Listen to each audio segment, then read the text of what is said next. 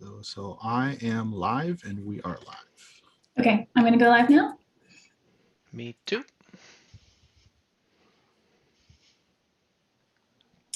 I think we're live, guys. Excellent. Hello, everyone.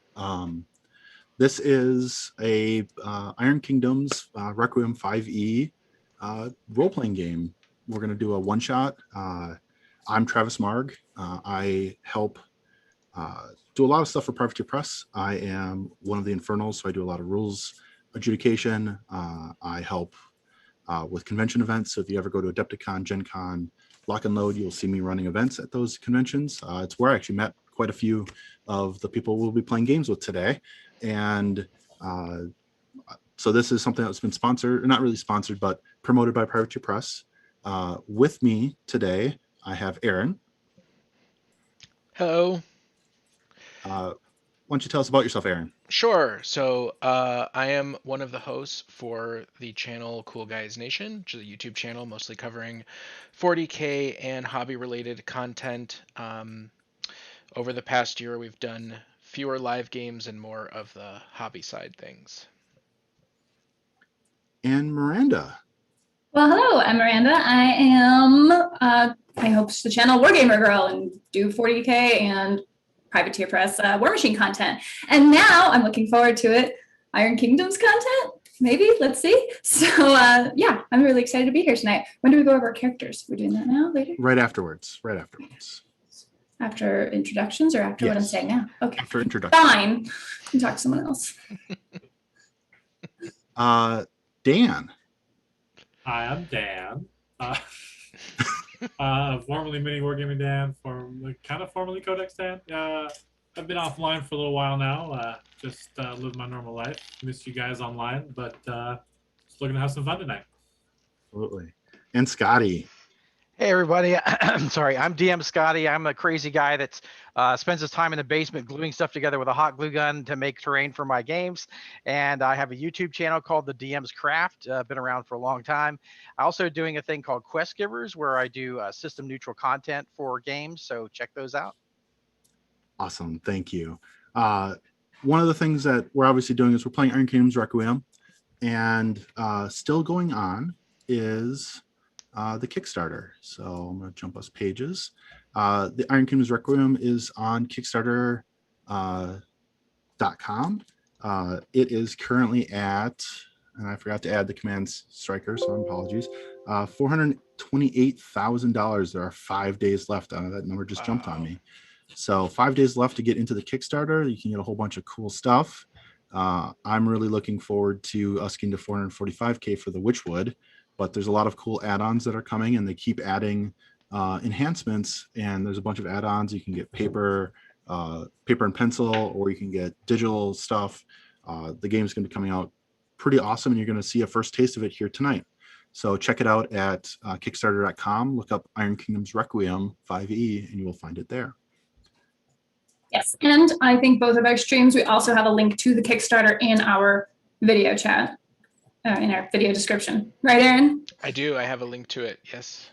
All right. And also, go ahead. I was just going to point out, so Travis is streaming this from Twitch as the DM, and then I'm streaming it, and Aaron's streaming it as players. So open all the streams, just open all the chaos, and chat to everybody. And yeah, you'll see. So the thing I do humbly request is if you are watching my stream and you see a token that the players don't see, because you will see legit all of the stuff that is on the play view inside my screen, to not go into the other chats and be like, hey, you're going to see this villain come up, because that's going to ruin some of the surprise that we want to have here. So please be respectful of everyone and having fun with this and going forward with it. But we do really appreciate you all being here and watching and pay attention, because this is going to be a lot of fun. And so we're excited for it. This game should go about 3 to 4 hours. I'm going to try to keep it in that limit, because I really don't want us all to be here for all the night. Turns out Privateer actually built a death clock into their campaigns. I need to turn off your Twitch stream really quick. I'm kidding. I wouldn't do that. No spoil on it. Something that's for everyone to be aware of.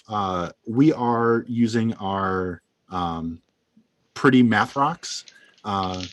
we're gonna roll our dice, as it is something that we enjoy doing, and Roll20's got its own peculiarities. We can import all the stuff and you can set up all the characters. For me, setting up all the characters from Requiem, it was actually really easy. So if you're going to be using Roll20 for your RPGs when digital content comes out, it was pretty seamless for me to learn and get up to speed with. So I highly recommend it for anyone that's looking to play role-playing games. Look at some of the online sources. There's plenty of content out there and plenty of help online to help get you going through that. So it's just a quick recommendation that we got through this and got through a tutorial on a lot of this stuff pretty easily. And we're going to go through it and play with it. So highly recommend it. Role-playing is a lot of fun, as we all know. And so we're going to go through some characters. We are going to start with Corlar Skull, the Bounty Hunter. Hi, I'm Corlar Skull, the Bounty Hunter. I'm a woodland trollkin. I'm a ranger class with an investigator background. I have milky blue skin that kind of looks like marble. It's very important.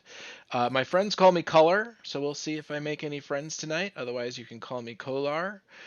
My mother was a dock worker, and my father was a stay-at-home dad, and she has a lot of things to say about that, but can talk about that later. Excellent. And yeah, Trolkin are one of the new races inside Requiem. They have their own special abilities. There's a nice lore section on getting to know who they are and their setups. And so there's 3 different distinct species of trolls. Aaron's playing the woodland one. And so it's gonna be really nice for people to have variety of being either a North Control or a woodland troll, depending on how you want to play the Trolkin inside the Iron Kingdoms. And next we have Miranda's character, the Man-at-Arms.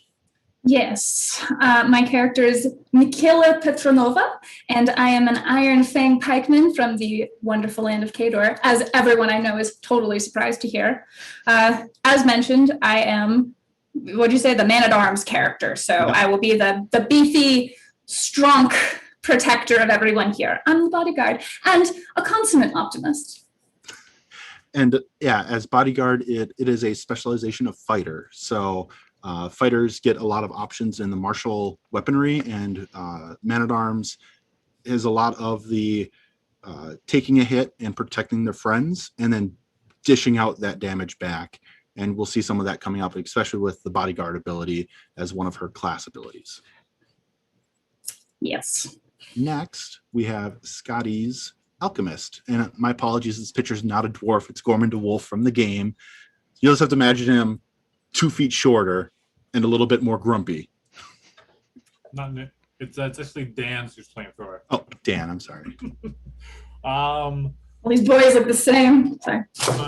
I'm a nasty little dwarf, you know. I'm an explorer. I'm a bit of an alchemist, so I got lots of explosiveness on me that hopefully I won't drop. But I'm pretty dexterous, so it should be fine. I like exploring around the big wide world, and must have got too drunk one time, and I woke up with this group, and we'll see how it goes. Absolutely.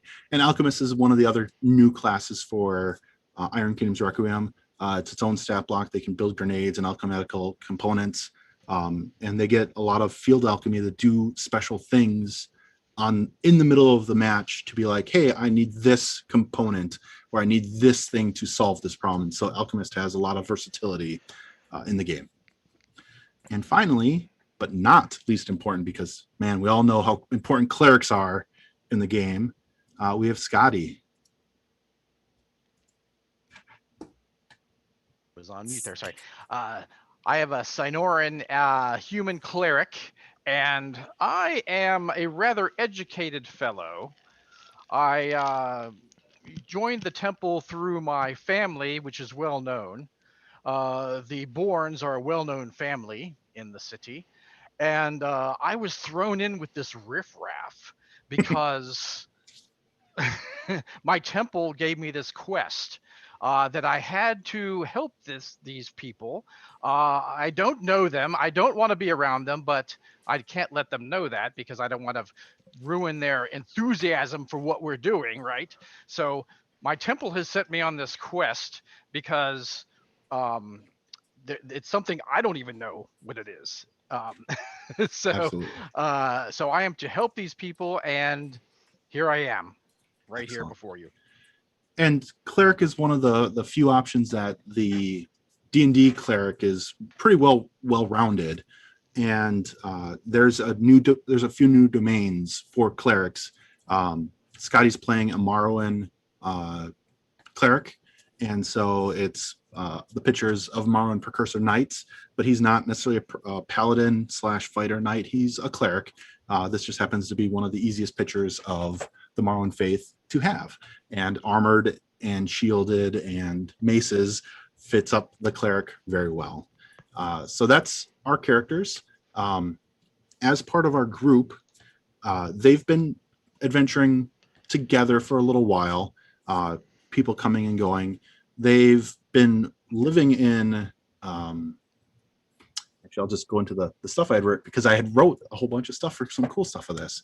So you, the players, are in Signar's Duchy of Westshore, which is south of Oran, but northwest of Remark, which is in the heartlands of Cygnar.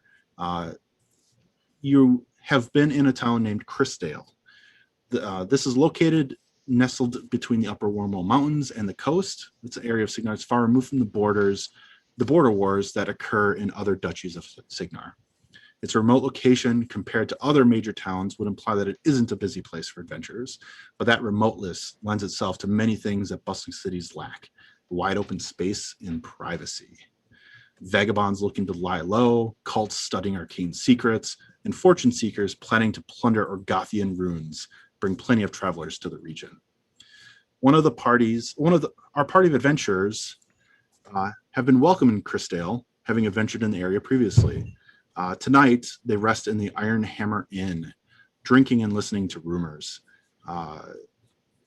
As you are in the inn, it is pretty bustling. This is the major inn of the town. Do any of you have anything that you'd wish to do at the moment before things occur inside the inn?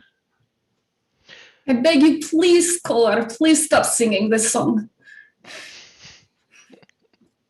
Actually, because I had forgot about it, so thank you for bringing it up. I had forgotten that Kolar had made an awesome song for the stream because he was so enthused about his character. Well, about Thoro's character, yeah. He's very special to me. Yes. So we're going to play it, and you're going to enjoy it, and it's a lot of fun. And it's something that's currently going around in our social media lately. So enjoy.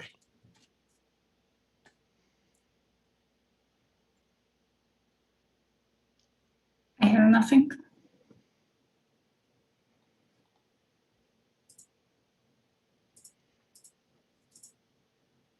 Silence. Much better than the actual.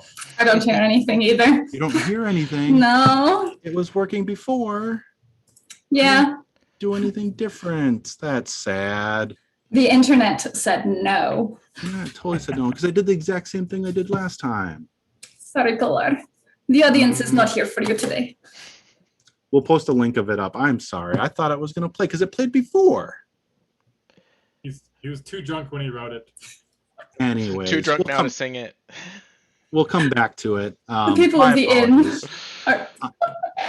Yeah, my stream heard it, but the issue is we're expecting all of their stream to hear it. So I don't want to have everyone else sit there and not hear it on everyone else's streams. Well, our stream's not hearing it. So my apologies. We thought we had that worked out because it was working earlier. Yeah, it's okay. We'll figure it out. We'll figure it out. Before we get started, Kolar sort of goes around the tavern and he's putting up signs, right? And they're wanted signs, but they're very vague, like, woman-ish, man-ish, and it just says wanted, find troll. And it's just to help encourage, because you never know who's passing through, what they're going to look like, whether they are or aren't wanted. Somebody might see that and be like, oh, that looks like my ex-husband, and I need to go, there's a bounty on him. So there's just some encouragement around for people to come to me and let me know if there is a bounty available or some questing that could be done. Absolutely. And so you've been sitting around listening to, like I said, drinking, listening to rumors, taking a little R&R. you as a party have worked together, so you do know each other. You do know your abilities and are friendly to each other in the trying times after the claiming.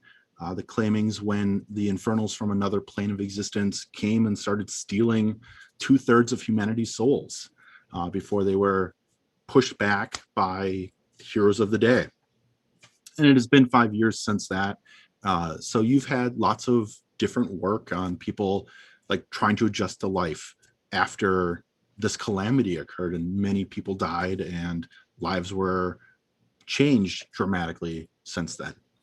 So yeah, you've had fun work. Our party's level 3 to represent that. They're not super high level, but they've been working together a little bit. As you're chilling and hanging out inside the inn, you're approached by 2 individuals that you do both, all of you know. You've dealt with them before, Councilwoman Karen and Warder Rayleigh. They are, as they say, the Councilwoman's one of the leaders of the town, and the Warder's kind of like a police officer, a sheriff, people looking for assistance, and they greet you warmly. And hello, Color, Michaela, Barlow, and Thrower. Hello. Hello. Come sit, drink with us. Howdy. Absolutely. They'll take a seat. We appreciate the drink, but we actually have matters of business to attend to with you that you might be able to help us and assist us with. I sit down, have a drink, and tell us. Absolutely. And this is the councilwoman, Karen, speaking. She's an older woman. She's like stress of the job of managing a city and trying to make sure everyone's been healthy and recovering from the claiming has taken its toll on her. Her hair's definitely starting to turn white from the stress, and normally she doesn't really have like a worried appearance on her face when she's going about her day-to-day business, but today she definitely looks worried and concerned about this. Rayleigh's kind of he's a professional, and so he's like, I'm gonna do my job, I'm gonna be here, and I'm gonna make this work.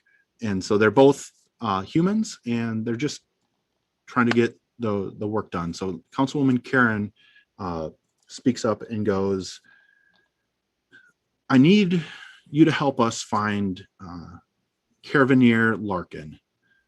Larkin was our primary wagon driver that worked on government business.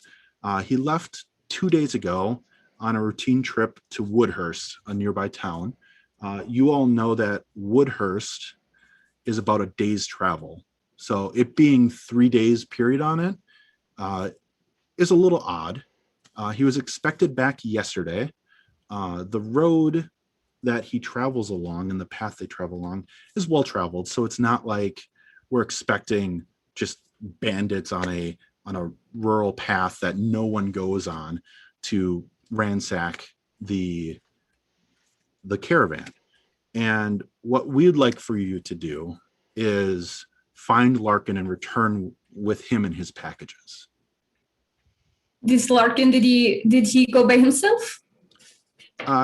He did. He had one guard, and bringing back both of them is important, but Larkin is the primary because he has something very important for the town of Christdale that we really need. And what is it that we're fetching? Karen looks at Rayleigh a little bit, and he nods that it's more or less okay to spill it. Larkin was actually going to Woodhurst to pick up taxes and banknotes from the village to effectively taxes to the country. And it's pretty vital to the city to collect that, because otherwise they're going to try to take it out of our city, and we don't want that.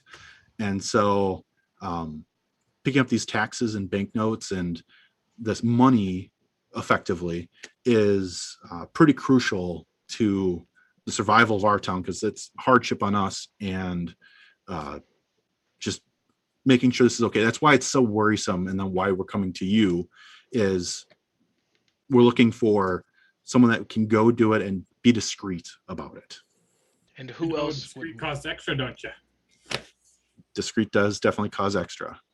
Cost Well, extra. I mean, if we find a wagon full of banknotes, who else might want this information? Everyone? That's why we were trusting Larkin to do it, because Larkin's discreet by himself. He goes about and does this, and he's never had an issue in all of his years of doing this. He's been doing it for quite a long time. And you know of no, say, usual suspects that are not in town right now?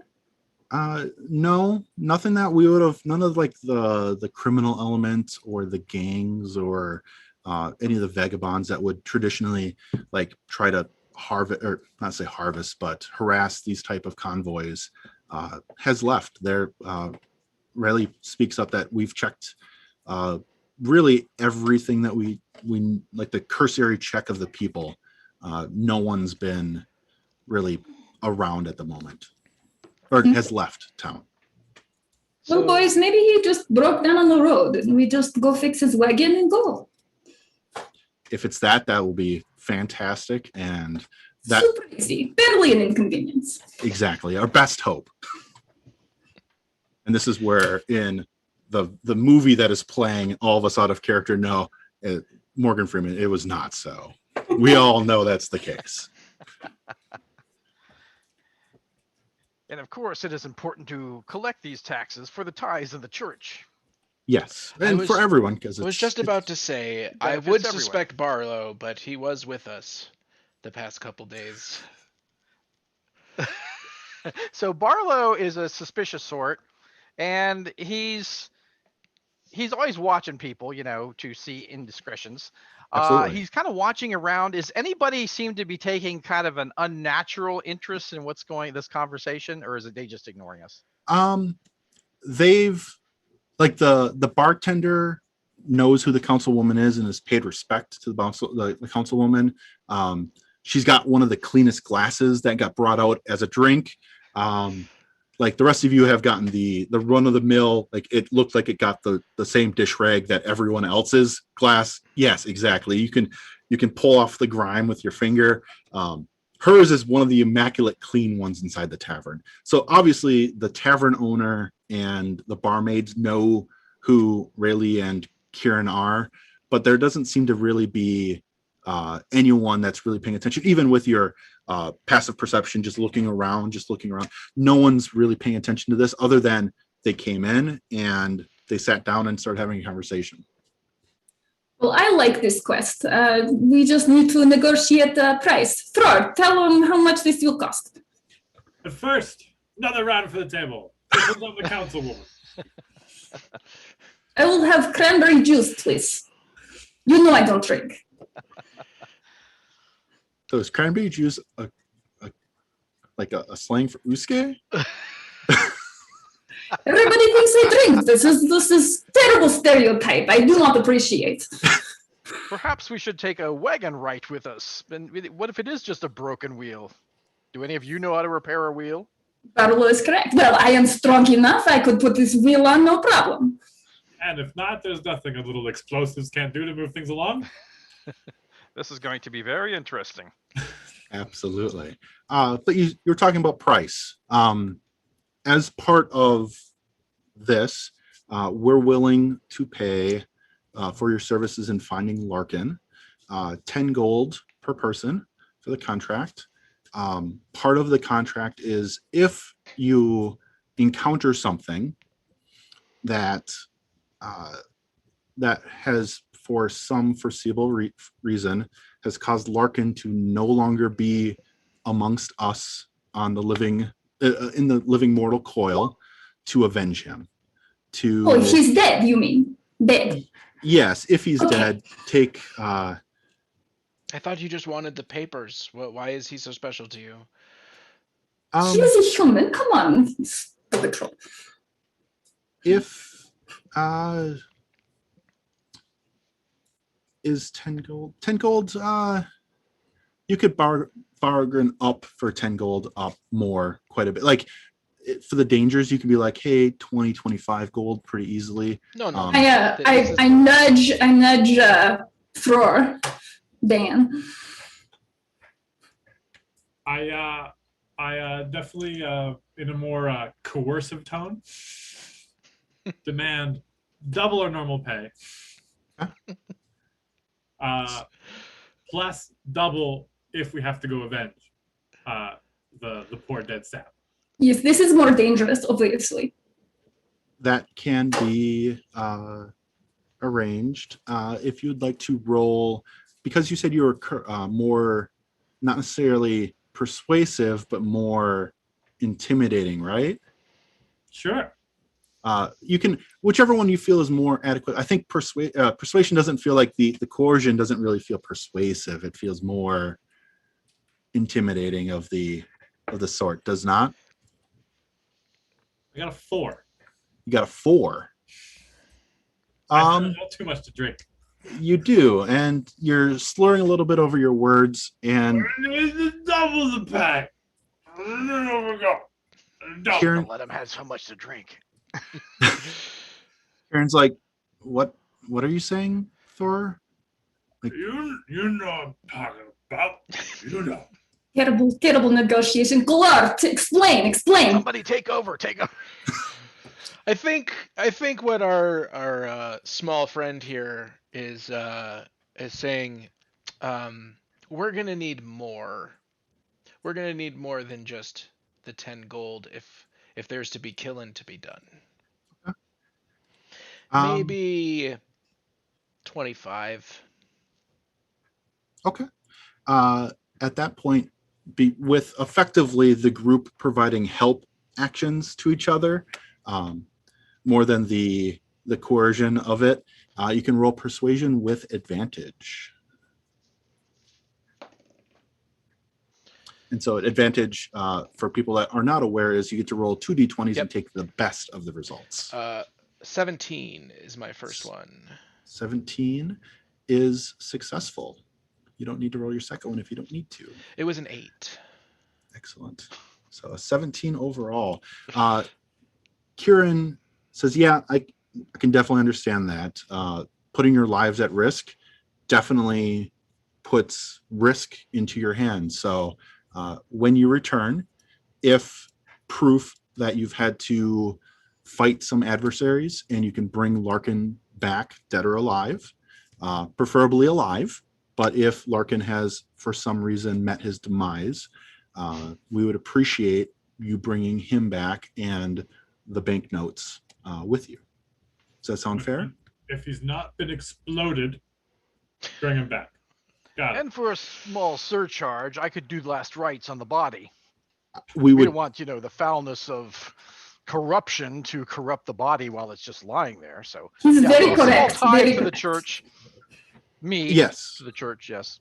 We'll make sure to make sure that is definitely done for his family and for the services rendered from the Church of Morrow. We do definitely appreciate those type of things. And so Sounds settled. You go draw up paperwork. I go visit small room in the back. What? actually I have the paperwork right here, and so she conveniently had I guess I she doesn't hand it to Thrower, she hands it to Color. You're lucky my arms Yes. are short. Okay. I see. I excuse myself from the table. Yes. Well, as my mother would say, there's always more to a ship than just the manifest. So we shall see. And as part of this, so taking into consideration of character stats and character abilities, Reading is one of them, right? reading, you have them. Yep, you have reading. But for Color, this ability, this contract you've signed will trigger your wanted dead or alive ability. Okay. So this is going to help assist you for your proficiencies in persuasion, getting advantage on charisma checks, and you get the favorite enemy benefits against, for example, tracking Larkin. And then it will also apply to if Larkin has been attacked by someone and you think that that those people are the people that attacked him, that you would get the bonus against them. Gotcha. So I just want to let you know that that is going to apply for that bonus. So you do get some benefit out of it. All right, yeah. So I will choose this contract to apply it to. Perfect.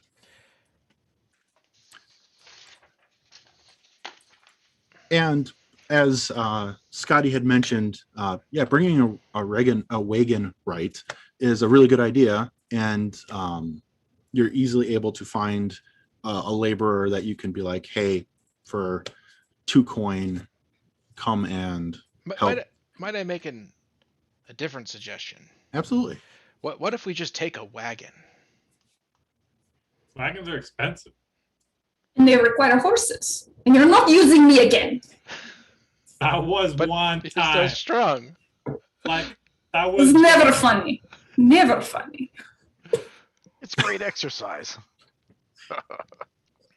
You can easily procure. I'm not going to make it like we have to fight over getting a wagon. You have some sort of means of transportation around the town, whether horses, wagon, whatever means as a group of travel.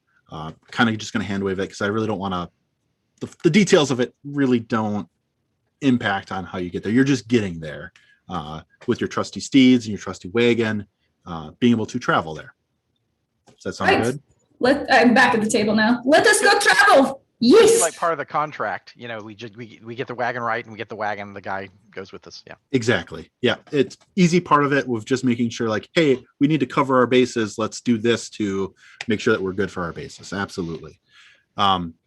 And I didn't actually specify a time of when you were in the bar, but it was early day.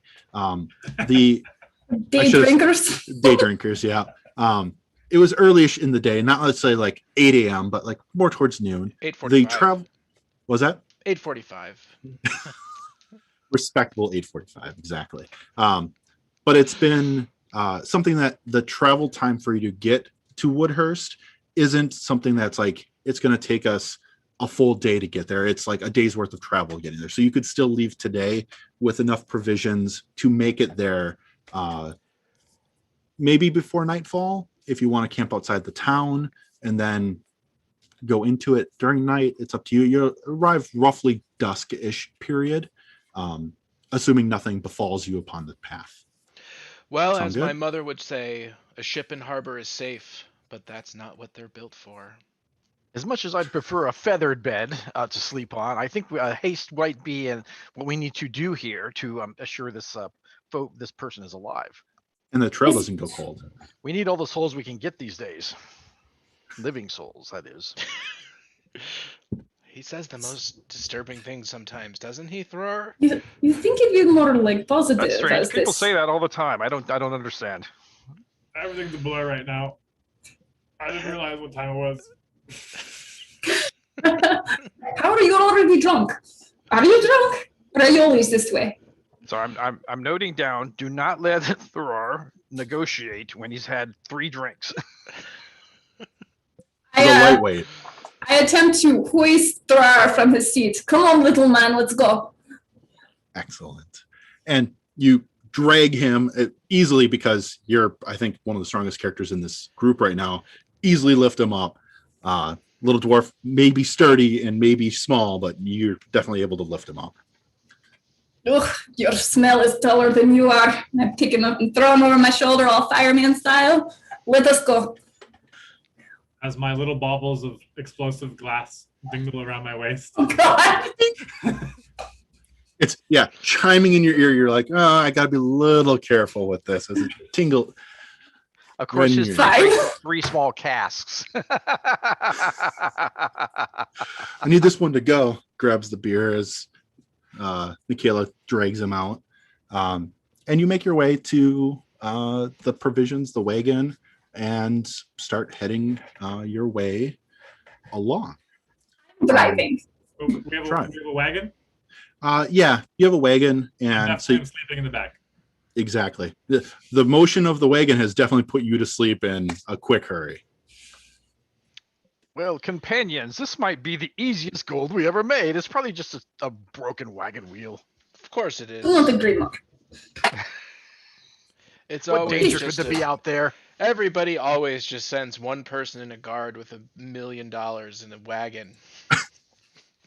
All of the world's It Boolean. makes Yep, makes perfect sense. May I absolutely. investigate Yeah. to see if there's any other shenaniganery that I may know about? Because banknotes, taxes, missing people, but wanting him back, it just doesn't seem like the full story. Sure, absolutely. And actually, the first part of it is you can make an insight check first Excellent. to try, and really at that point, if anyone wanted to make an insight check, I'll actually let the whole group make that insight check of the feelings of, is this on the level? Is this not on the level from her? Well, I have canny, so I Take a don't. self-imposed -5. Sounds good. Could we have Corlar do it and just he rolls with advantage because we're all looking, we're all checking. Sure. Okay. Okay.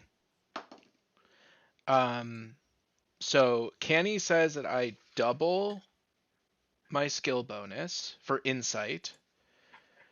Yep. So that would be a 17 total. Yeah, you from your experience with it and your bounty hunter tracking, oddly enough, as much as your suspicions are like, man, something's got to be weird about this. We're dealing with tax money. We're dealing with a couple people going on this trip. It seemed like Rayleigh and Kieran were on the level with you. They're really concerned that these people they left and they didn't come back on something that's so routine that it shouldn't be a problem. It's a boring job, really. Well, yeah, and like you said, this was a more quiet part of the neighborhood, right? Exactly. And on a well-traveled road, not very far, like the reason they're approaching you 2 days after the fact is like they should have been back by now. Like they're really concerned that they're not back more than something bad has happened along the way or they've been robbed or anything like that, because it's just so odd for them not to be. What is here. the relationship with Christ? What's the other town? Christdale? You are in Christ- Christdale. And the Christdale. and the other town and- is Woodhurst. Woodhurst. Sorry. Is there a relationship issue there? In your history and investigations in between all of it, no, there isn't really. Christdale just happens to be the equivalent of a village to a town, where this is a much size bigger of a city. It's not like a full-size metropolis and a ton of people in it, but it is like the next seat of government up, very much like if it was a county for the villages underneath of it, another municipality up. That explains from- why Barlow stays in a hotel there and not here. Because he's Exactly. Yep. Corlar, can we hurry this up? It's just a broken wagon wheel. Come on. Yes, is let's the- go. Let's go what is fetch the- them. What's the weather of this time of the year? You and you're checking everything. It is in the area. You haven't had any like thunderstorms. It's actually been really calm summer weather. I didn't actually put a date for where we are, so it is summertime. It's not like oppressively hot. You're higher up in the mountains. Storms do come out of nowhere, but it's not like you're at the peak of the mountain where it's like, hey, all of a sudden you get screwed over by a freak blizzard or a thunderstorm that you're just not prepared for. That doesn't happen as much in this area. The mountains kind of keep the weather calm and don't really let the humanness from the ocean push away from it. And there So- hasn't been any rain in the last couple of days. Nothing that would have been like made a wagon, like nothing that was been detrimental to a wagon traveling along a well-known road. Well, let's be off then. Yeah. And away we go. Huzzah. As you travel in your wagon, you notice that the questions that Michaela was asking, the path and the travel along seems perfectly fine. There's nothing really complicated. You see travelers traveling along the road.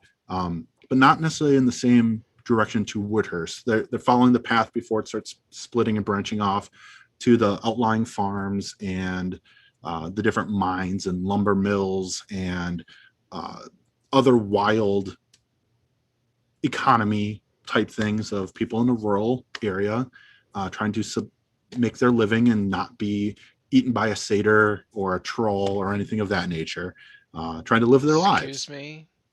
Hey, the trolls like to eat humans. It's just Yeah, the way it is. Not you, you're a kin. Do Then you eat is there humans? Wait. is there forest on either side of the? Yeah. Okay. You're in kind of a forested area, a woodland type area. So I'm gonna travel in the woods. Okay. Alongside of our caravan or whatever it happens to be. You're gonna Obviously, flank it. yeah, I'm gonna flank it. Obviously, I'll attempt to be not making a tremendous racket, but depending on what clip we're going, that may or may not be possible. But just to sort of, You're a big troll with a bit of stealth because you are dexterous. and I'm a woodland survivalist, so Yeah. You can pass through the trees well. As part of it, they get like the ranger abilities of passing through right. terrain really easily, and this is kind of like your home turf is being in the woods and running and keeping up. And part of your Trolkin endurance, because you're so soundly built, is not having to worry about the amount of time it's gonna be like, hey, I'm gonna get exhausted in a little bit. No, they don't. One of the cool abilities for Trolkin is ceaseless stamina. They go forever. They don't suffer exhaustion nearly as fast. So yeah, you can definitely keep up with the pace and not be at a negative compared to what a human would have to do for that, or let alone a dwarf trying to keep up with someone that just keeps constantly running. So I'll just flank it and quietly in my head I'll be singing all of my mother's favorite shanties that I was too drunk to sing last night or this morning, I suppose. Excellent. I go on about how much I miss my home because it's just too hot.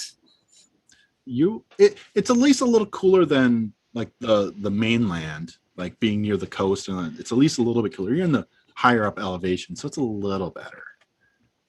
I complain anyway. Absolutely. Well, you know what my mother would say: the sea hates a coward. You always bring these things up. They have no application to this current situation. Why do you keep saying these things? Why is someone talking in the woods? You just hear it come out of the woods. Now we hear these sayings just come out of the woods. Like what? Just randomly come out of the woods. They have no bearing to your conversation. Like you're having a conversation in the car, in the caravan, and you're just going along, and all of a sudden this saying comes out of the woods. You're like, what? Just what's going on? Absolutely. And the travel, the 6 to 8 hours of travel, go fine through the village. Go fine through your travel. You don't run into anything. You don't see Larkin and his caravan. You don't run into any vagabonds or bandits sitting in wait for you. You look a little too armed to be easy meat to take off on the road. And you get to the outskirts of the town. And here's where you have some options. You can rest for the night. You can go into the town. Those are really the two options. You can camp outside of town, or you can actually go inside of town and kind of do the exploration now. Are any of us tired? Not really. It's a pretty simple, easy travel. It's 6 hours of being in a wagon and then getting on stretching and eating your meals in the wagon. So it's not like you're exhausted or anything like that.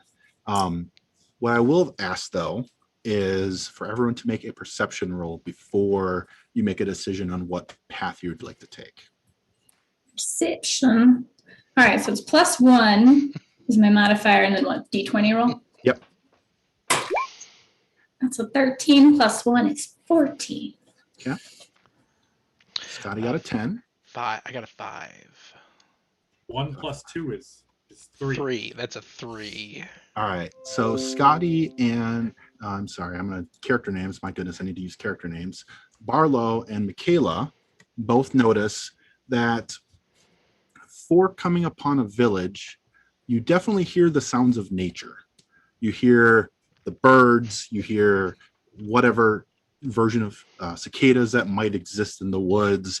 You hear the mosquitoes and their equivalents of the IK world. You hear all of those, the dragonflies flying around, everything that is wildlife. You hear the little creatures scampering. You've seen enough of it. It's not like the forest is deathly silent. It's alive with itself. However, coming across the outskirts of the town, for what you expect of a village, you would normally hear something. And that's where the silence has really kicked in. The two of you notice that you don't hear sounds of a town. You don't hear sounds of fire or workshop or people laughing or people talking or hammers in a workshop or saws in a sawmill. You don't hear any of that. You don't hear any sign of civilization from the town ahead. And you can clearly see it in the path. It's just, there's nothing. There's no, it's like everything's gone. Bartolo, this silence is loud, is it not? Yes, it is. Sorry, I was lost in my thoughts. Absolutely. But you still see the town. And so you still see the outlying buildings and the farms, but there's nothing. There's no there racket. smoke? How dark is it at this point? You're in like a dusk period. So anyone that would like to light a torch, you can. I believe the humans are the ones that are really going to suffer from the darkness coming up. The Trolkin and Dwarf both have dark vision, so you can see the extended range, but remember that dark vision puts it at that further range. You see black and white. Not really, and shades of kind of like gray, but not really color. How good is Corlar at like sneaking or like scouting? Corlar's pretty good at it. Perhaps we have a signal, like a signal that we have worked out that we'll kind of do, and Corlar will know to kind of scout ahead and check things out. Absolutely. And we'll hang back because the light is going to be a dead giveaway for us. We're like, here we are, lights, where Corlar can go in without any light. So I don't see the issue. It's just a town. We're looking for a dude. Just go find him. Are you still drunk? No, I'm stone sober. I'm getting a bad feeling about this. I don't know. Okay, so I will.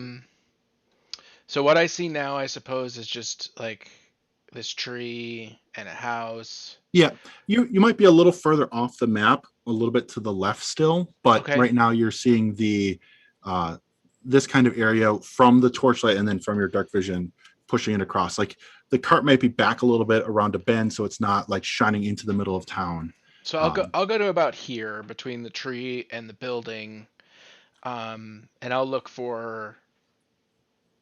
I assume the uncanniness has been shared with me at this point, or are they just like, yeah, go ahead, go forward. They shared the weirdness. Okay.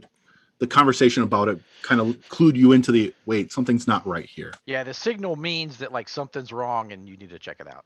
All right, so I'm gonna look for signs of life. Is there lit windows? Is there smoke coming out of houses? Absolutely. Are there bodies on the ground? Part of this, are you planning on trying to stay sneaky? Oh, yes. Or are you trying? Yes, okay. yes, very sneaky. So if you would give me a stealth roll, please. I'd prefer not to, but okay. I would actually prefer you do give me a stealth roll. 18. Not bad. 18 is a good stealth roll. And so yeah, you start walking into town, and in all the windows where you expect to hear families making meals and people sharing drinks and working, tidying up their days to be ready for the night, you see nothing. There's not a single person that you can see or like recognize. It's really eerie. Like it's almost to the point where it's putting you on edge where like, why is there no one? So there are no lights in the town? There are no lights currently in the town. Back at the wagon, when was the last time we ran across someone who was headed the opposite way on the path? probably at the, like, when you made the bend to go into Woodhurst, the people that were traveling to another town would have been the last time. You haven't seen anything coming from Woodhurst since you made the turn into that path. Okay. Can I possibly check like tracks on the road to see when Sure. would have been the last time someone would have traveled from the town this way? Sure, absolutely. And have any of us been to Woodhurst before? Are we familiar with this town? You've at least passed through it once before, so you know, like, there's a number of people in it. It's not like a ghost town. It's not a town that's just magically vanished off the face of the earth. Like, you've maybe been through it a few weeks ago to a couple months ago, and it was a bustling village previously. I was deputized here, so I'm deputized in 4 counties actually. What should I roll for checking out? So you Dan, get back in the screen. I would say for you to do I would say investigation makes the most sense for checking. You can do perception or investigation. 23. 23. What you see in the path, while you're not like a trained tracker like a ranger would be, like, No. hey, I'm trying to Looking for really track. signs of travel. Exactly. You can see the comings and goings of, like, hey, things have been going this way. You do see another set of wagon tracks recently, and the remains of, like, animal waste and everything else that comes along with a caravan of a wagon going through. But you haven't seen, like, the stuff that you would see for going away from town is oddly absent. So it's really that one caravan and then your own going through. So I'll move further in. I'll hug this building. Okay. If you would Sure, give me, Yep. go ahead. If you would give me a passive or a perception check, please.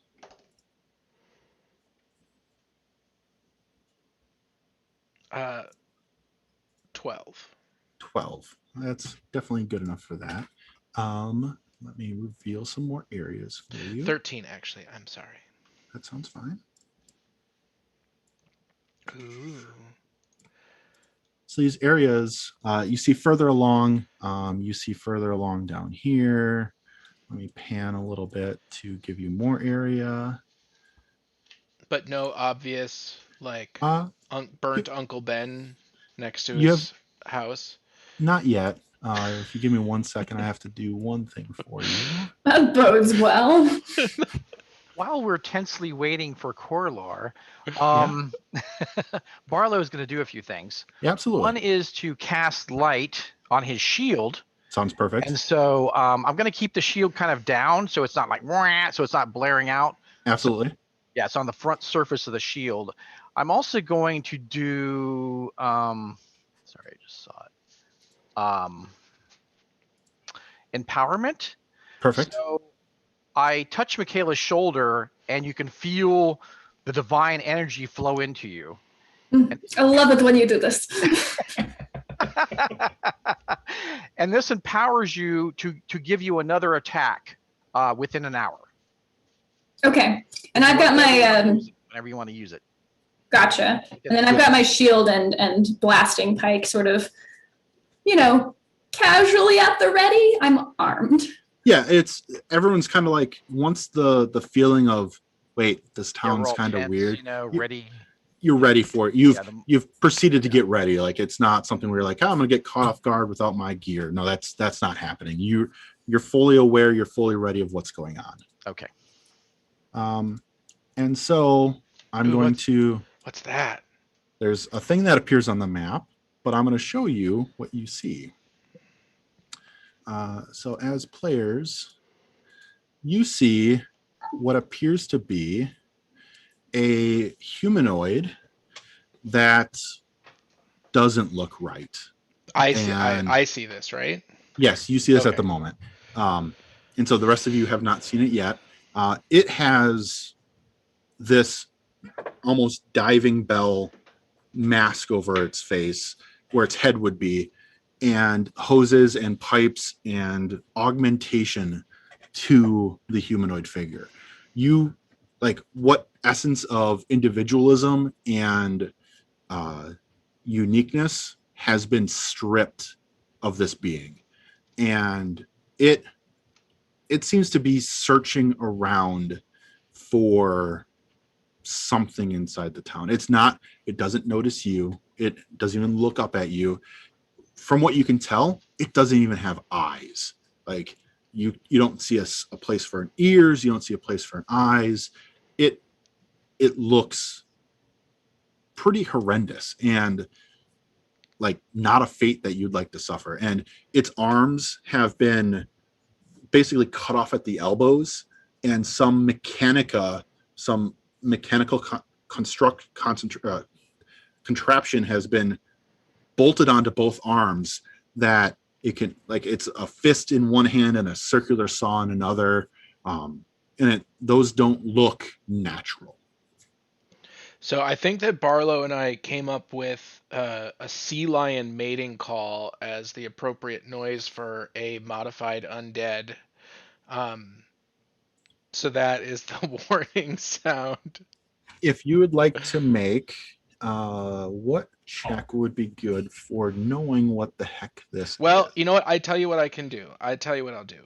I will That's I a will nature I will check, use isn't it? my primeval awareness, Sure.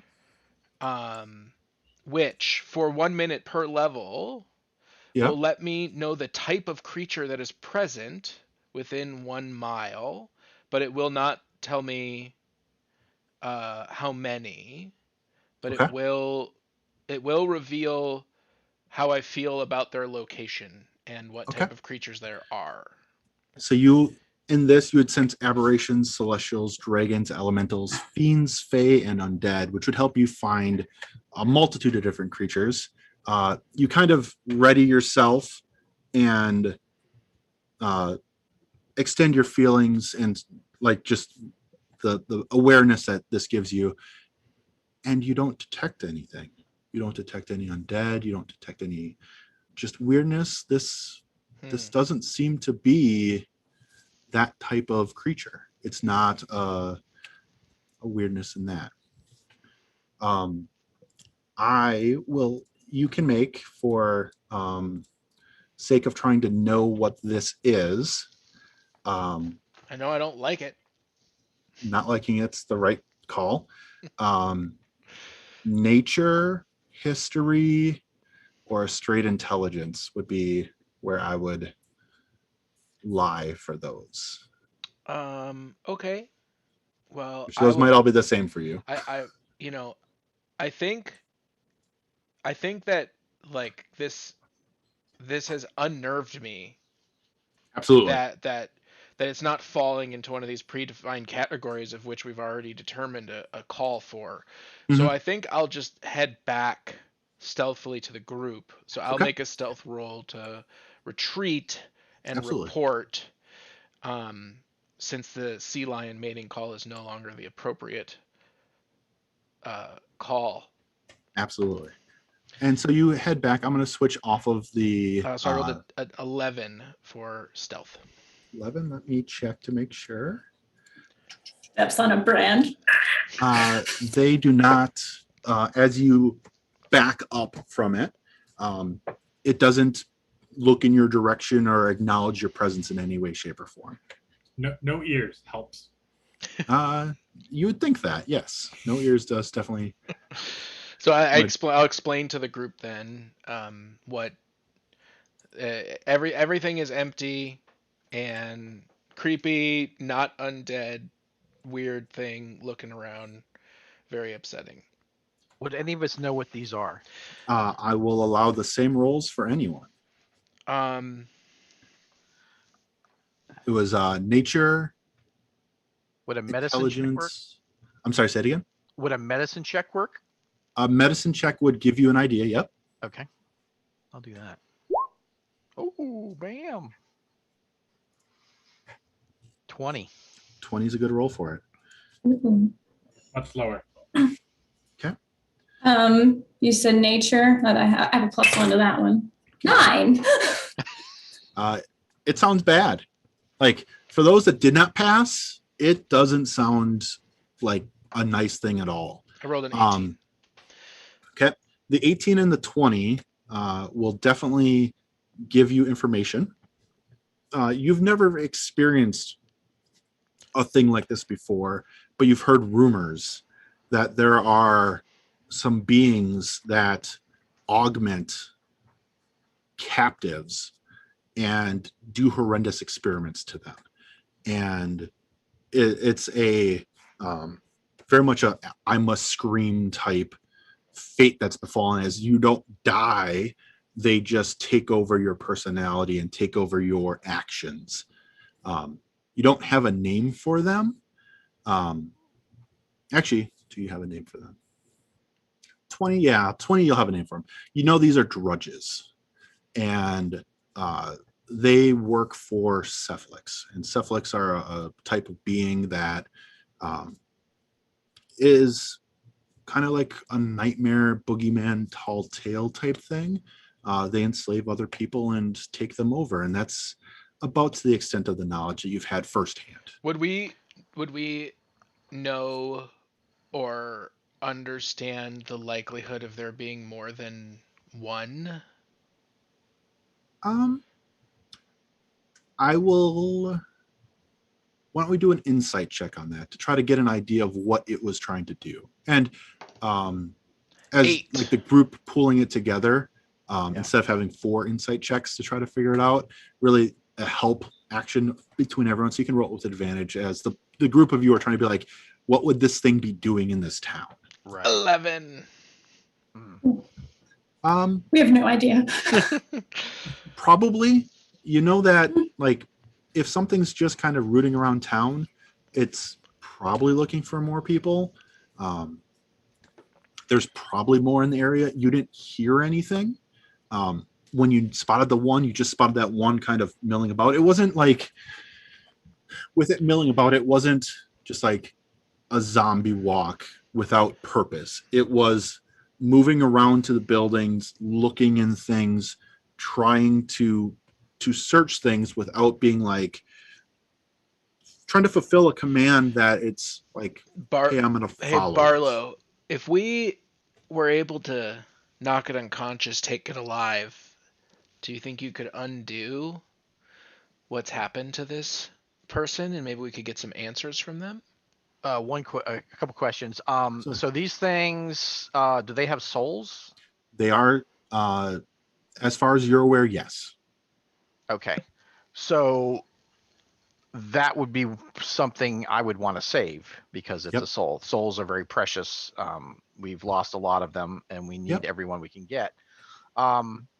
Is the only way to save the soul to destroy this monstrosity? From the 20 that you had on the medicine check and knowing what it is, you might be able to bring it back.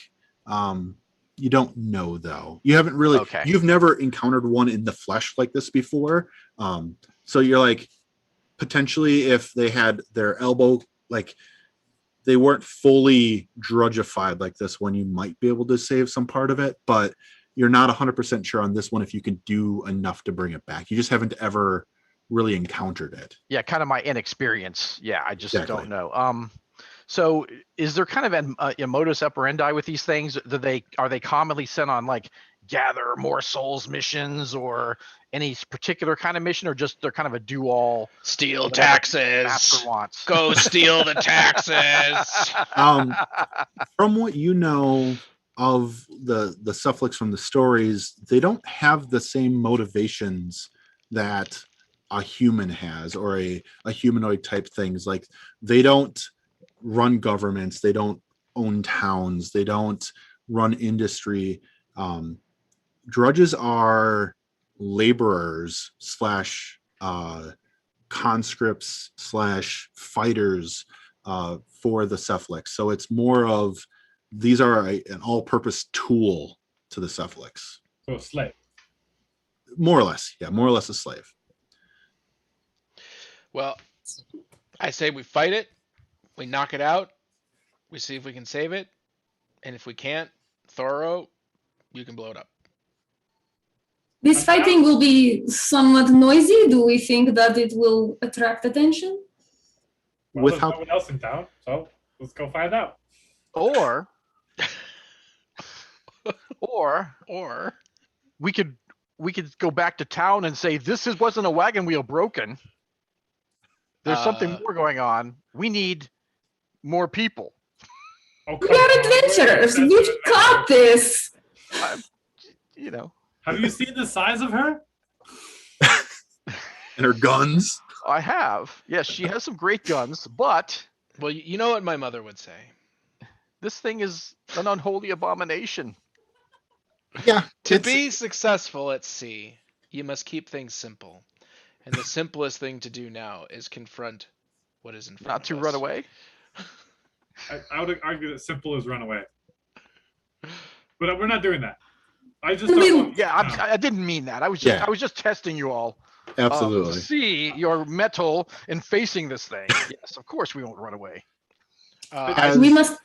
Let's I split start up. walking up. I go, okay, we know the routine. I'll be the bait, and I just start walking forward. As information for y'all to be aware of, you all, I believe, have firearms. I believe every character has some sort of firearm on you. Those firearms are loud. And so it's something that if you're planning on being stealthy and trying to like sneak up on it, shooting a gun is probably not the best way to sneak up on something. Using an explosive will attract attention. So it's the kind of things that we're playing. This era of tech is like that World War I, World War II type tech where things are loud.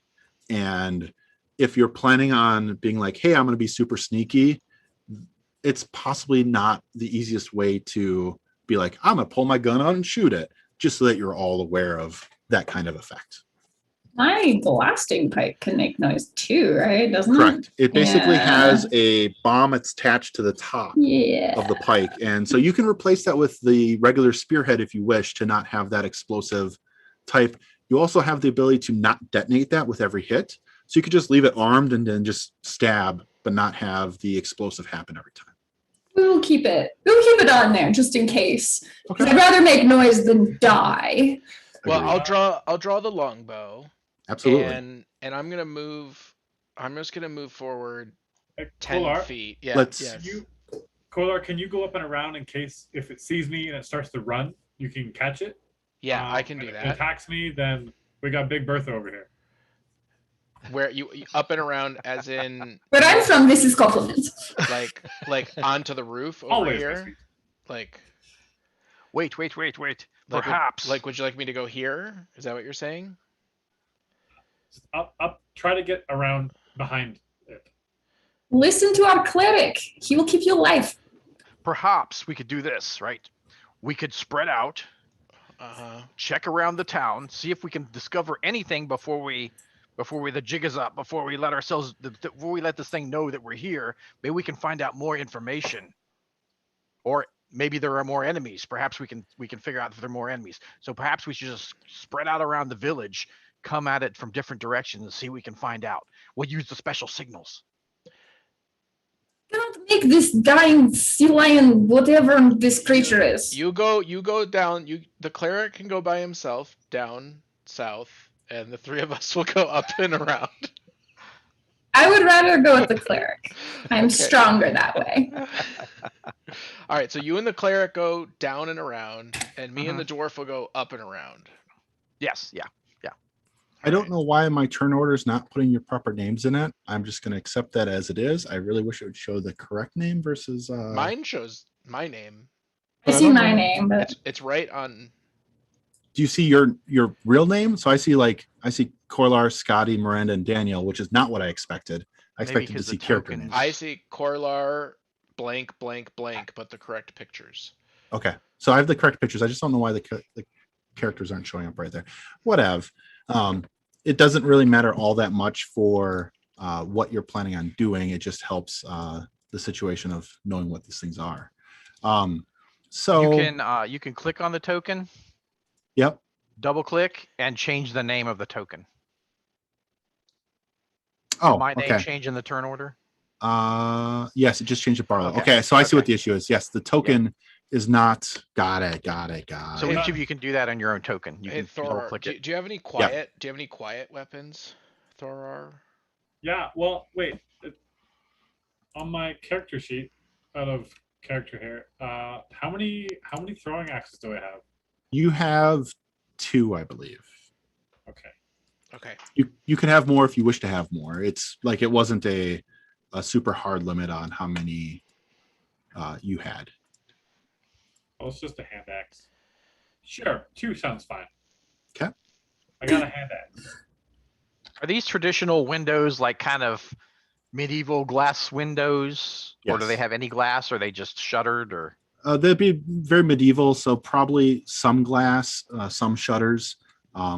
It's not something where like everyone possibly has like really expensive glass panes. Some of it might be just shuttered windows. Am I allowed to start walking towards the dredge? Actually, are you judging? Are you judging the wealthiness of these people right now, Barlow? Like we have things to do. Who cares what kind of glass is in their house? no, I'm just the player Scotty is asking because yeah, I yeah, want it's to know. Like what I was thinking as we go around the village, we're kind of looking in the houses to see if there's any like anyone or any clues or anything. yeah. You before can we- open up the before we shutters engage. and take a Yeah. look. Yeah. Okay, yeah. So what I'm going to request is actually before you move color around, is that we roll initiative, and we'll move in the initiative order so we can actually get a Cool, good yeah. movement on this.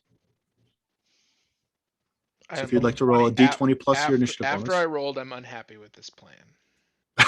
What was your roll color? A total of 6. 6. 11. 11 for Michaela. Barlow? 15. It Excellent. popped it in there.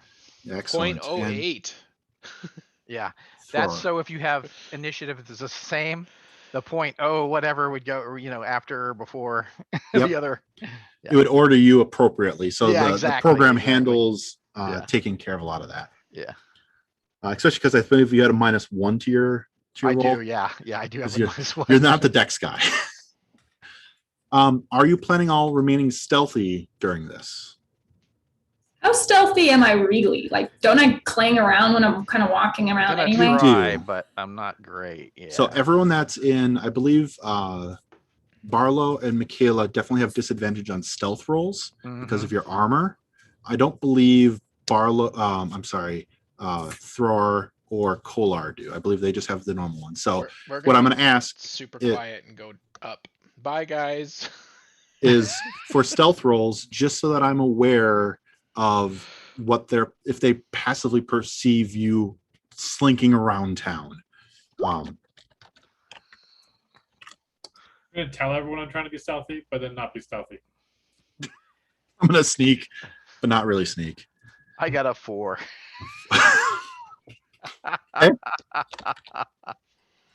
Barlow, what is your role, just for the sake of it?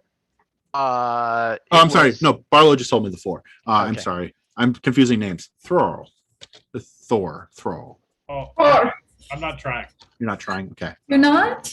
No. I got a 20, You're just walking I got a in. 22 next to the guy. I'm who's so not trying. impatient. I'm just like, I want to see the thing. I haven't even seen it yet. I just want to figure out what the heck it is and kill it. Absolutely. Michaela. I want to follow, so I'm going to coordinate with Barlow, and we're going to, I believe, make our way south around the building, but I want to stay within 1 square of him, please. Absolutely. What was your stealth roll? D20 plus stealth. For you with disadvantage, it's roll 2 D20s, take the worst of the 2. Dude, I just rolled a 1. So that would be the worst of the 2. And then add your stealth no. bonus to it. My That's what I my We are- stealth we are is 0. not- We're like clanging around. I Congrats. sneeze. You two are probably louder than Thor. Thor. It's Thor with a First throat in one. the middle. Yeah, I'm trying to get it. My brain just can't handle it. I'm a dwarf. Yeah. The 2 people in the heavy armor are clanking around like wearing dinner plates and pots and pans. Like you can definitely hear them, especially without the town being loud. So Does that make the boys going north Does it make it a little bit easier for them because now there's a distraction? It might. It might. And so we'll see when that happens on the awareness on that. All right, so let's move our character. So first we'll start with Thror. Mm. So you get to move your spaces appropriately. 1, 2. No, you're going up. Okay, you're just going straight in. Okay. That's what I said I was gonna do. That's true. I can just walk under this tree, right? Yeah, absolutely. The buildings are the one things you can't walk in. The tree you can walk around. Okay. Barlow.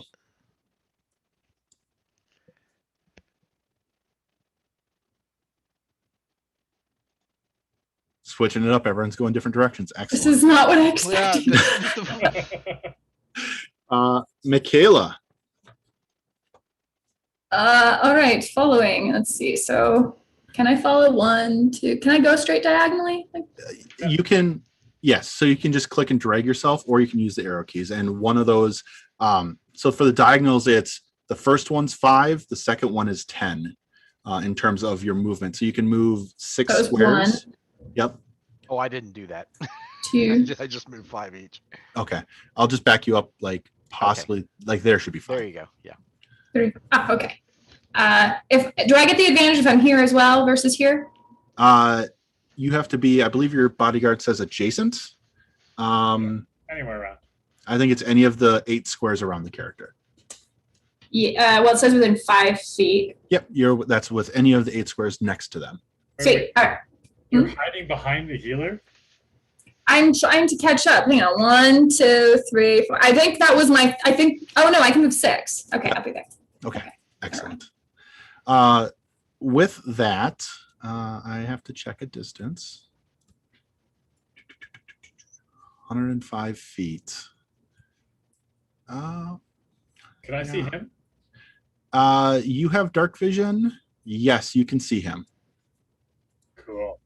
And so you see in black and white at this point, because I think it's outside of the range of, because you see 60 feet to 80 feet. Actually, he's still outside your line of sight at the moment. You can see about 80 feet with your dark vision. And so, Color, you're up. Okie dokie. So I'm gonna take a double move action. You're gonna dash. Excellent. I'm gonna dash. I'm really bad at doing the Q thing, so I have to measure it. Okay, so that puts me here, and then for with a free action, which I believe I'm now within 80 feet. For like your bonus action? Yes, my bonus action. Yep. I am. I'm at 70. I am going to Hunter's Mark. Okay. Casting time 1 bonus action. You choose a creature you can see within range and mystically mark it as your quarry. You are my quarry now. Usually I do that with women at bars, but we're in combat. And until the spell ends, you get an extra 1d6 damage whenever you hit this with a weapon attack, and you have advantage on any wisdom, perception, survival checks, blah blah blah blah blah. Have you the blue dot on top of it? Okay, perfect. That is for your Hunter's Mark is the blue dot. Excellent. And I rolled a 22 for my stealth. Okay. Yep, I got your 22 down. Excellent. Top of the order again. Thrower. Oh, before top of the order, is any of the other map revealed, like where that house is for me? Yeah, you would be able to see 60 more feet. Let me give me this. I just want to know how many of these things are coming to murder us. That's all I want to know. Sure. Okay, I've moved. Just straight in. Gorgeous house. I can see him. Barlow, I found where you want to stay. It has glass windows and everything. That was the wrong one. I didn't want to hide areas. I wanted to reveal areas. Good. You're going blind, apparently. Does it have a feather bed? The two of you see I'll more check of that in a up there. minute. Thank you.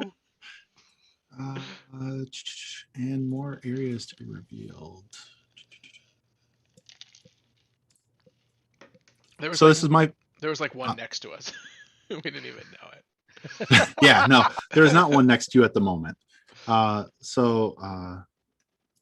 a I wrench. feel like we're about to learn how fast these guys are, which is not Yes. very, turns out. But With that, I need to check distance. Hopefully not fast.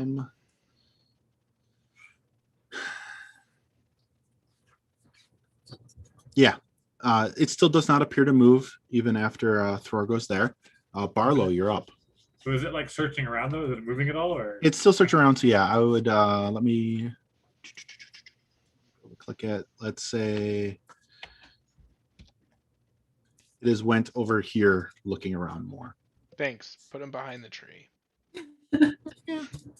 Are we seeing any sign of the wagon? Not yet. Okay. Excuse me. So Barlow moves up. Come on, Michaela. 1, 2. Hurry. So I'm gonna kind of peek in the window of this house here. Yeah.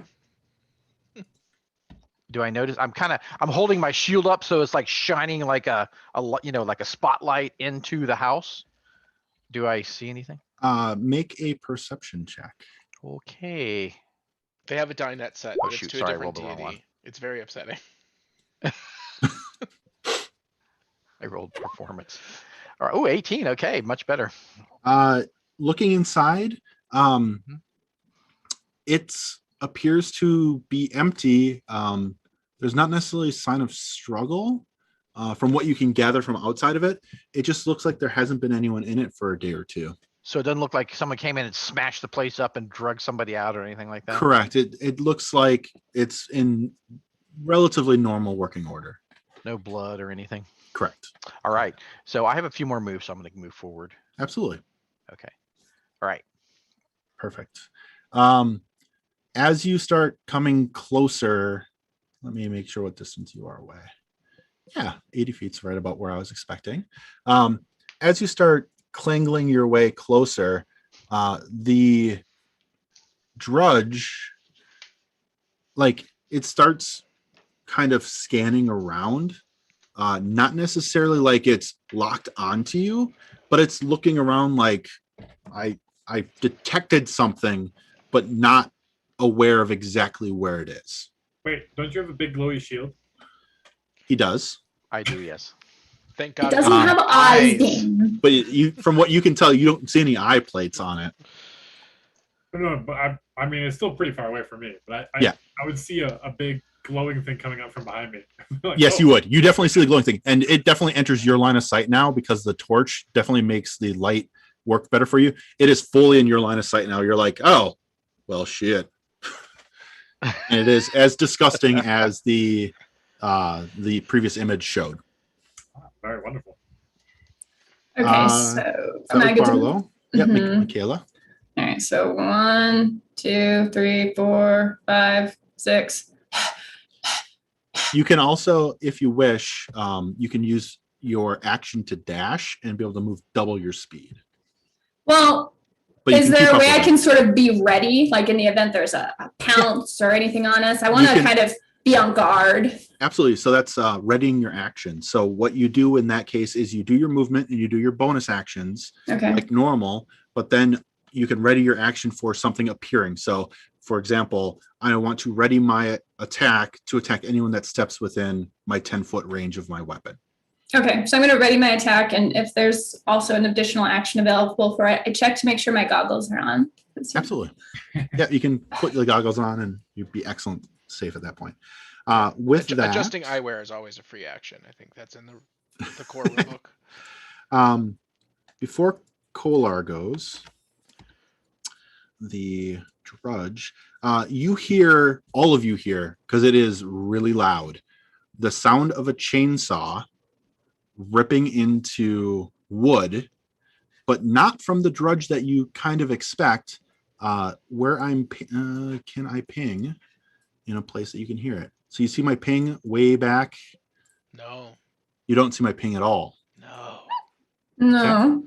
All right. So what I will do is I'm going to reveal this one square. Oh my gosh. What happened? I lost my. I see. So way back here in this one square, you hear a chainsaw go into wood.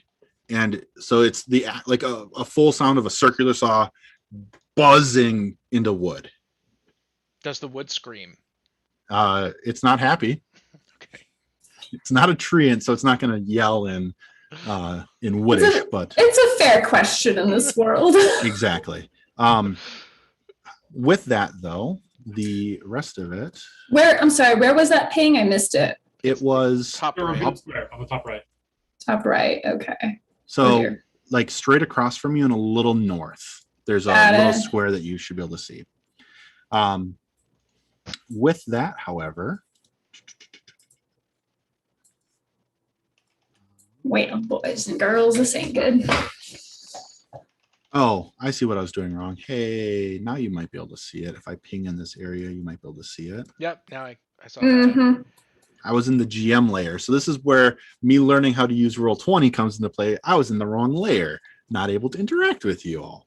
And If you hold the shift down and hit the ping, it'll drag us to that location. okay, It'll I don't. drag the map. Okay, perfect. Yep. Thank you. So what? 1, 2, 3, 4, 5, 6. You see walk into the line of sight for Thrall and Kolar is another drudge walks out of the darkness towards you. 1, 2, 3, 4, 5, 6.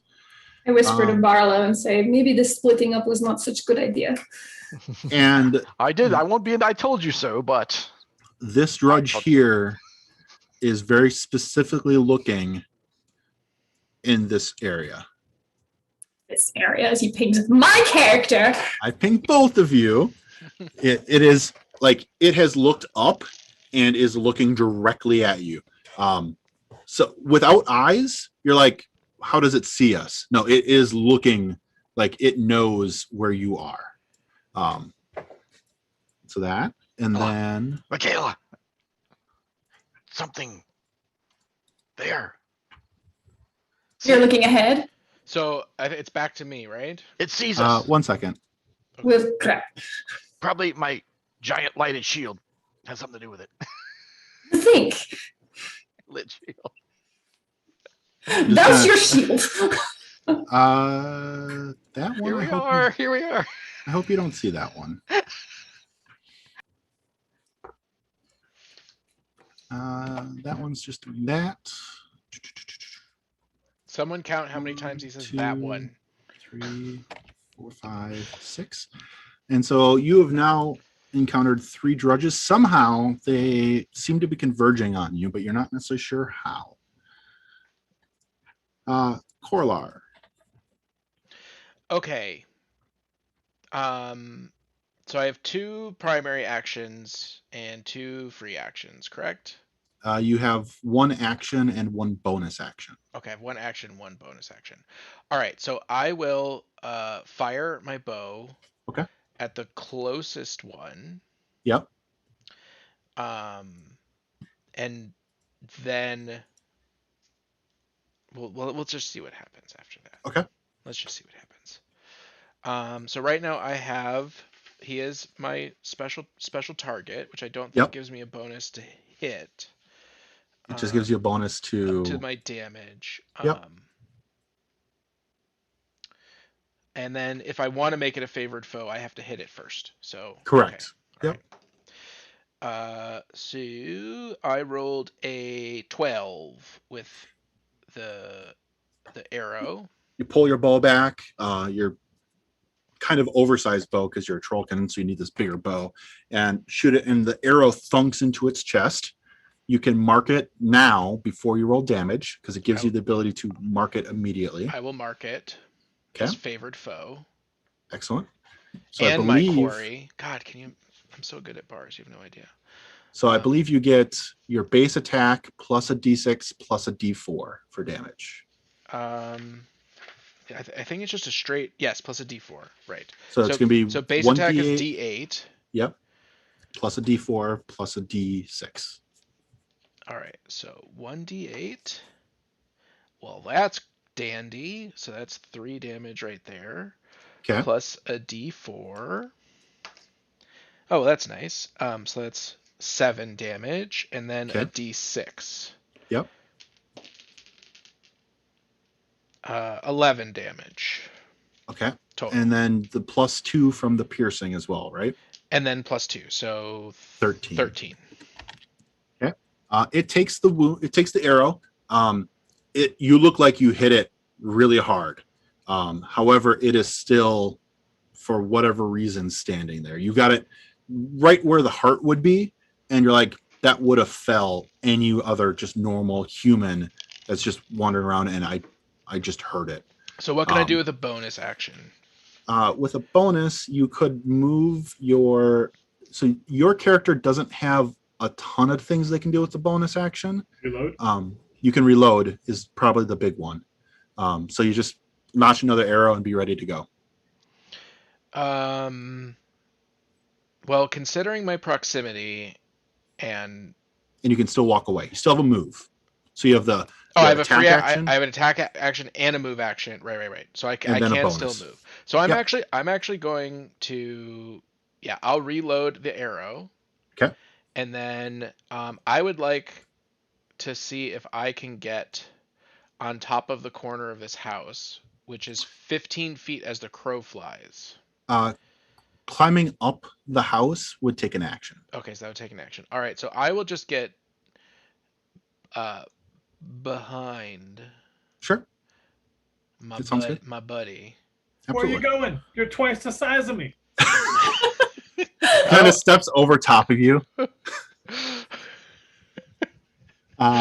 Excellent. I've passed. And I think that's everything. Yep.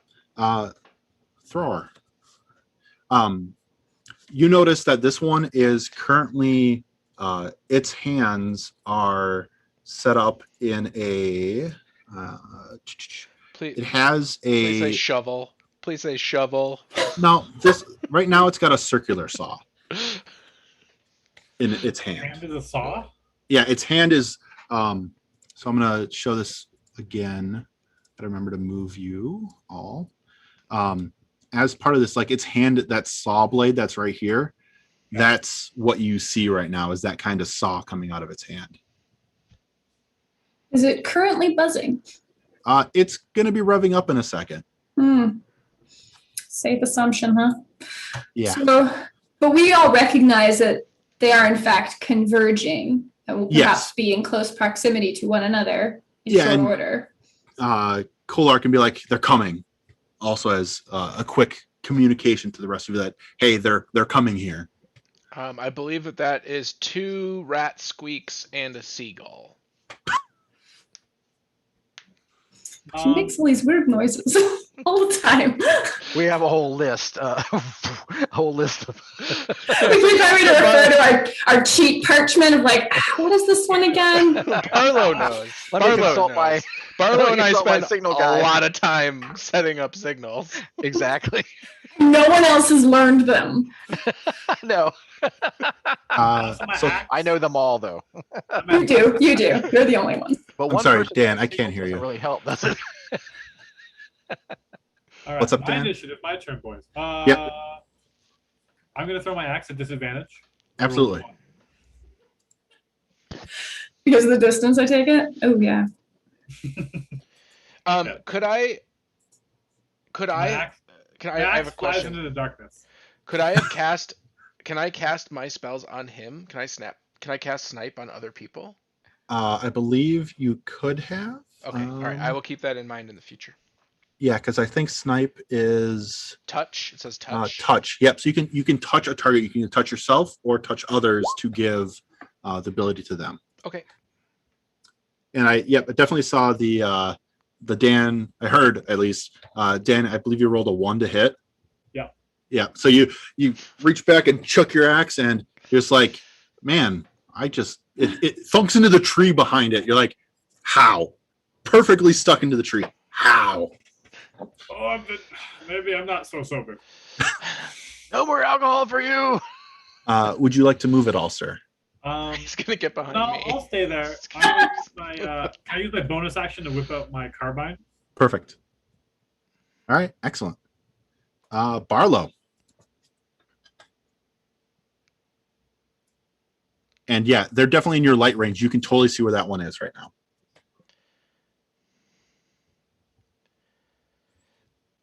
You're muted, Barlow. He's also, oh, there it goes. Yep. Okay, thank you. Let's do a tight little formation here. Okay. I'm going to cast something. Sacred Flame. Yes, that's what I was thinking of. This So, one, I'm just trying to see the range. I remember. yeah, absolutely. In light of what, like the Okay. god that you're in, it's more of not, let's say, flame, but more of just blinding light that you're shooting. It's the equivalent of Sacred Flame, but you're shooting like a light that hits him.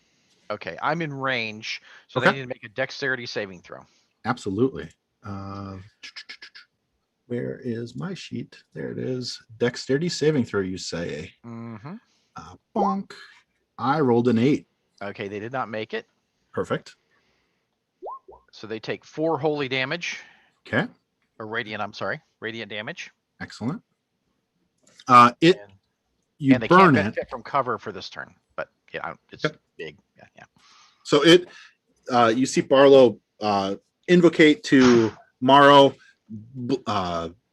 blast these foes of mine down, and light streaks from his fingers and unerringly hits the drudge in the chest right near where Kolar's arrow hit it, and it looks more hurt. It's not down yet, but it looks more hurt. Well, that wasn't as impressive as I was hoping. Exactly. Have you complimented Moro lately? Maybe it would help. Michaela. All right, I gotta go catch up to these fools. All right, so 1, 2, 3, 4, 5. Let's see here. I am going to. I can do one diagonal at the cost of 1 square. Yeah. Or does it have to be at the beginning? The first diagonal that you take during a move is 5 feet. The second diagonal you take in any part of your move is 10 feet. And then it Okay. inverts back and forth.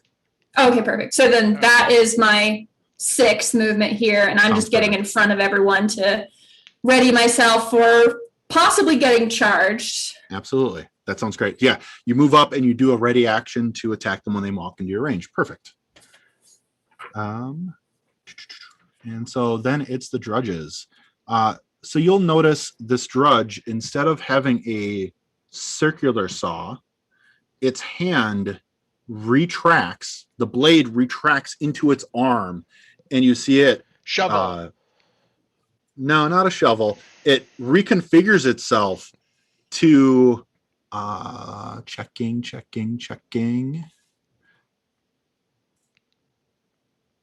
Into a wrecking ball. So like the saw goes into the hand, and then making sure. Let me check my distance before I make this decision. My apologies. I'm sorry, it does not do that. The circular saw goes into the hand, and then a long blade comes shinging out of it, very much like the Pacific Rim sword, where it kind of comes out of the arm, and now it's got this really long blade where it can attack much further than it could before. So the circular saw could be like, hey, I'm going to attack 5 feet. This is like a 6-foot sword coming out of its arm. Oh no. This is Barlow's fault. Come on, let me move. 1, 2, 3, 4, 5, 6. Are you within 10 squares? 10 feet. You are not. That's sad. Not for me. Could I have done that anyway differently? I was right here. No. Stay back. I could have done it differently. Poking range. I Okay. could have done it smart. 30 You feet's can. right here. Oh, okay. Oh, there he is. Let's do this. It's within 10 feet. But doesn't her action take priority? It does. Her readied action? It does. So as it comes moving, scuttling towards you, your readied action triggers, and now you can attack it. All right. Attacking. +4 to hit So with it's my blasting pike. Yep, D20 plus 4.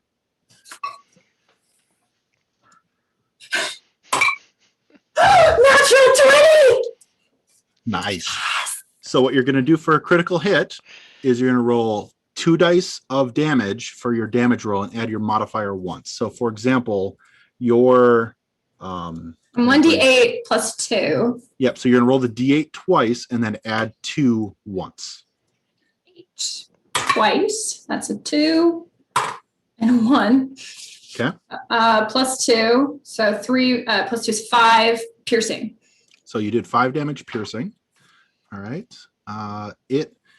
You hit it with the blasting pike, and you get it right under the crown, like right where its throat would be, underneath the mask. So that there's a tube going to right where its face, where its mouth should be, and you clip it with your pike right underneath that, right where its throat would be. So you did 5 damage. It looks like it's gonna fall, and I have to do a check. I have to make a Constitution saving throw. So I took 5 damage. So I need to take, or from a critical hit. You did it from a critical hit. You have popped its head right off. And like as the helmet comes off, because you caught it right underneath the neck, you notice that it's human underneath that mask, but like from its nose down is normal, but from the top part of its head has been surgically removed, and its brain is open and parts of it are missing, and this thing does not look like it should be alive. It is missing parts of it that you're like, no, this should be here. This is kind of feeling for it. So this being is bad and disgusting and kind of thing. Okay, so important question. Does it smell? It doesn't. It smells unwashed, and like it doesn't care about its personal hygiene at all. So yeah. Okay. I feel a little nauseous then. It's rank. And that one dies. And so Color, when your turn comes up, you can remove your hunter's mark And as your bonus action. Bonus action, I can transfer it. Yep. Yeah. What about that soul we were gonna save? Noxious creature. Well, if I do the last blow, I can always choose To not kill it. But when you rip its head off, after I loosen it with a nice arrow, like a jar of pickles. Sarcasm. No worries. I asked you what possible questions were you going to ask something with half a brain? I mean, I guess you talk to Thor often enough, but... Abby normal.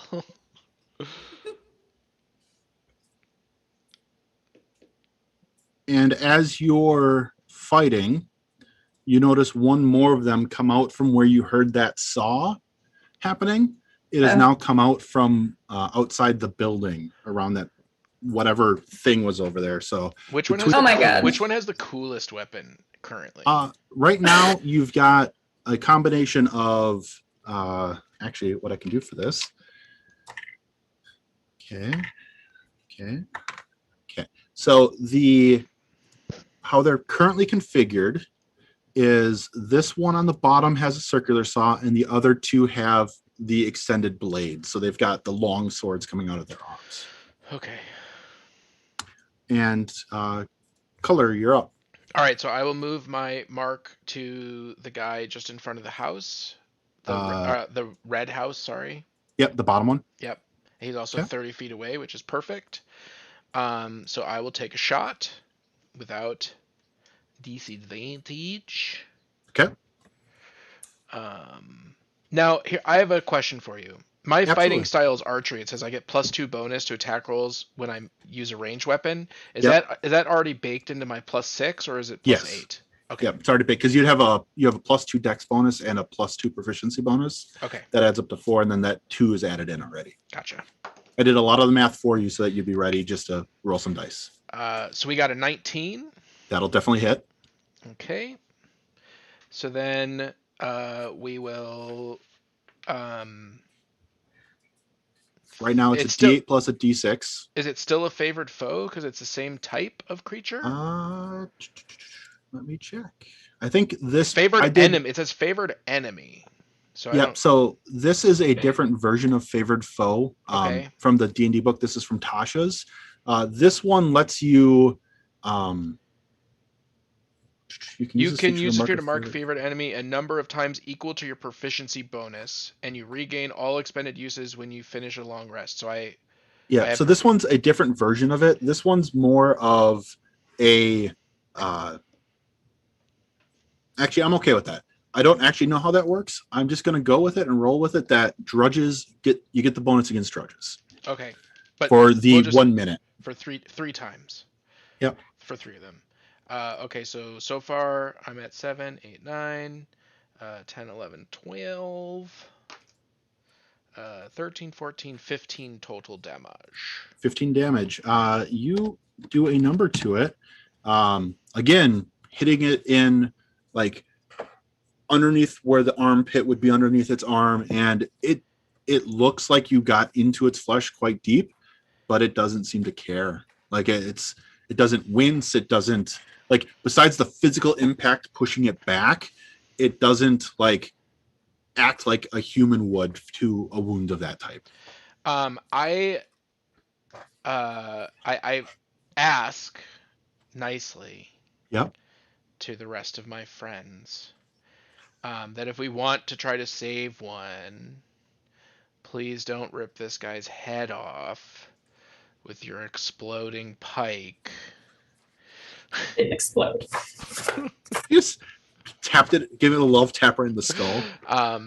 If at all possible, I understand it may come and try to kill you. I totally appreciate that. Okay. Is there anything else you'd like to do? I am going to cast Snipe onto Thror. I think you might actually be out of bonus actions because I think you had to right, use right. your... I had to use it to transfer the thing, so I'm out. Yep. Of Yeah, you only bonus get one actions. bonus action. Yeah, I only get one, so I'm done. Okay. And then Thror. All right, let's see how many of them are. And I whip out my rifle. Yep. Oh no. Your carbine, so bigger than just like it's the mid-size between a full hunting rifle and a pistol. It looks like a full hunting rifle in my hands. Oh, absolutely. It's big compared to you. Everyone else is kind of a little small. This gun is so cute. Which one are you attacking, sir? 3, so I hit quite easily. Which What- one? Which one are you attacking? I was the closest one. Okay. Oh. The one with the one that's already damaged. Come on, you gotta focus fire. It's going to count as my kill. So yeah, 23 does hit. All right, I get I- 28 damage. I'm gonna choose to delay next time. I will do 10 damage. Okay. So Piercing. 10 damage of piercing. So you have Show caused me to trigger my ability. So 10 damage. So I need to beat a 15. A 23 will beat it. You see the carbine take a piece out of the metal of the body of like the skull cap, like a part of the metal goes flying off. And what you think would be a killing blow has failed to fell the foe. And it seems like it is still alive, barely hanging on. Well, Okay. that one's useless. It's still standing and totally coming at you, but yeah, it's it took you you're like, I got it. I had it mortal damage. I know I got it. And somehow this creature has willed itself to life and denied you your kill shot. What you're saying is this guy's pretty tough. Yes. Not necessarily the tough ability, but yes. Yes. Very much. And you can use your bonus action. I actually don't think you have to reload right now. I get 5 bullets per clip, I think. Yep. Okay. Is that all? Yeah, I'm behind Okay. the lovely Michaela. I'm happy with this. Absolutely. Barlow. Michaela, I just want to say, despite what Korlar said, my personage is very important, and if you have to destroy these things to protect it, I am totally fine with that. All right, I just wanted to let you know that. And Let's see. I will call on my God. I will call on Morrow to bless these unwashed heathens and give them the strength to defeat these foul abominations. I am casting bless on you all. So what that does is whenever you roll an attack or a saving throw, you roll a d4 and add it to it. I feel so blessed. That is blessed. And it'll most likely last for the rest of this combat. Bless you. Minutes. As long as I don't take too much damage and lose concentration. Right, because it's is it 8 hours or is it like is it 1 minute? It's a minute concentration. Yeah. So you'll be fine as long as you don't take a bunch of damage. Right. Excellent. Barlow, do you want to do anything else? Yeah, I'm gonna, if I can, I'm gonna shine my shield and try to glance in the house next to us and see if there's anything that I can that's like apparent, like the house is destroyed or there's anything. This one you look inside, you notice that the door has been broken. And Okay, there's not like a super struggle, but the door has just been broken in from being locked. so like no someone- furniture's like shattered or anything or. Nothing like that, just Okay. that the door has been destroyed trying to open it. Okay, cool. All right. Michaela. I really don't want to leave the party. I'm just gonna prime my weapon again. It didn't explode or anything, so I'll just ready myself for the fact that we're most likely going to get charged again, but I'm gonna stay with the group. Okay. I don't know if there's anything else to really do. Bodyguard, something I choose to do when in the moment, or do I have to? Okay. And that's when in the moment you would take that. Yeah. Okay. So we're just gonna be ready. We're Okay. such responsible players. We have the tank out front. Like, we got the cleric in the back with the. I'm Hey, so proud of us, guys. I'm a World of Warcraft next ran this tank. Okay, So- I've got responsibilities We here. split up for like all of 5 minutes and then came back together. Excellent. So the drudges are going to go. The drudges, their weaponry is going to change again, depending on who gets where. So the first one that's kind of annoyed, checking movement. Yeah. If they can have such feelings. Yeah. This one's going to move to here. Ooh, Its Hey. weapon changed to a circular saw. just ran right So past when- me without any issue. No, Yeah. when he passes through her attack, with her 10-foot or 5-foot radius, she gets to make her attack. Correct, because you readied it, so you still get to attack, but it's it can like there's no front arc in D&D, so like I can walk completely around you as long as I stay within 10 feet of you. I don't take a free strike. But you readied your attack, so you get to attack me first. By virtue of you entering my engagement range. Yes, Okay. because that's you gonna- readied it. And I still get my +4 to hit as normal. Okay, so D20 +4. That's a 6. +4 is 10. That'll hit. Jeez. All right. What's their 1D. 2? You They're, didn't roll, they're chunky, so you yeah. didn't roll So a, don't you didn't forget roll a roll- 1 to you hit, add a right? D4 to No, that. I rolled a 6. Okay. Okay, so then 1D8 +2. We'll get her on the next one. Yep. You're fine. Okay, 7 +2 is 9 piercing. So it takes the blow from you again, and I have to do another roll. Oh, I didn't want to roll that whole thing like that. My apologies. I rolled an 18. You said you did how much damage? 9. 7 plus the 2. Yeah. 7 plus the 2, 9 and 14. You hit it, and you're like, I got this, and you slam into it. And again, this thing doesn't go down. It doesn't want to fall, and your attack doesn't bring it down. Oh no. So I then need it's more gonna- blessings. yeah. So I then it's didn't have gonna, my blessing. so then it's going to attack you, or it's going to attack. You didn't, but you did hit, right? I yeah. did. Okay, then you didn't need it. Oh, that's just for hitting. Okay, gotcha. Yeah, that's for hitting. So it's going to attack Thrower with a circular saw. Oh, Uh, dodge! Does a Such 16 a little hit you? dwarf. A which? A 16. Oh yeah. Okay. Michaela, would you like to use your bodyguard ability? Yes, I would. Even on this little halfling here. So you get that once per, when your turn comes around again, you'll be able to use that ability again. Gotcha. Okay, so bodyguard. I make a normal melee attack roll. It says. And you get advantage and you Okay. get blessed. So you need to beat a 16 on your roll with a d4 from blessed and a d20 plus your normal attack roll. And then you said I'm rolling with advantage, so that's 2d20. Okay. And take the top one. Take the top one. All right. So that first one's an 8. Let's hope we do better than that. 16. Okay. With your bonuses, that's going to exceed it. Okay. And then, so you got advantage of it because you're wearing a shield. And now you have a heavy and reach weapon, and you deflected it. You can immediately make an attack of opportunity against it with the same react, so you can stab it again. Let's do that. That's an 18, and then does that hit without having to roll for anything else? Correct. Yep. All right. And then D8 plus 2. That's a 4 plus 2, 6 damage. Okay. We'll see if I can continue making my tough checks. So you said 6 damage piercing? Yeah, that was the total because I rolled a 4 and plus the 2. I did not roll above an 11, and so the drudge dies. You have killed the drudge. So that one has died. Now the other one. I try to high five Barlow. It's a little far away from that. You're like air high five. Air high five. It's fine. It's fine. Does Color see? Yeah, I see. I saw it. Okay, good. Okay, just good. Yeah, just wanted you to see that. I saw it. Should we capture one? This drudge, the one that's nearest to you now, instead of having the circular saw, it keeps its extended blade out. And then we'll move here. I don't think I'm ready for this. Is going to attack Michaela. And I believe, Michaela, your defense is 20 base. My AC? Your AC is 20 base.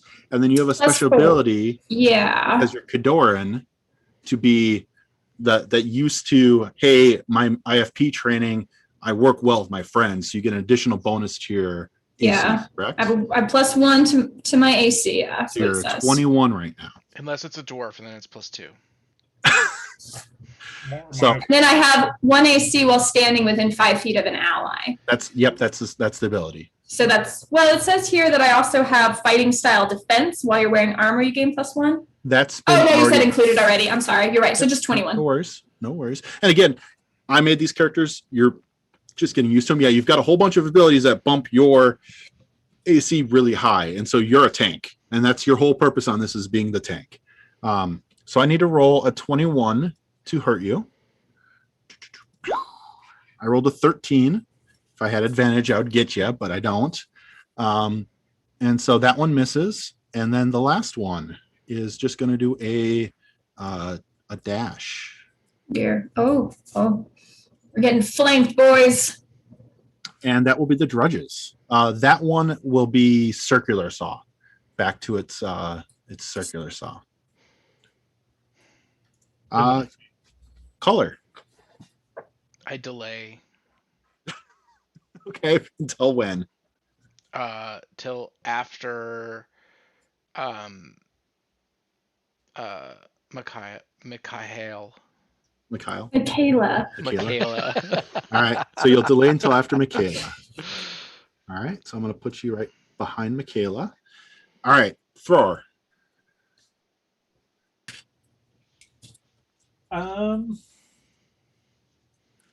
So how does like shooting in combat work, or walking away? You have, I believe, I'm forgetting if range attacks get disadvantage shooting in combat. I believe that is the case. You get disadvantage shooting in combat. I believe DM Scotty will correct me if I'm wrong on that. I believe I'm right on that, right? Disadvantage for shooting into combat? Yes. If you are in melee, in close combat, and you have someone within 5 feet of you, you have disadvantage on the attack roll. Okay, how about I drop my carbine as a free action? Okay. My little other axe as my minor action. Okay. Or bonus action, and then I take a swing. Excellent. You are blessed right now, so. Remember your D4. Well, I got above an 18, so. That hits. And then I will do 6 points of slashing. Okay. Slashy. Carving up his knees. Got it. Took the 6 points of damage. Do you do cut anything off else? his feet. Can you stop moving? Yeah, you hit him in the thigh with the axe, and again, like everyone's been noticing on every attack. It's just something where like, man, they do not react at all to anything besides the physical hit into them. The removal of the head works, guys. It's really effective. Excellent. I can't reach that high. Barlow. Michaela, I am feeling some trepidation back here. They're getting close. Help me. I'm doing what I can. All right. So, All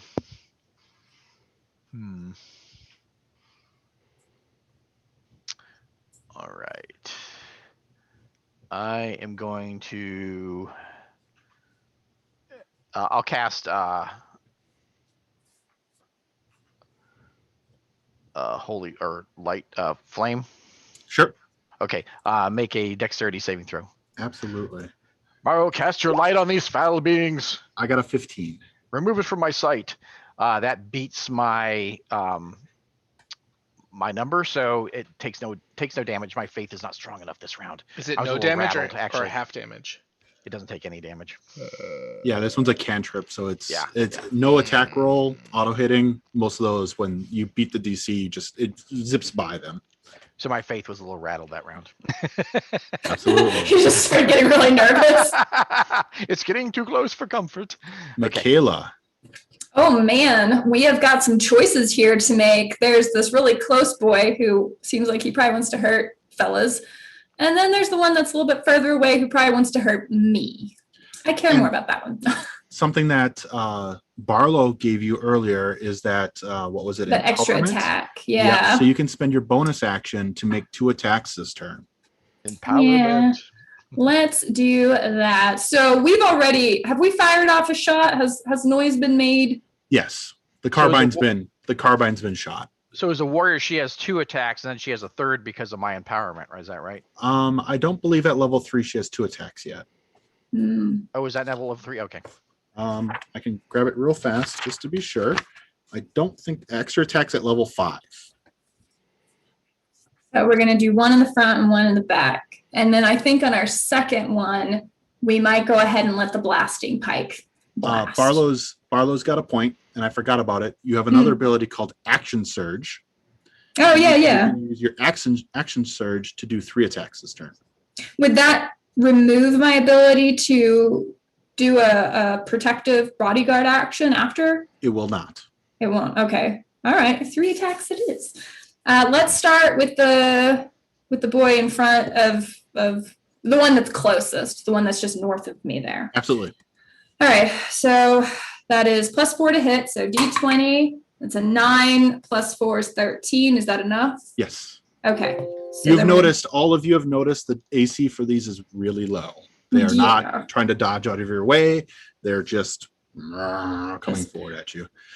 The crazy thing, the horrific kind of thing of this, they don't make any noise. The only noise you hear from it is their mechanica changing shape and the saw blades spinning. Like, they are utterly silent otherwise. So we just sound like we're fighting nothing almost, except for some weird machinery. Absolutely. Okay. It's unnerving. All right, D8 + 2, that's a 7 again, +2, so 9 piercing. Okay. It is still standing. We'll do a second attack against that same target. All right, sounds good. That's a 13 I rolled right there. Hits. And then 5 + 2, 7 piercing. Okay. So at that point, I have to make another check. You did 7 and 5. It will go down as your spear perforates part of its upper chest.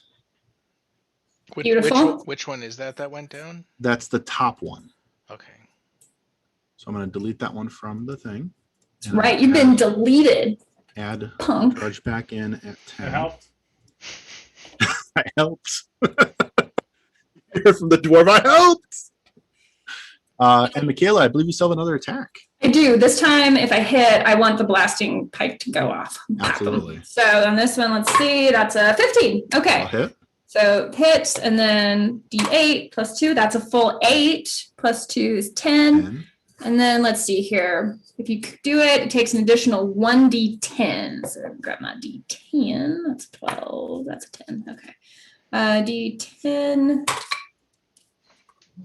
That is an 8. So Okay. you've done a total of 18 damage so far.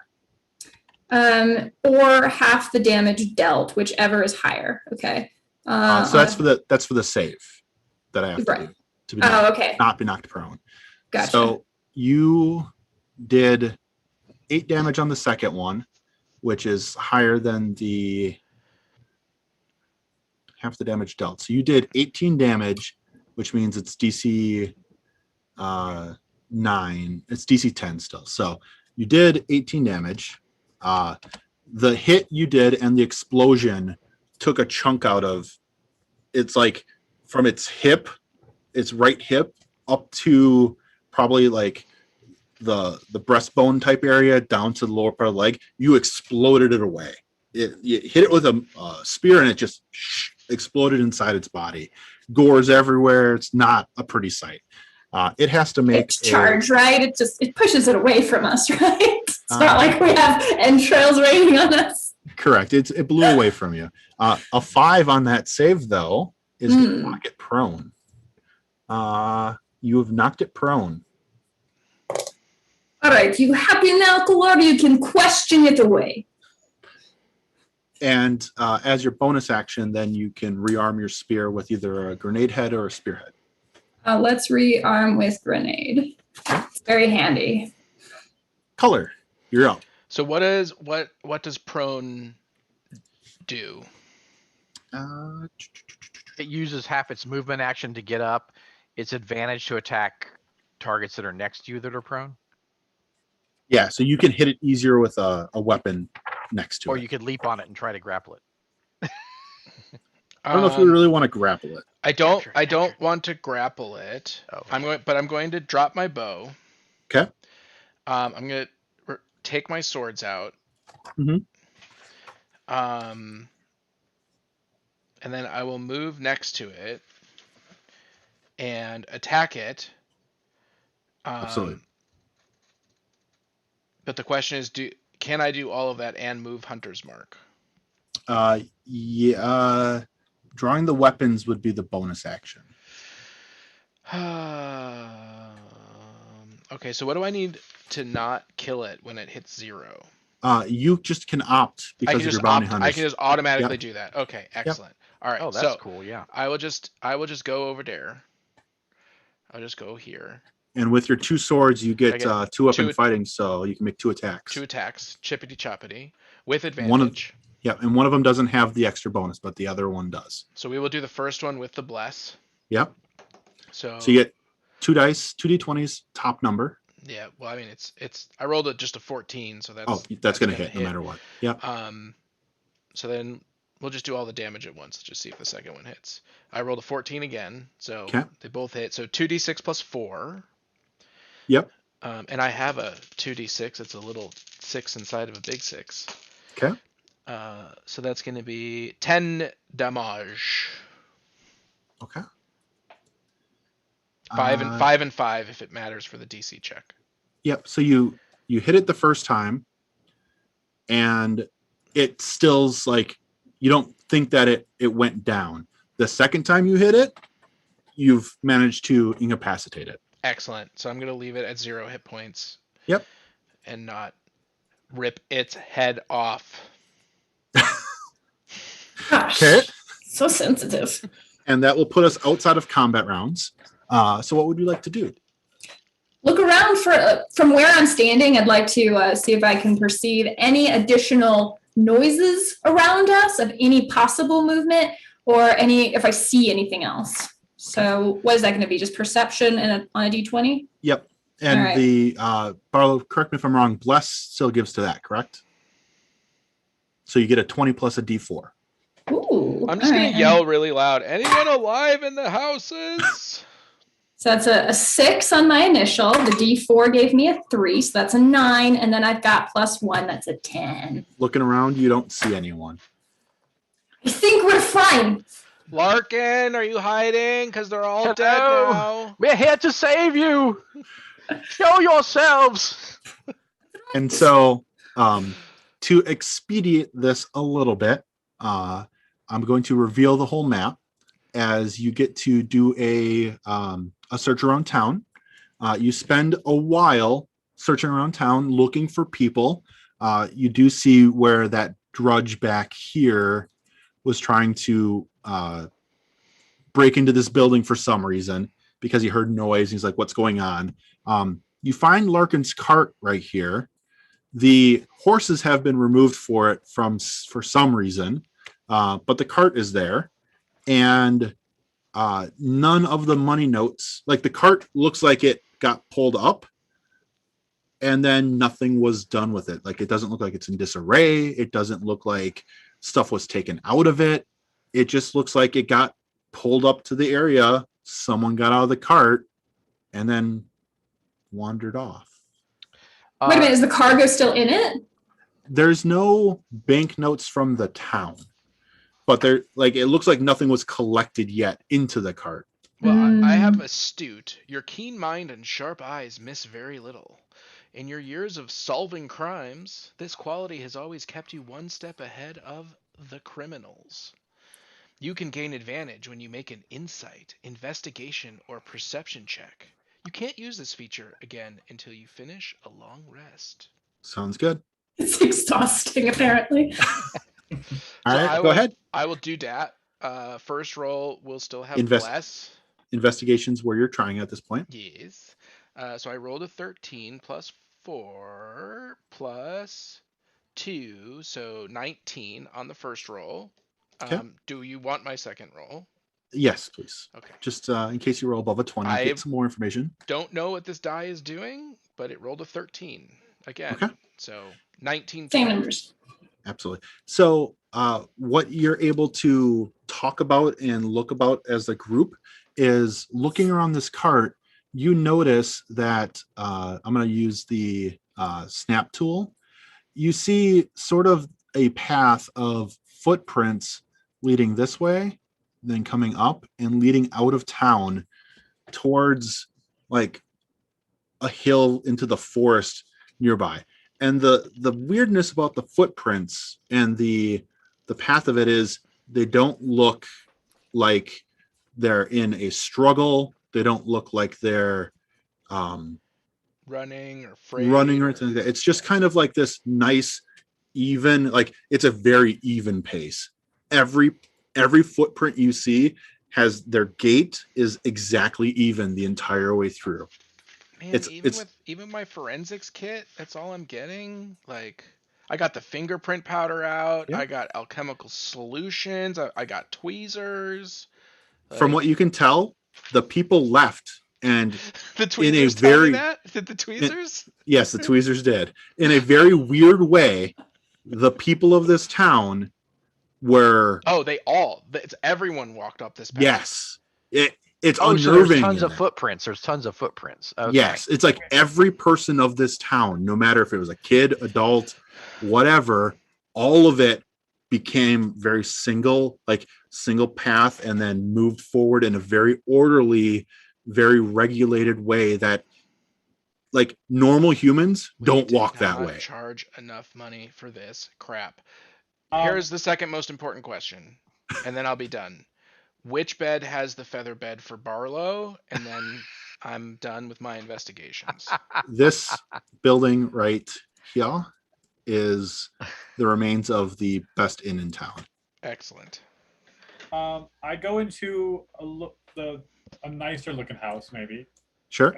I'm looking for any banknotes or something that would be taxable that would have been given up. Sure.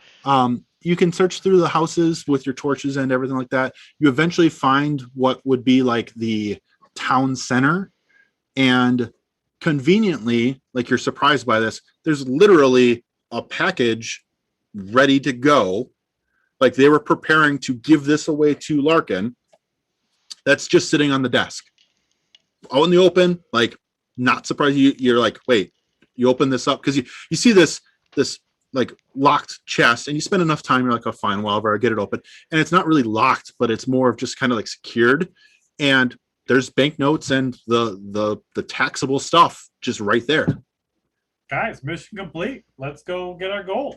This is not complete yet. Oh, that's right. We got to do a burial for him or something. We have to find this man first. I do not think it is who I harmed of the strange creatures earlier.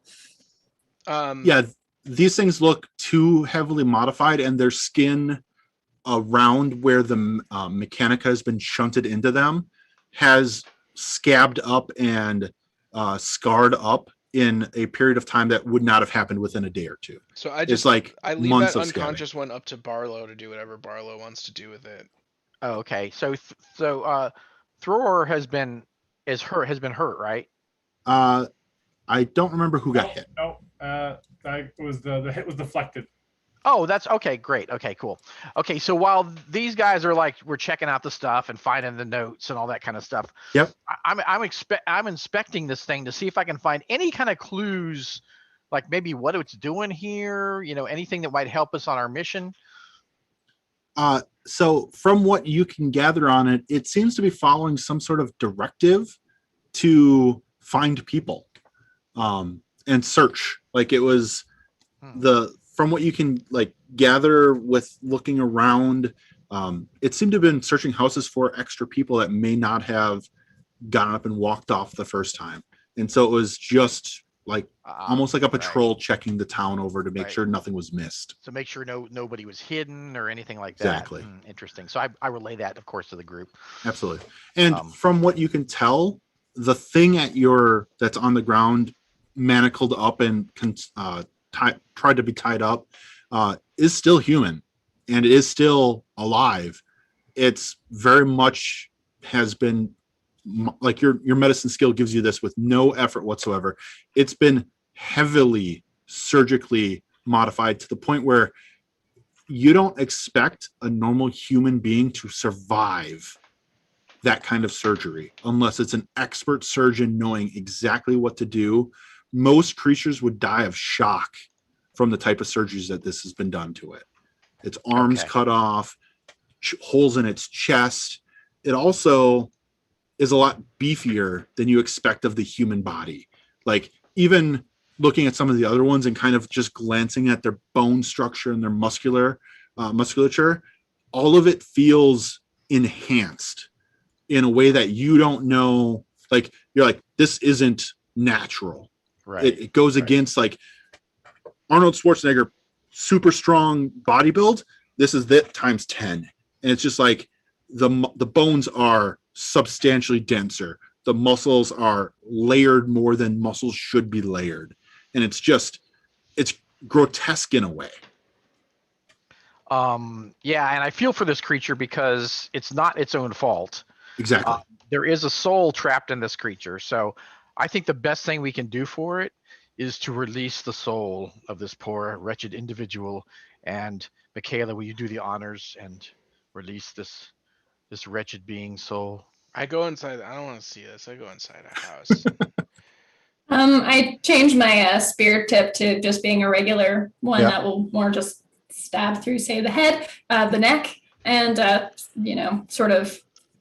You end it as respectfully as I know how to, just end it. Yeah, you give it a mercy kill, and you give it take the soul. Absolutely, and you perform the last rites on all of them. Would Councilwoman Karen be able to? Would she know, like, if we just brought one of these back and been like, "Oh, he was dead, and here's the 3 that killed him, and here's your banknotes"? Like, would she really know if it wasn't Larkin? You would feel like part of you would feel bad about that. Okay. Like, but she wouldn't really. Would you though? She really wouldn't know, but a little bit of it you'd feel bad. You'd feel a little bad about it. Well, I think we need to continue on. We need to find what happened to these people. We can't just let these. Well, we should rest. I found you the bed. But we're doubling the amount of money that they're going to pay us, of course. Absolutely, for the time and effort. For sure. How exhausted are we? Are we exhausted yet? It is nighttime, so it would be. You would replenish your spells and your abilities that have been expended. So the spell slots, the empowerment abilities. You could take a long rest and go out in the morning when it's sunlight versus relying on darkness. Let's do that. Let's do that. All right, so we're going to take a rest. Were we able to determine approximately how many people had exited the town? by the footprints? You would know that there's probably 100 people that have left this town. Oof. And all at the same time. In Wow, that's a lot. Can we take regular an order. IRL 5-minute break? Absolutely. Okay. So Well, we'll let's take a, let's talk about that Kickstarter. absolutely. So everyone needs to take a quick break. We'll try to get this. It's going to go a little long. I'm envisioning probably 10:30 by the time we're done, if that's okay with everyone. Oh yes. We got a little bit more to go, and then we'll see the resolution of the story. But Fantastic. yes. Fantastic. How are you all enjoying it so far? I've had fun. I feel so strong and powerful and capable. It's awesome. Yeah, I like the different flavoring of it. It feels different, and I like that. I really like that. The really neat part I love about this because I'm an IK fanatic, and I know Miranda is as well. You worry about something when you go to it's going to 5e, and you worry that you're going to lose the flavor of your setting by going to this system that's generic. Like D&D is a very generic system for fantasy, and that's what it's meant for. It's meant to cater to whatever you'd like to do with it, and that's the strength of D&D, and there's nothing wrong with that. But you worry that like the feeling of Iron Kingdoms and the feeling of the Mechanica are going to disappear, and they don't. The guns still exist. The weirdness of the enemies still exists. The abilities feel very IK-ish. The tough of the Cephalix drudges not going away feels like tough from War Machine. In fact, it feels stronger than tough from War Machine, because my goodness, some of these took a ton of blows before they died. Really? Mostly for me. I'm the only one who needed a break. Gee whiz. Oh no, I'm No, gonna real quick. we can take a break. We're just gonna plug the Kickstarter real quick, and then I figured maybe I can Yeah, absolutely. shanty it from my stream. Go right ahead. Yeah, go right ahead. So yeah, again, take a look at the Privateer Press Kickstarter, kickstarter.com. Do a quick search for Iron Kingdoms, look for Requiem, look for Privateer Press. All of those will guide you to Iron Kingdoms Requiem. And I'm going to switch the map for a second onto the Kickstarter page. And Miranda, the floor is yours for your stream. Okay, yeah, I will play this. It's just going to be from mine, so bear with me. I got mine open if you want to do a countdown. Okay. Well, start mine as well so that people get to listen to it. All right.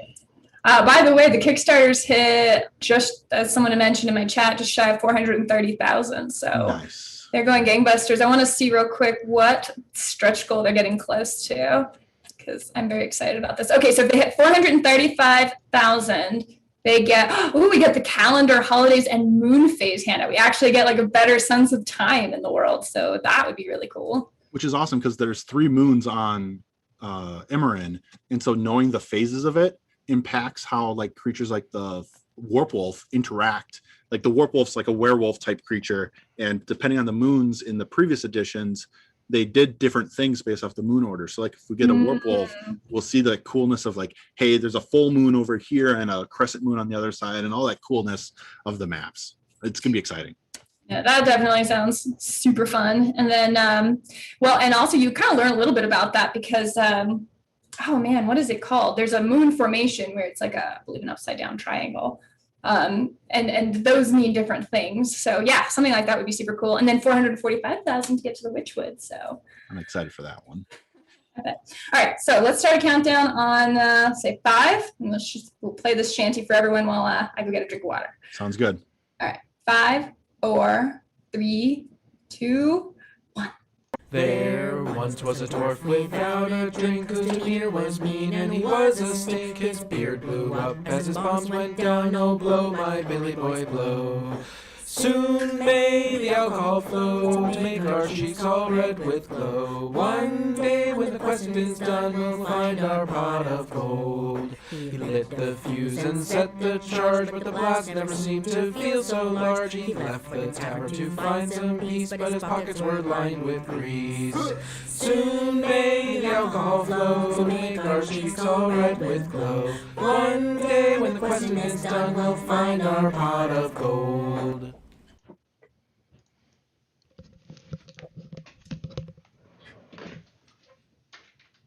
There you go.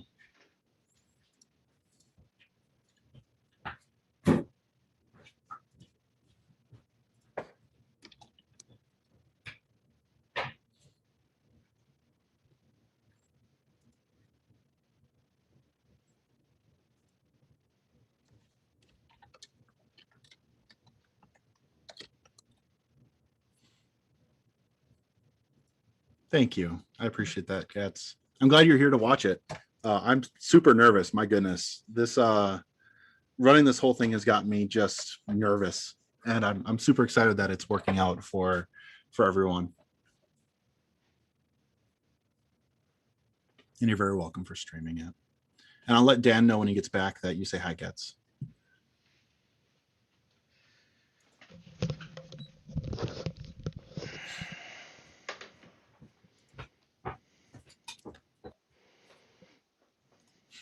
You're welcome. Dan is so lucky. He gets a whole shanty just to himself. No, that was amazing. Sorry, I didn't hear anything. Okay. I was saying I don't think Dan appreciates the song that I wrote for him.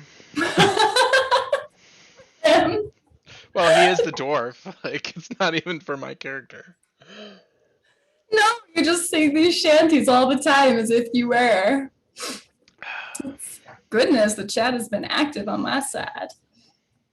Oh, man. Awesome. I'm glad. Like, again, I threw this together with the base Dungeons and Dragons books and then Requiem and the Monster Manual. So you can get a pretty thematic game without much effort from the materials that Privateer Press is releasing in the Kickstarter. So if you're excited for this type of world, or to even pull little bits and pieces, because honestly, to me, the Man-at-Arms class, I'm gonna gush about it a little bit.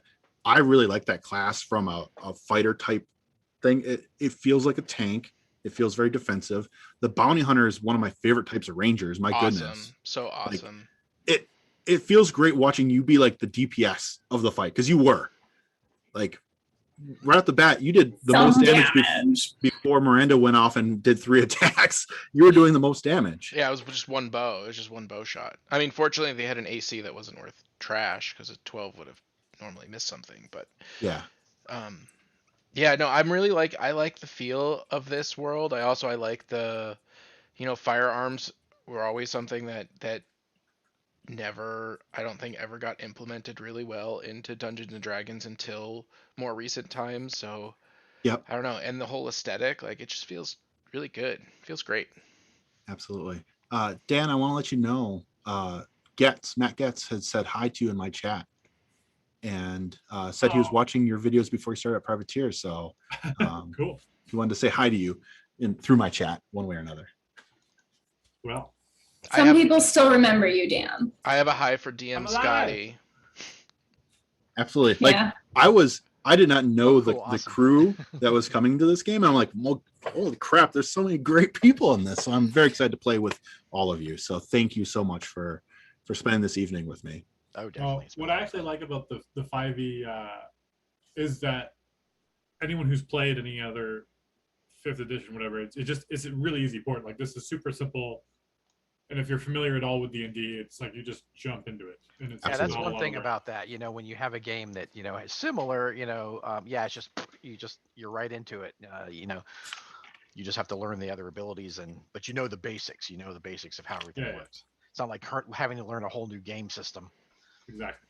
Which was probably what hurt the original game, because everybody had, Shadowrun had its own, and D&D, and then Iron Kingdoms had, which I liked, the 2d6 system, but people end up just sort of being loyal to one because it takes a lot of effort to go learning a system with any proficiency. So it's hard to want to just go learning a bunch of them, unless you're a total nerd. Absolutely. And that's to the point of that, right? Mr.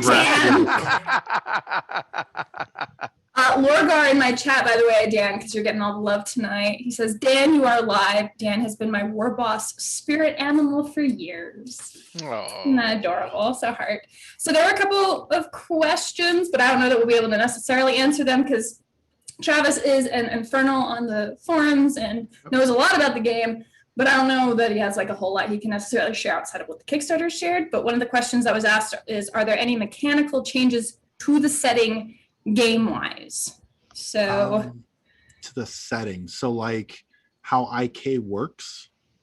The biggest things I could say is the system is going to still have the Iron Kingdoms feel, but because it is 5e adjacent, it's not like, hey, this is built with D&D products. It's not. It's built with the SRD, and so there's SRD material that it uses, but then you can add in anything from anywhere else in the 5e worlds into the system. And the same thing goes in reverse. You can take what you like from Iron Kingdoms Requiem and pull that into another system. So like if you want the healing to be worse or healing to be harder, you can pull that part out and include that in someplace else. Or for example, in Iron Kingdoms lore, Gobbers, the gremlin, gremlin. No, not gremlin. Goblin. My goodness, goblin type character. In Iron Kingdoms, they don't have access to magic as a species. They're just not a magic, like arcane magic's foreign to them. In D&D, you could make a Gobber wizard just by, because the rules don't like force you into those states. They're giving you the options to play as hardcore to the Iron Kingdoms lore as you want, or as flexible as you want to be. So you get a lot of the, hey, this is going to feel a little different. For example, I would not think a bounty hunter would be able to naturally sense the enemies like Color did when he's like, I'm going to look for aberrations and undead. That's not a Iron Kingdoms type ability, but D&D has that. So you're playing with the quasi D&D and quasi Iron Kingdom. So you're going to have that a little bit of weird disconnect with that, but it's not something that's bad. Okay. Next question from War Budgies. How long before Deathjack arrives and killboxes the live stream? Deathjack's CR is much higher than you would all be able to face. And Level 3, we're probably a little unprepared, unless... I think the Deathjack would hit any one of you once and you'd probably die. If that. Yes. It would be a good way to end the stream. It would be. If I wanted to end it with a TPK. And last question, is there something with a Warjack mechanic class? I think he might be talking about like Jack marshalling. So Jack marshalling does exist in the system. There are, like, you can be a warcaster or you can be a Jack marshal and interact with Jacks the same way. So both of those exist in the system. Warjacks are a part of the system. So a lot of the, like, it's expected for parties to eventually have Warjacks. So a lot of classes get that Jack marshal type usage as they get levels. So like in the 6 to 10 level area is really when you're starting to expect to have the power level to get a Warjack. And you'll start with your one Laborjack and then start working up to a Warjack or multiple Warjacks or whatever at that point. So your parties are really going to be, as your evolution of wealth goes, you're going to start getting more Mechanica and more Warjacks.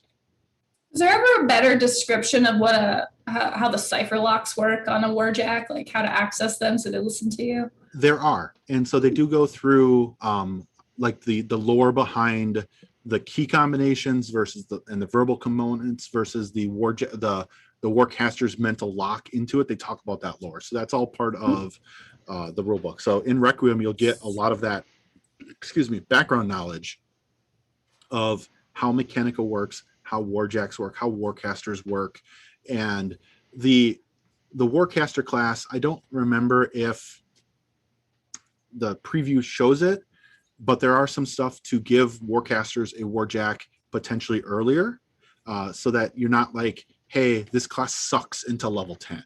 Like that. That's not their intent. They want you to be able to have the same fun that all of you are having with your fighters and clerics and rangers and alchemists at level 1 and level 2 for a Warcaster, as well as everyone else. So there's balances for that.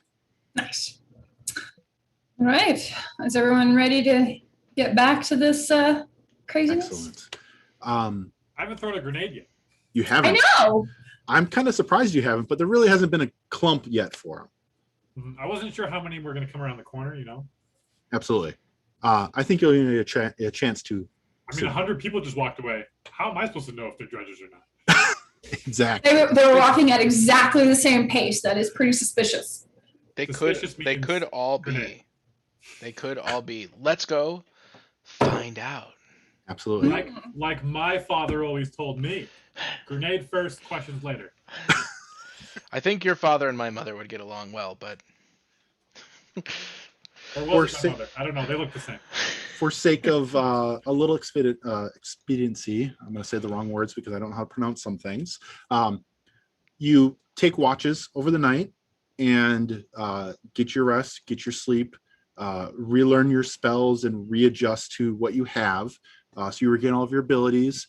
I don't think anyone took any damage because I believe Mikala deflected that shot away with her shield, so no one took any damage. And in the morning, on first light, you get your first meal. You say your prayers to the gods or goddesses that you follow, and you start following the trail. Does that sound good? sounds perfect. Absolutely. Hang on, before we do that, how do we want to handle these banknotes? Do we want to secure them somewhere? I'm sure the town would like to have them. That's still a good point. Oh yes, we should take them. Yes. Dig yes. a hole. Send Well, a we carrier have a wagon, pigeon. right? I don't know what we want to carry with us. This might be heavy, and I know whose job you make that. Didn't we come here in a wagon? You did. We did, yeah. But it's your drunk sleeping wagon. Do you think there's any risk of our wagon being looted? Yeah. Probably not, right? For sure. You could spend some time hiding it on the outskirts of town, or just bring it with you. Like you're going to be following a path north into the woods. You could just bring the wagon with you. Like Yes, not let's take the wagon. not only will I hide it, but I will leave clues for Karen to find it should we not return.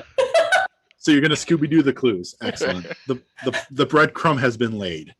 By midday, we're ready to head out. What about Tane the wagon right? Oh, that's yeah. right. Tane. You do have a person that could watch it. Why don't we, just have him take it back to Karen. You could pick up the other wagon and take the other wagon back, and then you're not worrying about that anymore. Sounds like a hell of a plan. Oh, and on top of it, there's a note that says our fee has been tripled. And you have a person that can be like, further fee tripled.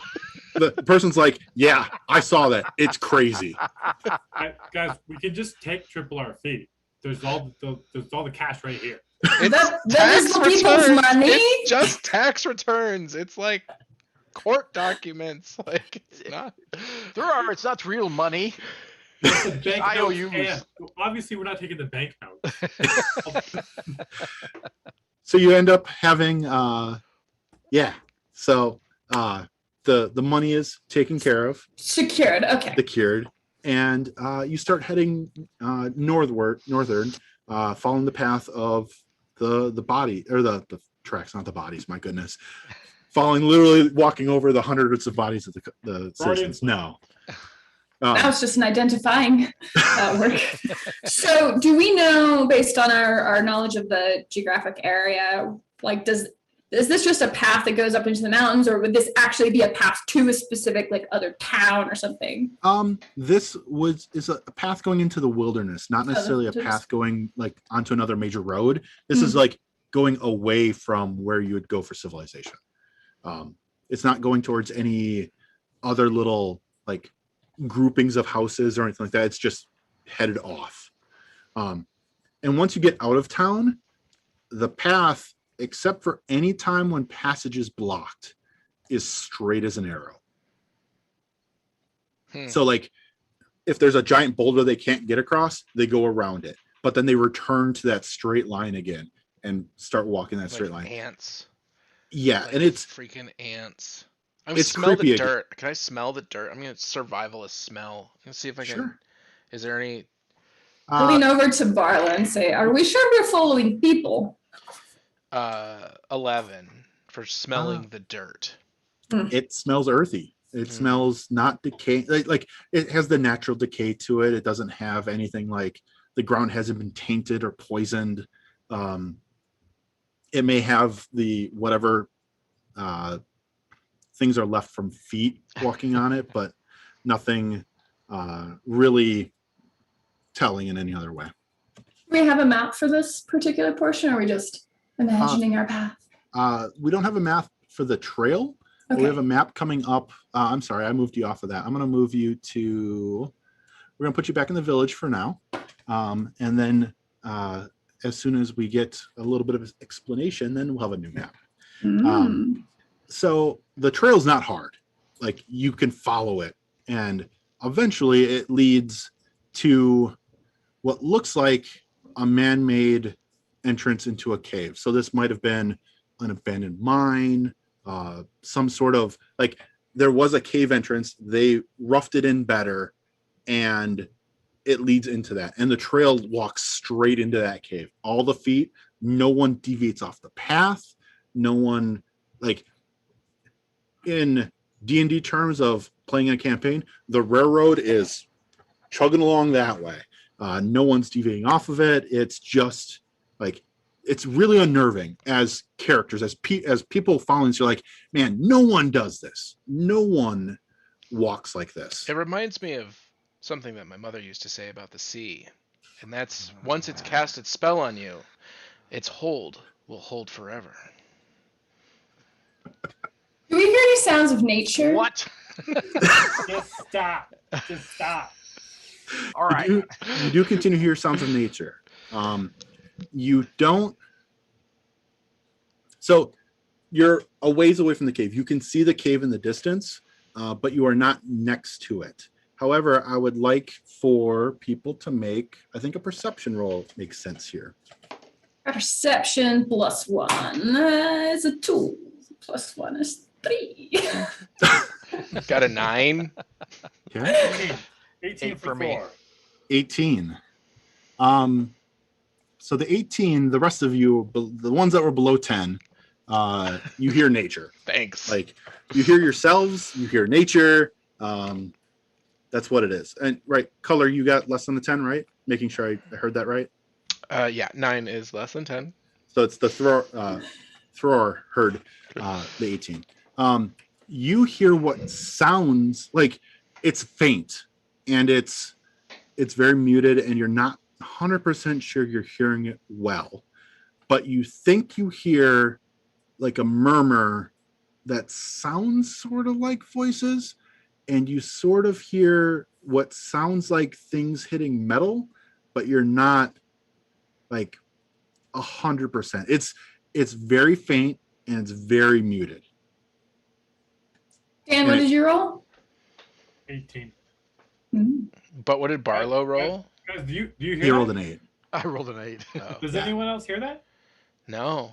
What? I think they're having a party. Party? We gotta get down there. I mean, Trolkin Well, love parties inside of caves.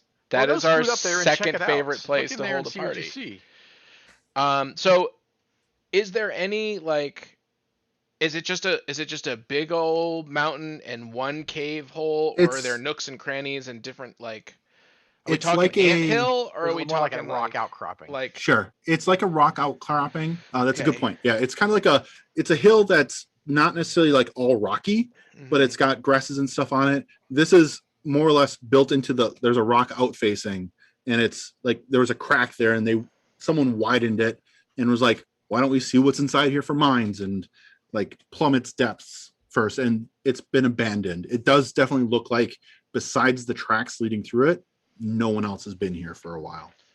not even when you rub fingerprint powder Correct. on things? You really want that forensic kit to do a lot of work.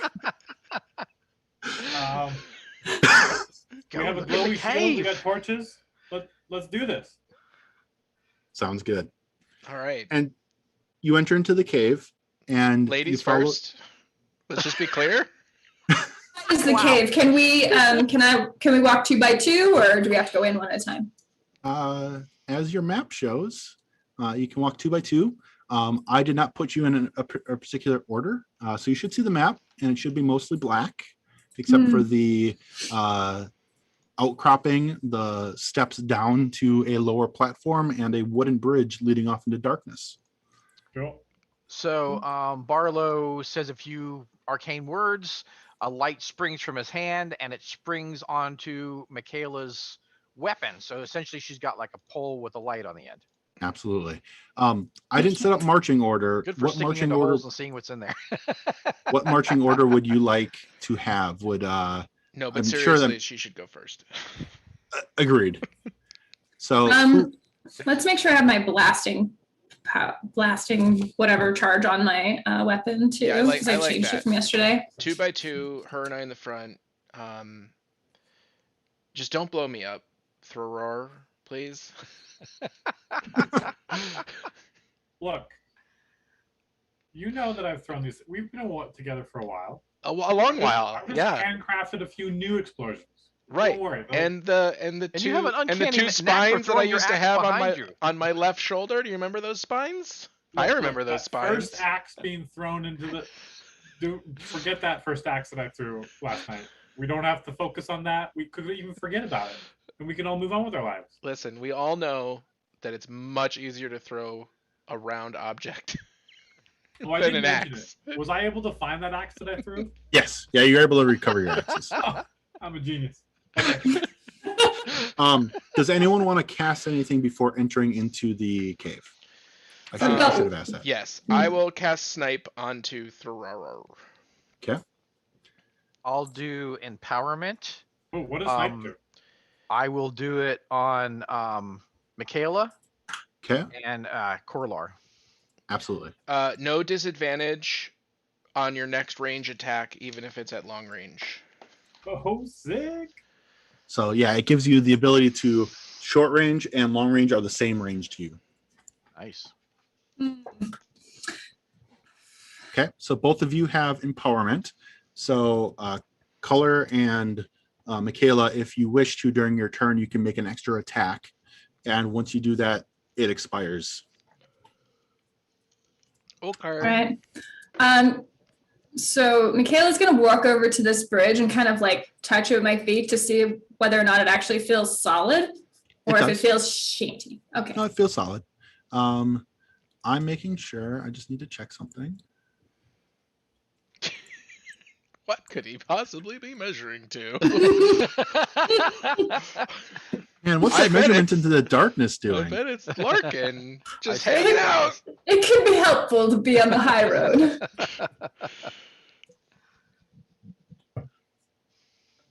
Why is the turn order up?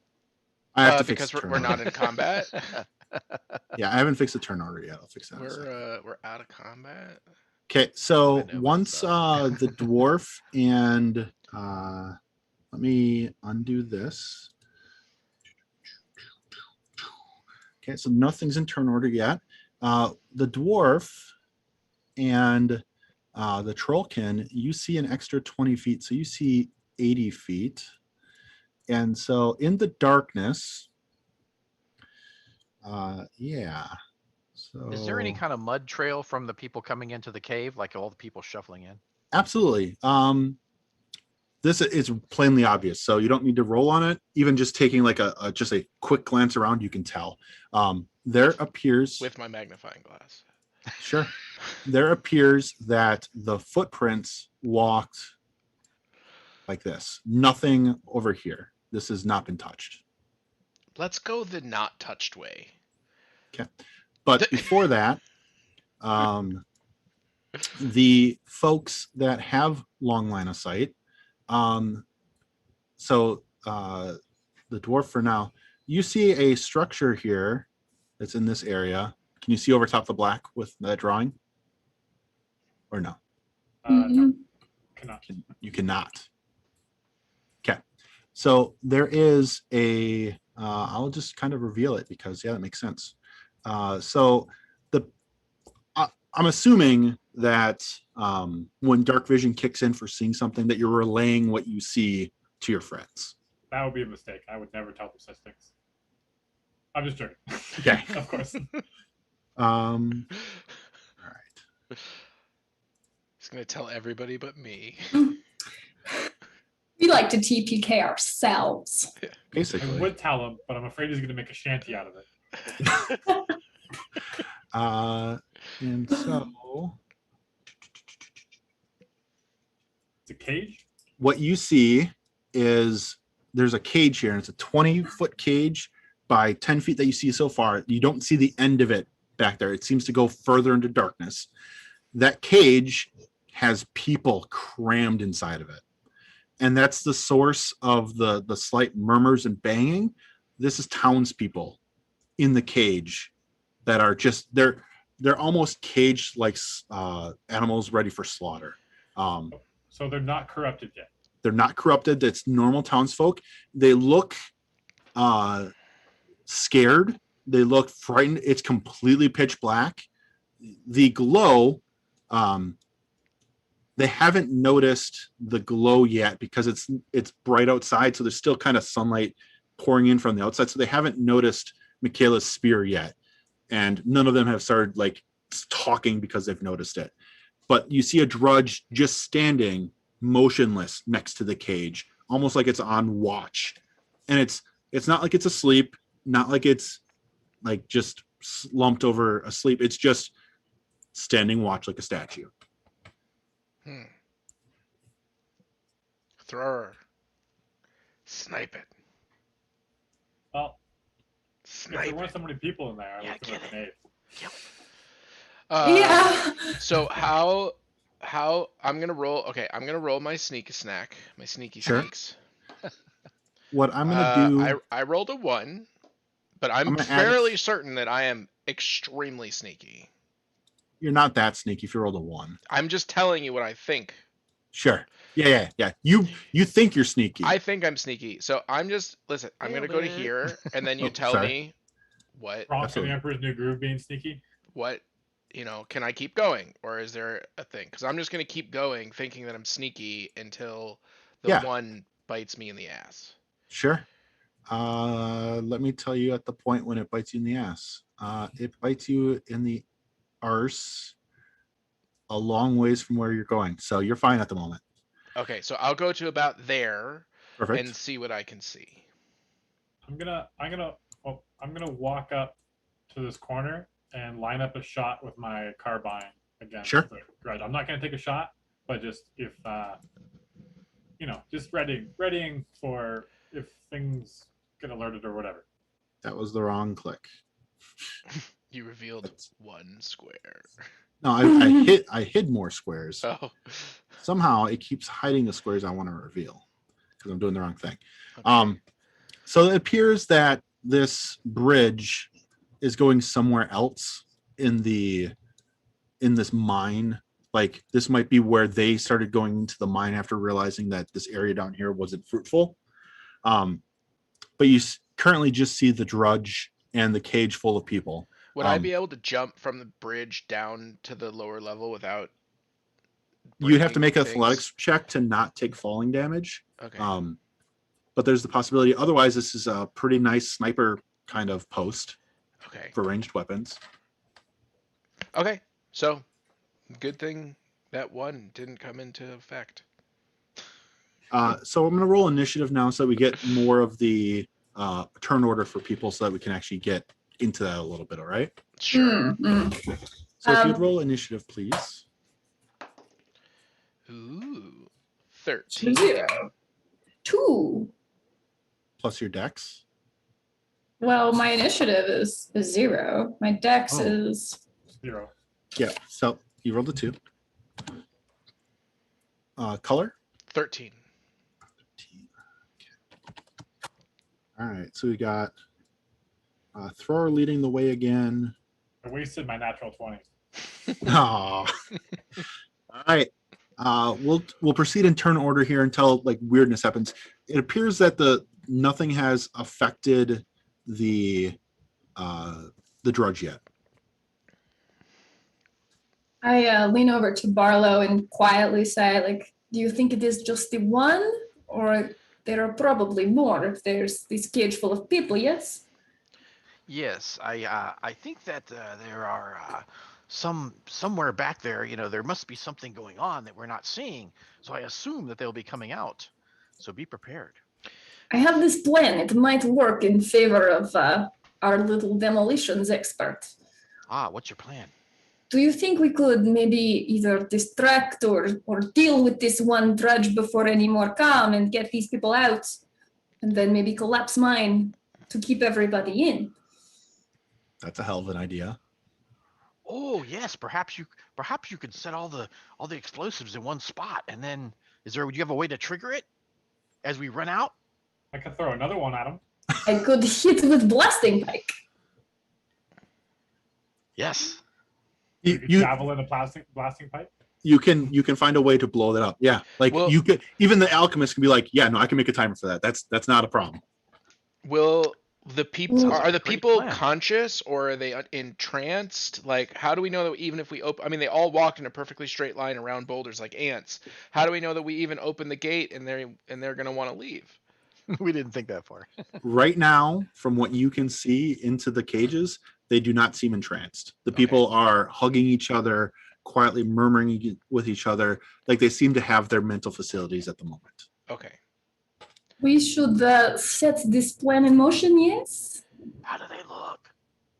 How do the people look? Happy. They're not happy. They are scared. They are terrified. They're dirty. They look like they've been here for more than a few days. You couldn't necessarily make an estimate on how many days they've been in there, but they are not, like, they are scared. They are worried. They are kind of resigned to their fate, because no help has come yet. Okay. All right, guys, hear me out. Okay. As much as exploding the entrance to the cave is great, doesn't look like these guys need light to move around, nor do they need food. So they'll just eventually burn themselves out, and then the problem will still exist. But maybe we find backup. I don't know. What is your plan then? When we killed a lot of them before, they seemed scary, but none of us even got hurt. It was pretty. We're pretty good. Well, let's not press our luck here. I mean, we're brave and everything, but I am pretty brave. This is Well, true. what I'm you saying are is you that are we got a pretty nice, brave, and I'm the same way. But let's not. Well, we got a nice stairwell right here as a good choke point, right? This Does is We can true. draw them out, What are you and gonna they do? run at us. We're gonna kite There's them. a great choke point, and we. But I have don't to want get them to hurt the people. We do not know where they take these orders from. Maybe someone actually intelligent tells them what to do. So what if while they're doing that, because Yeah. I'm super sneaky, The sneakiest.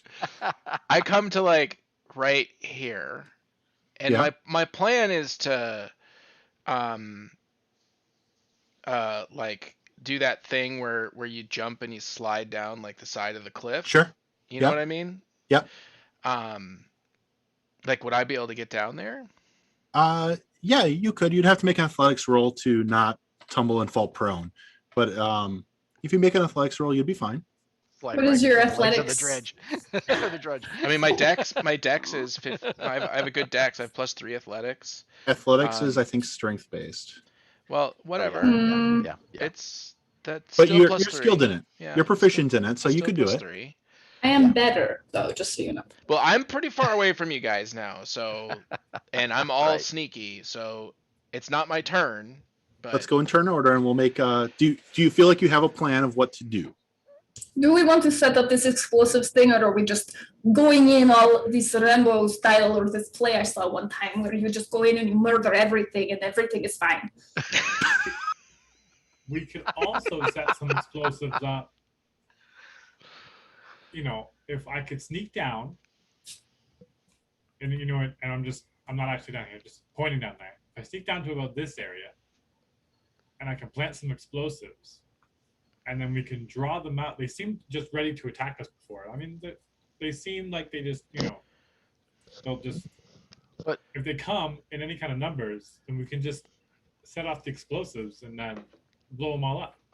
But Hopefully thrower, that what if follows we need to get the people up first? What if they don't get up the stairs first? Well, no. Well, I mean, you got to. You're talking about after the people get up the stairs. We blow it up. Yeah, there's a fallback point. Okay. is it my turn? That plan.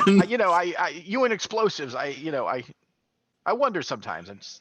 You know what? I have full know you faith. like Let's see what them. happens. I don't want And you to get too I excited. point my carbine and I take a shot. Okay. So you're gonna shoot that one. Oh yeah. Okay. Attack! All right. Never mind preparation. Who needs that? I have faith. I guess that's what we're doing. Attacking. Dwarves. Plans are overrated. All right. So I don't get disadvantage, Correct. Nope. and my long range on my carbine is it's only 30 squares. So Yeah. This is 13 squares away from you. yeah, easy. Sorry. You're not seeing the measurement I'm making. It's 13 squares away. There you go. I got it. Okay. I'm going to get used to these layers eventually. Well, I'm not saying that I wasted my shot. Does an 8 hit? Remind me, Bless was not cast or was cast? Uh, Bless is one character, right? Not two characters? Bless is everybody that's in the radius. Yeah. Was Bless Bless is cast or actually no longer working. Yeah, Bless is no longer working. Okay. Yeah. So Bless is not up. So an 8 misses. It still makes noise. However, the target is unaware of you, Oh, so you get to make advantage. yes! I get to roll a there we 1. go. There we go. That's a 12. A That'll 12 will do it. hit. Alrighty. So Thor pulls up his carbine, aims, kapow, and you hear the reverberates inside this cavern and echoes. Oh, my ears. Oh. Unpleasant noises. That's 16 damage. Holy crap. I rolled nice. Wow. Good roll. Yeah. All right, 16 damage it is. You hit it really well. Nice shot. Yeah, hit it really well in the shoulder. It doesn't go down because you've all watched these things being really hardy, but man, you got it really good. At that point, I need to roll an initiative for them because you've now awoken them. Oh my goodness, I rolled a 1, of course. We're going to save all these people. It'll be glorious. Especially after I don't fall down this cliff. So I want to... Imagine what they'll say back at the temple. Barlow the hero. That's not my name. And others.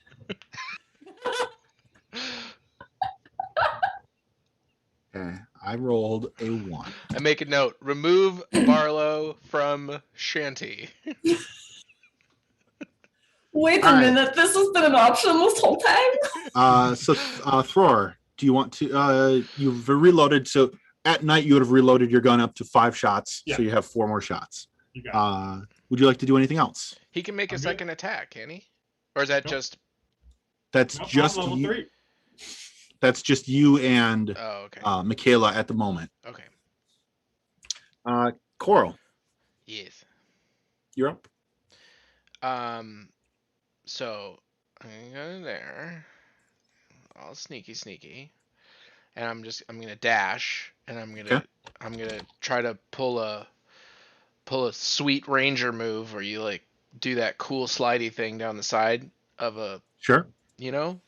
and Make a athletics roll, please. Oh, okay. There we go. 15. 15 definitely makes it. That feels not too You bad. actually looked cool doing it. Yeah. Ah, yes. You grab the side of the bridge, leap over it, slide down with your bow ready.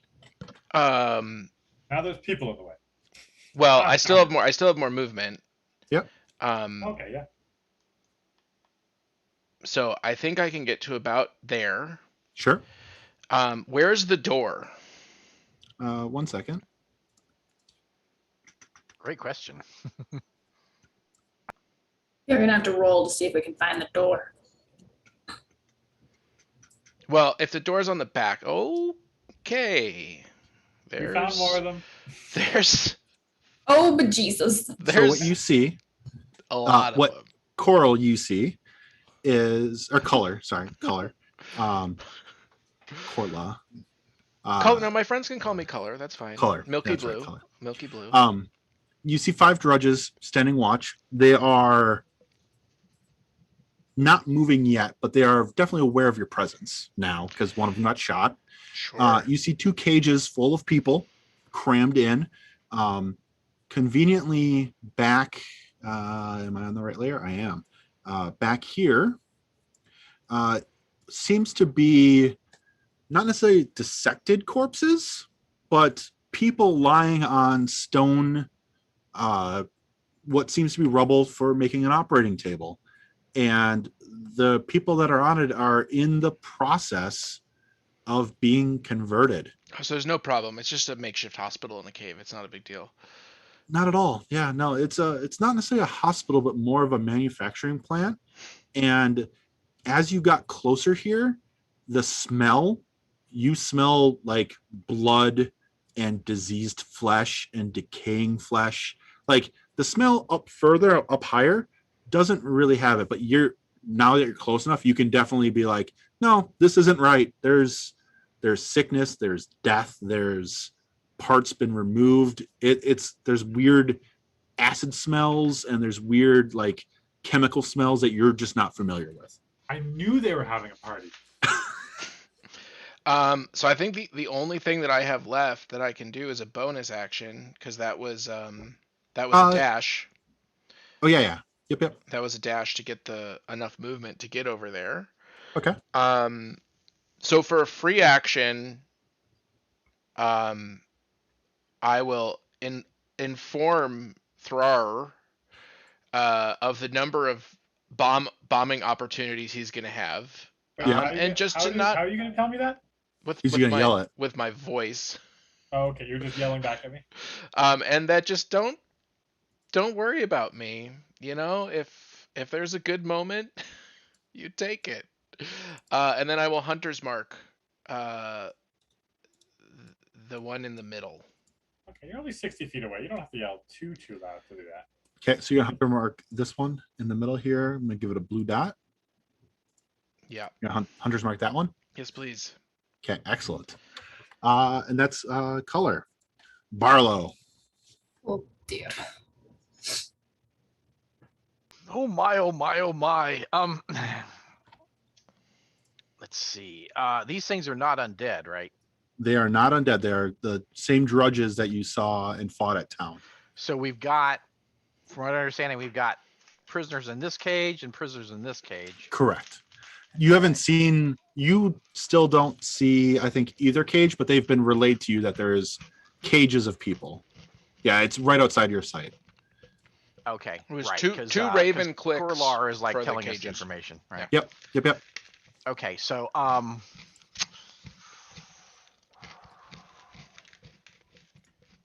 This Okay. is bad. This is very bad.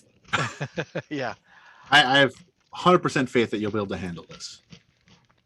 Yeah, we can do this. Okay, I'm going to cast Bless. Sure. Unfortunately, I cannot reach you, Korlar. It'll be the three of us that are blessed. Okay. I'm going to give you all red for bless. I feel so blessed. Okay. Okay, I'm gonna move down the stairs. All right.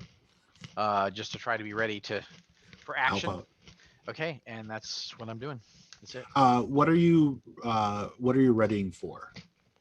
Oh, I'm not readying for anything. I cast Bless. Oh, okay. That was your full Yeah, action. yeah. Got it. Miranda, you're next.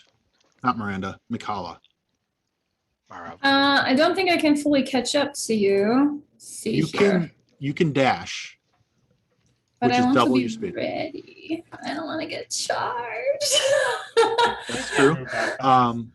The You thing got a pretty is, high armor class. It's gonna be Just- hard to hurt you. You're Let 20. them surround me, and then he can throw a bomb, and I'll sacrifice myself. It'll be fine. All right. I'll dash. I'll be brave. I'm gonna let you idiots talk me into this. So let's see. So we're gonna move up over here, brave Michaela. and I'm gonna pop should into remember you, sort of big. Thanks. Okay. I'm gonna be in front of you like that, and that's everything, right? That's everything I could do. That would have been your action. If you had a bonus action, you could use it, but I don't think you have anything that's really triggering on bonus actions right now. I'm trying to. I mean, I guess there's action surge, but That's I to don't give you want to use extra that attacks, yet. and you don't want to use that. Yeah, Correct. no, for sure. So, So that'll be that. all right. We go to drudges. Drudge that has been shot with a carbine. You see its fist recalibrate from 2 open fists, and one of them turns into a circular saw. Why don't 1, they have 2. any useful implements like hammers? Like They have a Circular saw could be useful have a- for opening a cage. wrecking ball, sword, open fist. Like, how did he find me? I was so sneaky. Your pet? Yeah.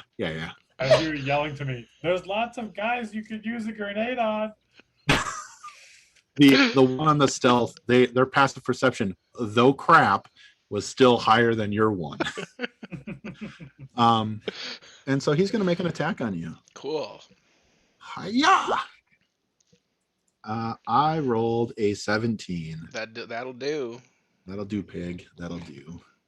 I did 3 slashing damage to you. Ouchies. All right, you have to remind me. I just go to my character and then Click I click on on the the red red, one and I go -3. Absolutely, and I'll drop it down to 24. Cool beans. Let's zoom in. And on then, this. Barlow, can you see everyone's health on the bottom bars? Or can you only see your own? I only I only see my own. Okay. Yeah. What I'm going to do to help this out is instead of... that's way more work than I wish to do right now. If in a further game, I would give you access to everyone's token so you can kind of get that idea of hit points, because it's not really like asking how hurt do they look like. It's just easier to give hit points. But that drudge is there. I will go not reveal area, snap to center. You have a big giant pole. This one's going to come running up here. They're so fast. It frightens me everything. One can't get to you. So this one's going to run, dash. Hiya. And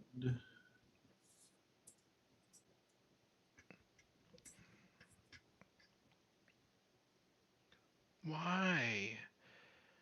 you literally, like, this isn't a why. There's no why to this. Well, there is a why.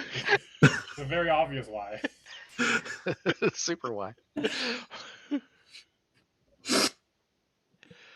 Just so you're aware, snipe is on the next attack. No more snipe. No more snipe. Yeah, no more snipe.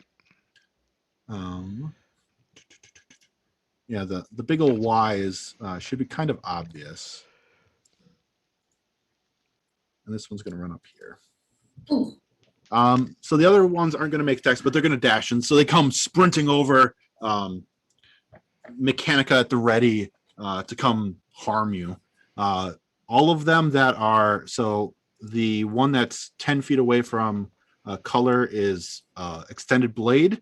The rest of them are all circular saws as they're getting ready to dismantle your flesh. Okay, you have regeneration, I think, maybe. I don't know. Do. Yeah, that's not gonna help him right now though. So yeah, Thror.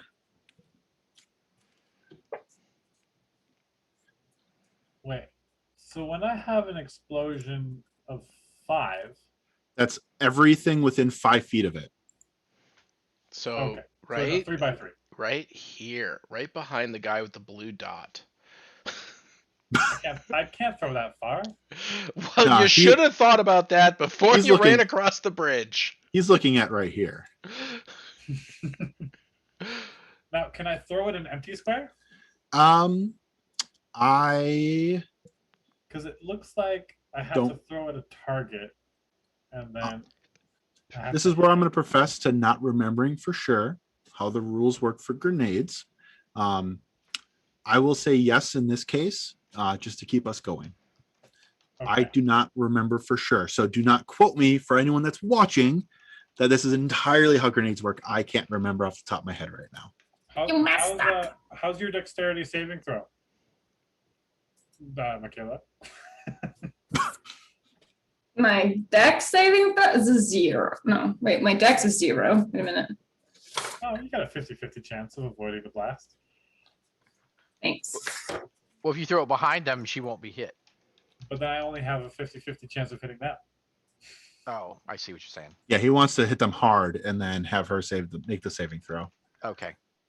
She also has a method of gaining hit points back from Yeah. her class abilities. So And there's a heal. There's a white mage right there. Nobody's dying. Don't worry about it. 1, 2, 3. As long as you don't blow me up. Double fisted grenades right now. I can only throw one. Yeah. no, you could spend your no, you don't have empowerment. That's right. Yeah, you've got a grenade in your hand though. Oh yeah. Let's throw. Apparently, only boomers, anybody who has the special boomer ability, can target an empty square. I'm gonna throw an incendiary grenade right at this fella. How do I ping? Just click and hold. That one. Perfect. Oh, this one. Ooh, okay. This one right here. Excellent. Got it. Incendiary. We need fire. And that will be a 17 to hit. Oh, definitely hit. Okay, so I do 2d10 fire. No other pluses, so that is 8. Okay. And then it's a dex saving throw On the other one. for Michaela and the other dredge. So that's just my D20 and I need about a 10. And it's so you've got your stats on the left-hand column of your sheet. Yeah. Near the top, there's going to be saving throws, and they're going to say all 6 sets of saving throws. You would have. Oh dear, that's just right. Okay. Les will work on a saving throw, so make sure. It's right underneath proficiency bonus. So you see where it's strength, and then you've got inspiration, then proficiency bonus. Right underneath that's your saving throw. So you just look at your dex, and that's the number. So you have a +0 to it. Mm-hmm. So It's still on a D20. but you have Yes. +4 because of bless. And bless. And bless. And bless. And bless. So far I've rolled a 1. Oh. Okay. Wait, did I say 8? Yeah, I picked up my. The bless is 4, right? A D4. D4, yeah. Do we have any That's inspiration? 4.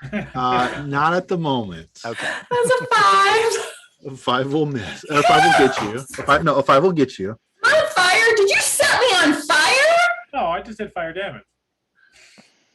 So how much damage does she take from that? It's half damage.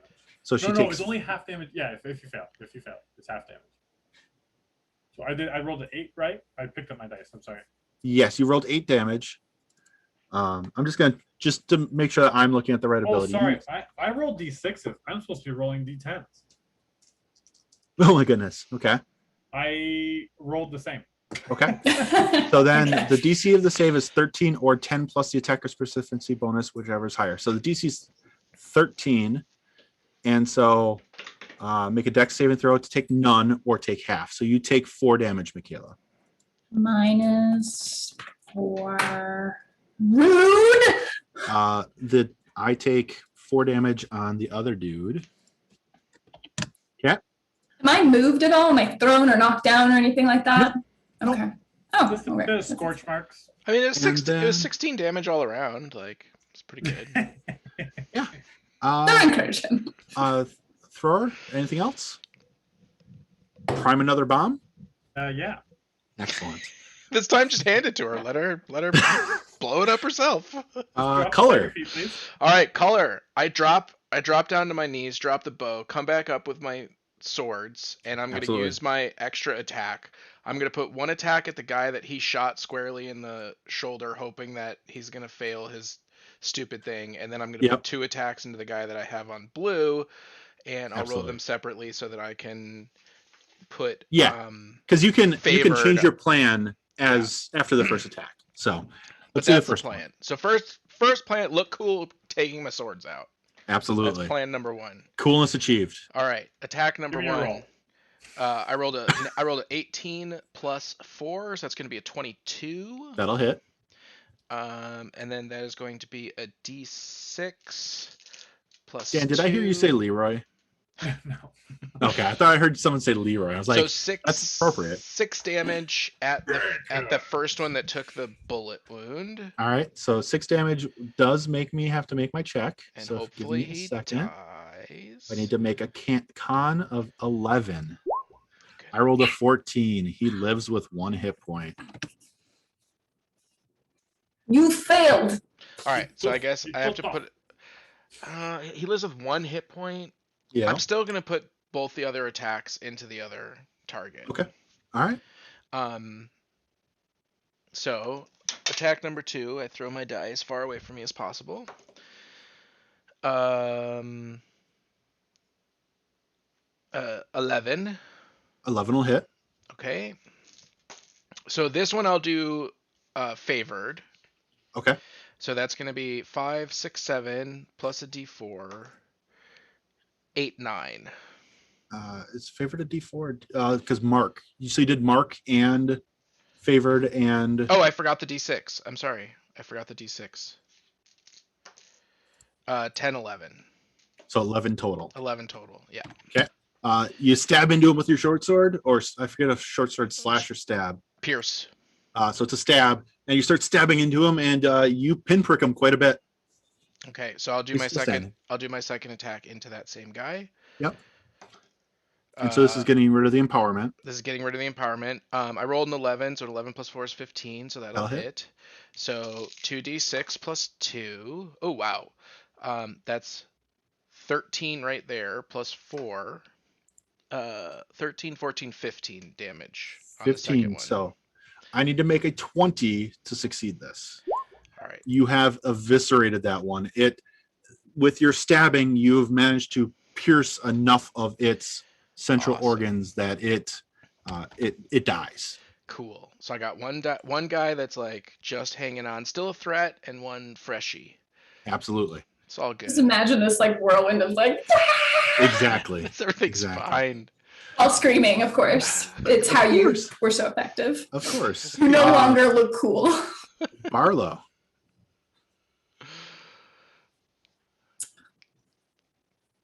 Oh, you're All muted? Okay. All right. Corlar, how you doing over there? As my mother would say, Not now. that's it. I don't even Which get. one I would don't you even. say? I don't even get the quote out. I'm too busy. Which one would you say is the most damaged?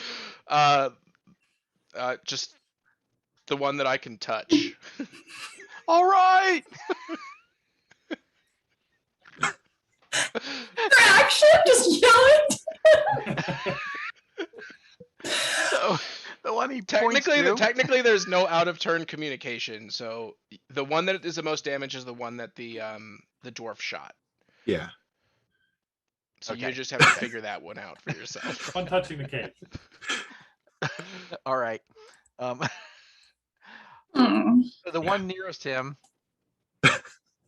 My chat, it's going well. I'm gonna cast Sacred Flame, Absolutely. and so it needs to make a saving throw I rolled a 5. Can you I repeat call that one more time? tomorrow. How did that go? to do some damage. Ooh. Okay. 6 damage. I get to make a con check. Yeah. I fail. Oh yes, God, I'm so good. That one dies. Yeah. Well done on the 3 of you for your teamwork of taking down another drudge. Anything You else, need Barlow? my attacks. I'm useful. My chat's just going classic D&D incoherent screaming and craziness and yelling from the other room. Howard killed the one on the right. So true. Excellent. Barlow, anything else? Michaela, don't worry. You don't look that bad. You're just a little crispy. Thank you for your words of encouragement. Very, very Roar, effective. don't tell her half her hair is burned off. My shit! Got your armor. Excellent. Michaela. Not to be outdone by these silly boys, I'm gonna go for 3 attacks and see if I can just let me see. So I got the Empower, right? Yes. And you have bless. And blessed. And then I have my action surge. Could I do 4 attacks this round? So you're going to get 2 attacks from. You're going to get attack base, empowerment to a second attack, and then. Oh, okay, and then the third. Okay, we're going to do 3. All right. So let's start off with the boy in front of me, the one who was the target of that unceremonious bomb. So that is. That's the one kitty corner. Yeah. Oh, I'm sorry. You're right. Well, I'm still getting the one in front of me. This guy. Yep. Okay. Okay. So D20 plus 4. Oh, that's a 16. So plus 4 would be 20. That hits. All right. And then that's going to be 1d8 plus 2. Oh, that was a bounce out of my box. There we go. 6 plus 2 is 8 piercing. Okay. So 8 damage. Excellent.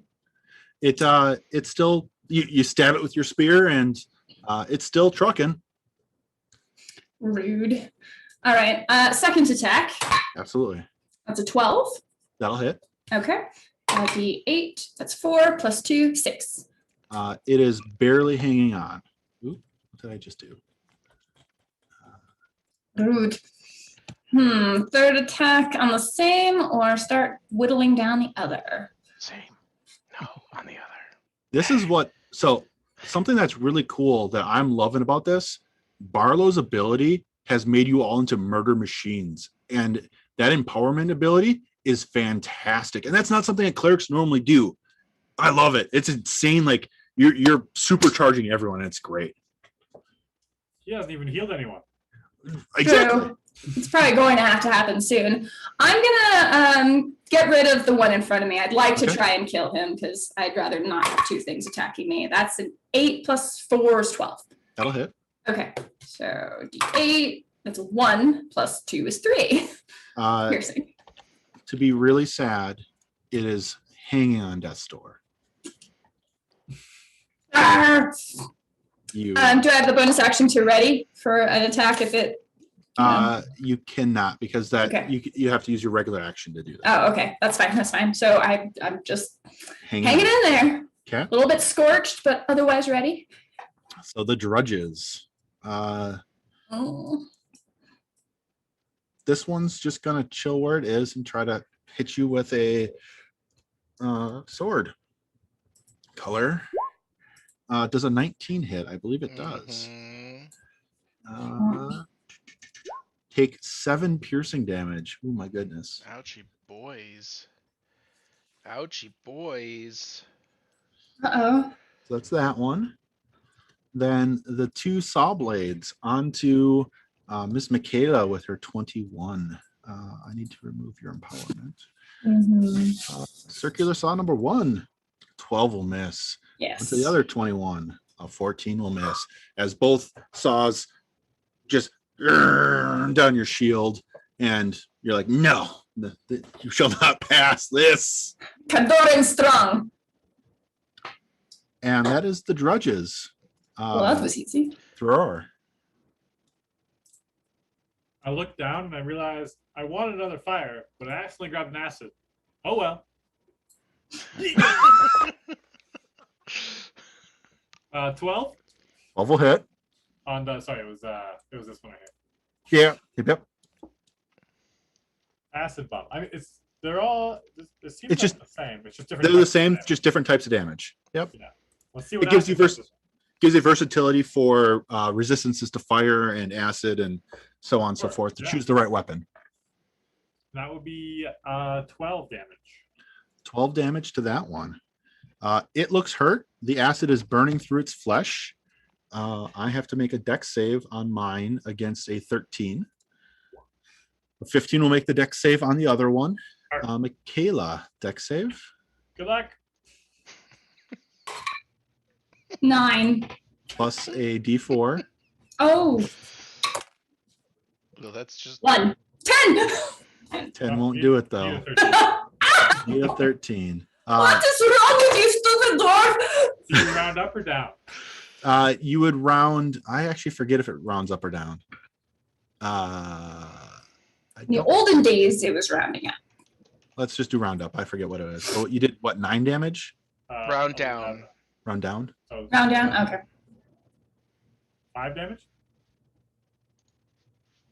If you round down, it would be 4, wouldn't it? I forget how much damage you did to He it. did 13. I did 11. Oh. You did Rolled an 11, so Oh, that's wait, a did 5. You did 13. 13, sorry. I did 13. You're right. So that's So 6. 6 Yeah, 6 damage. minus 6. Ouch! This is unpleasant, this feeling that I have. I'm bleeding my own blood. I do not like it. So I believe friendly fire has done the same amount of damage as I have done damage to you. I would just like to say that the use of the acid is very generous because it'll like clean and cauterize the fire wounds. I So don't know how clean this stuff is. well, it's just gonna Excellent. burn off that roasted flesh. It's like Arlo, you're going to have to do some work. Excellent. Color. Color looks at his adversary and he's like, "You haven't lived until you've sailed." And he moves in for the attack. Guess he'll never have lived. And I will move my hunter's mark. Absolutely. As your bonus. Yeah. 12. 12 will hit. Okay. Miranda, my chat thinks 4, that 5, 6, 7. Thor thinks that you're an assault commando, and you're clearly not. 9. No, I wish I could be immune to corrosion and fire. 13 damage on the first strike. 13 damage will definitely hit and damage. Yeah. Yep. You chunk a good part out of it with that spear. Like you get a good stab into it. I'm gonna do like my next attack. Like, you know what I mean? Like the energy is going down, so Yep. obviously like some sort of spinning thing needs to happen for the second strike Sure. to come Try across. to kill it. Yeah. Here's what- I rolled a 12, so 12 plus 4 will be 16. That'll hit. That wasn't so 79. I mean, that's not too bad. 11 damage. 11 damage will put it down, except for you I need save. to roll a 16.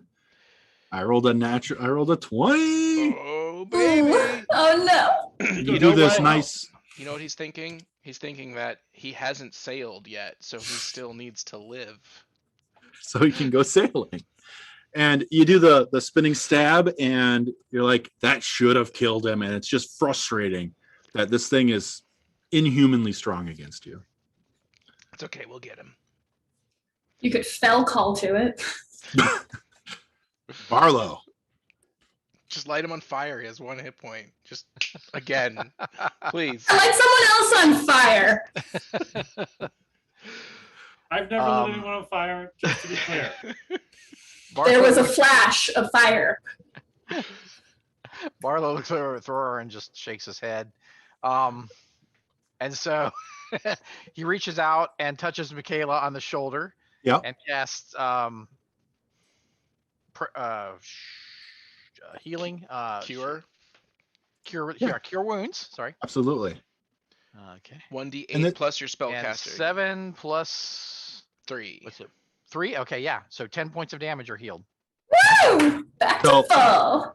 And as part of this is where another part of the IK feeling and lore come into the game. As part of the healing, healing's not something that's like pleasant or easy in this universe. When the wounds just don't simply vanish, they don't just disappear. You get scars, you get mental fatigue on it.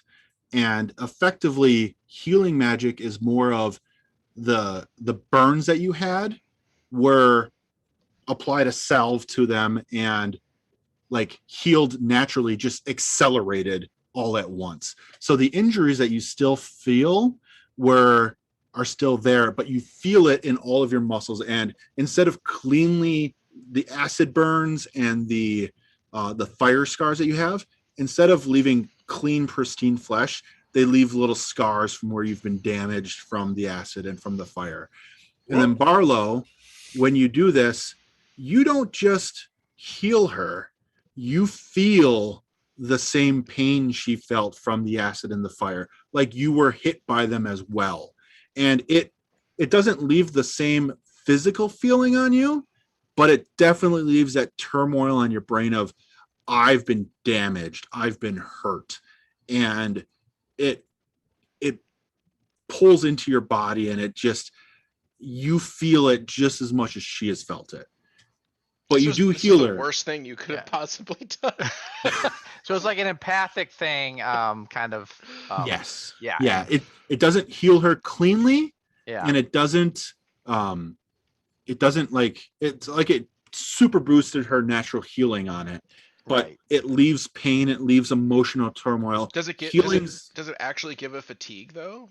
It doesn't really give any fatigue. It's like almost like a role-playing type of mentality where it's like it gives you emotional scars versus physical scars. More of an RP thing, right? Yes, exactly. Right. That's pretty cool, actually. I like that. Yeah. So it's Do you experience it as I felt it, like in my own head, like where I'm like, I'm tough and I don't really, like, this is fine? Or do you feel it as though you had been hit and how you would have naturally felt it? either or. It doesn't really specify one way or another. But yeah, it's like he reacts like he just got lit on acid, or lit acid splashing on him, and not lit on acid, but fire hitting him and acid. Different thing. So yeah, it did. Wow. It did Cool. get you, and you do feel it. Yeah. So now we're both pissed at Thor. Just Yes. so that's Yes. Even more pissed, right? Yes. If one person was pissed, both are pissed now. I might be pissed, drunk. So it's more than just being annoyed. Yeah. Excellent. Barlow, is there anything else you'd like to do? No, I think I'm going to stay in my position and Sounds see good. what happens. Miranda or Michaela, sorry. good. Token versus what I want it to be. So I have one attack now, right? Yes, you have one attack now. All right. I'm going to try and finish up this jerk drudge who has not died yet, the one right in front of me. Absolutely. Natural 20, natural 20. Yay. Nice. It's your second All right. crit of the night. I know. Out on a hit, yeah. So, all right. So it's D8 plus 2. And then what was it? What A was the bonus? second D8. All right, so that's 1d8. That's the 3 plus 2 is 5. Second d8 is a 1. 1 plus 2 is 3. So 5 and 3 is 8 piercing. And because you crit it, you do kill it. Right off the bat, there's no tough inhuman resolve Ooh, against it. nice. It just dies. Something that, as part of the healing thing, gets brought up in chat, that's actually a really good point. Hmm. There's an optional madness rule in the game that this would be the point where you'd use that type of rule for the cleric, because they're suffering sanity problems in it. So there's some optional rules inside the DMG to handle some of this stuff that's also part of the game. Wow. So lots of cool RP stuff for the grittiness of the world. I would like Barlow to go insane. How do we roll that? I haven't seen the DMG rules, so I don't know how to do Okay. that. He's just going to RP it. He's been sort of RPing it this entire time, so it kind of fits with like how he is, like selfish and all that stuff. Like that's his brain taking turmoil from this. Right. Exactly. It's your coping mechanism. Yep. Yeah. Yep. Okay. Now I understand why you wanted to be cautious. Exactly. Exactly. Right. But my character doesn't actually know that, you know. Oh, Getz is saying that's part of the Roll20, part of the D&D 5. There's madness rules in the DMG. So our DMG, not the War Machine, not- the Requiem's DMG. It's the base DMG. Gotcha. I don't know off the top of my head, so I'm not going to worry about it. The drudges, we're going to have the one attack, Mr. Color. He's going to turn into the Saw Blade instead, because now you're close. So the attack, I rolled a 12, which is not enough to hit you. And the other drudge that's pissed off at Thror is actually going to walk up next to Thror and attempt to attack him, because he's been hit by a number of grenades and he's not happy that he's been hit by a number of grenades. And so I'm he'll just try to... doing Science. What's that? I'm just doing science. Exactly. You're doing an experiment. You got to see how it works. You hear Barlow gasp as the thing steps up to in front of him and then turns and faces the other. And it's the saw blade. You're like, it goes to your right instead. I hit a 20 with the circular saw onto Ooh. Thror. However, Michaela still has a chance to bodyguard it. that look. The look. If you didn't see that look, right there it was. That whole consideration if she's gonna do it or not. But I take the hit, right? You don't take the hit. If you deflect it, you deflect it completely. Oh, that's right. But I have to beat Right, a you don't 20. take any damage, right? Correct. But he wouldn't take any damage, but you have a chance if you hit it to remove and you get to attack it back. Fine. We're having a conversation later. You get to do bonus attacks. That's a 2. Plus 4 is a 6. No That's bonus not good. attacks. That's not going to block it. Maybe if I hadn't had acid burns and regular burns. I'm not afraid. Roar, you take 9 slashing damages. I'm I think I afraid. did I'm almost so max afraid. damage against you.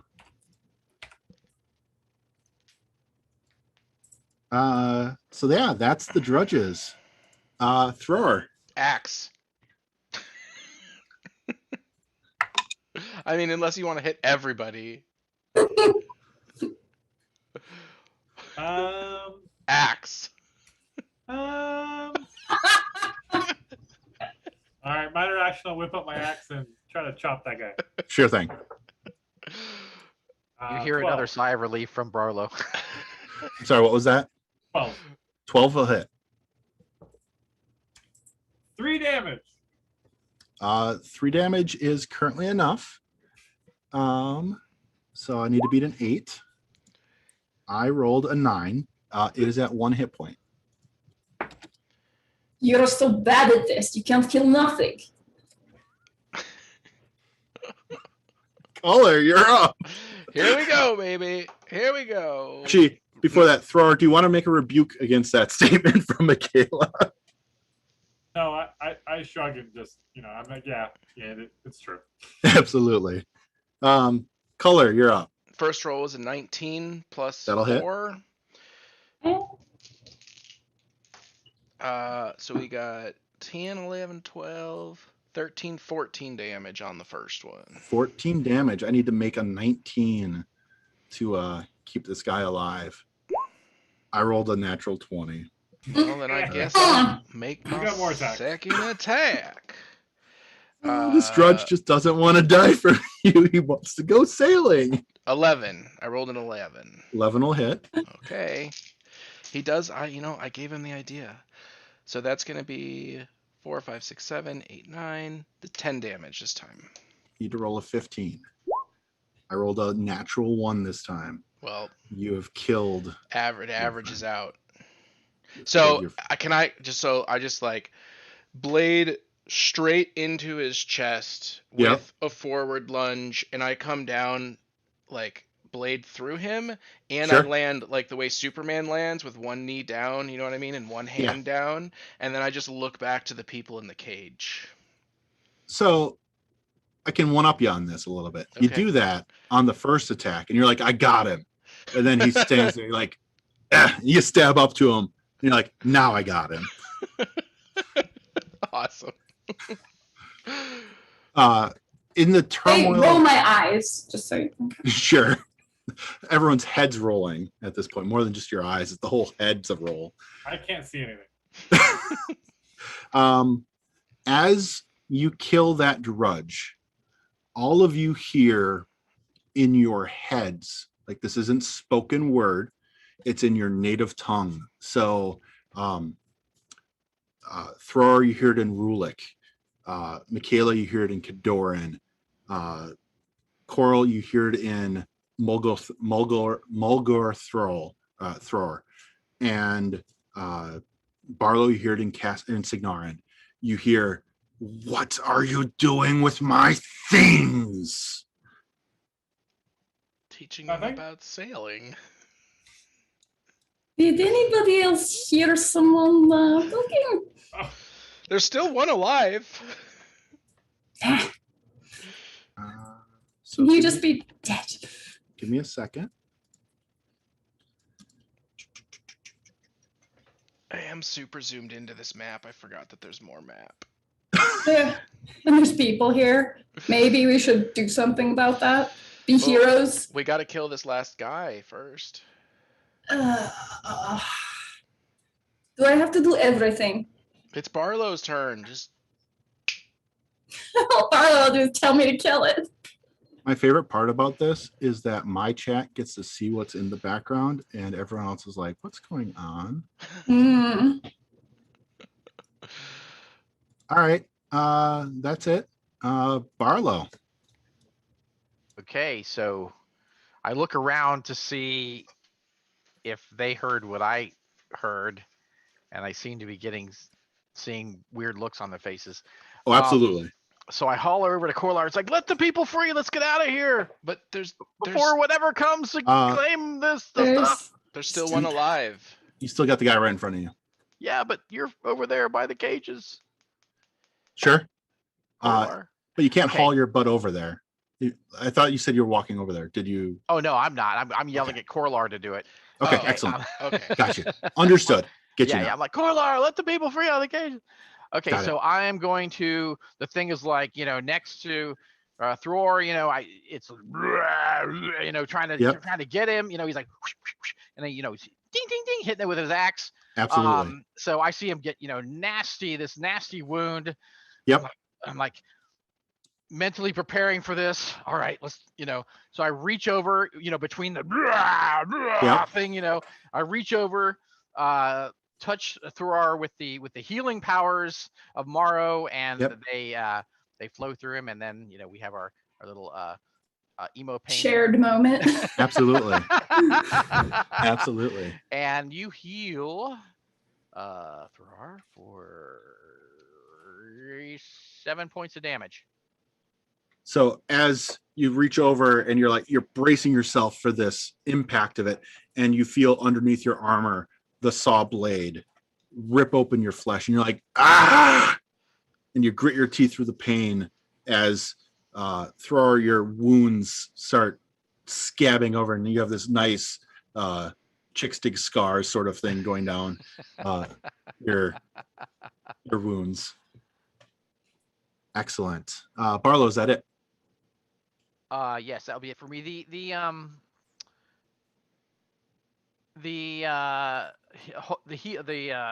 Sacred Flame isn't like a bonus action, it's a full action, right? Let me check for you. It seems to be that on the sheet. I believe it is. For the extra information. Yeah, because I took that right out of. So I assume it's a full action. I took that one out of the book straight up. Okay. So where did I not write that down on? I wrote that down up top. Yeah, it's under attacks, not under cantrips. My apologies. I did not do that for you. Let me just check real fast. I can just bring it up. I have my book right here. I forgot to give that to you. My apologies, because I did the other part first. Okay. Sacred Flame is one action. Okay, yeah. So I did my action with the healing, so yeah, I'll pass. Okay, I am done, and I'm just going to stay where I'm at and try to see what we can do here. All right, let's try to kill this dread. Oh, is it my turn? So Getz is giving crap about what I gave you guys all as a party. So I love it. But yes, Michaela, you are up. That's an 18 plus 4 is 22. That'll hit. D8. That's a 2 plus 2 is 4. So that puts it down. So I need to roll a 9 to prevent it from dying. Be dead, be dead, be dead, be dead. I rolled a 6. Why aren't you exploding him? Because I might need. I feel like there's more. Excellent. So yeah, you murder that one, you stab it, and it collapses to the ground. Michaela, you have a move action left. I want to move toward the cages. Absolutely.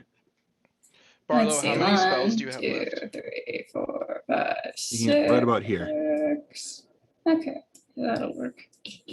So this one? Yeah. Or this one? This one? No, you're fine on either of those. Okay. And just so that we have on here, I'm going to freehand where, like, this is the cage door and the cage door here.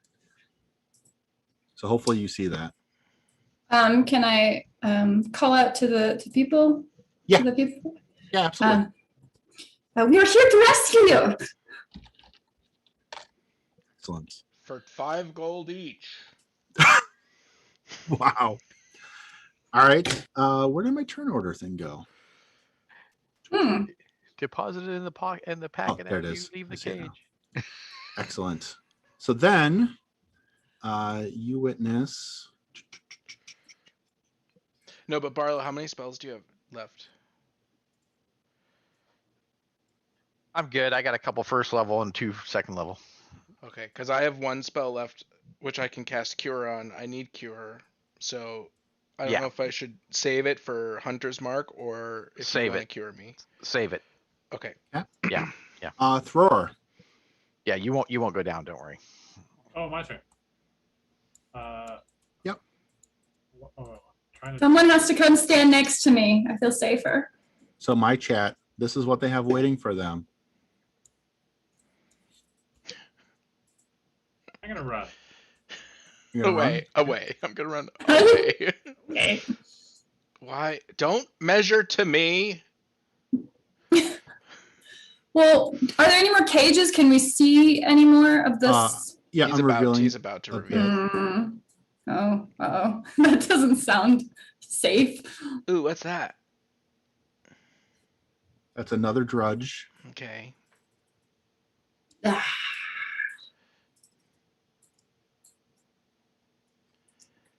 feel like we could make a getaway with this. There's people quickly. I think we need to stop this person who's making them. Oh. Yeah. Okay. 1 second. We should probably free the people. Is there something fun right there? Ooh. So this thing appears in here, and I'm gonna conveniently switch us all to a different screen. What you see floating over a giant hole. So literally, there's a hole in the ground. There's nothing underneath of it. What you see is a black leather-clad figure that you don't see any flesh. You get glowing. You don't see the glow because of dark vision at this point, but glass eye things. You don't see a place for a mouth. You don't see. It looks like this with surgical instruments coming over its back, and it. If you could read, malevolence, whatever, rage and anger, you're reading it in a facial expression where you don't think you could read that. And yeah, he is not happy with you, or they are not happy with you. Dude, he's so cool. Can I change sides? So back to the action. That is what is floating over top the cave right here. All right, so we got another drudge. We've got this big baddie. We got the cages. I'm hurt. We're still in turn order. Yep. Fine. Whatever. We need to open these cages, get these people out of here, and then see if we can either escape or fight that awful thing, which we really don't know about. We need to Hold the door. We need to murder it. Can we trick it into the cage?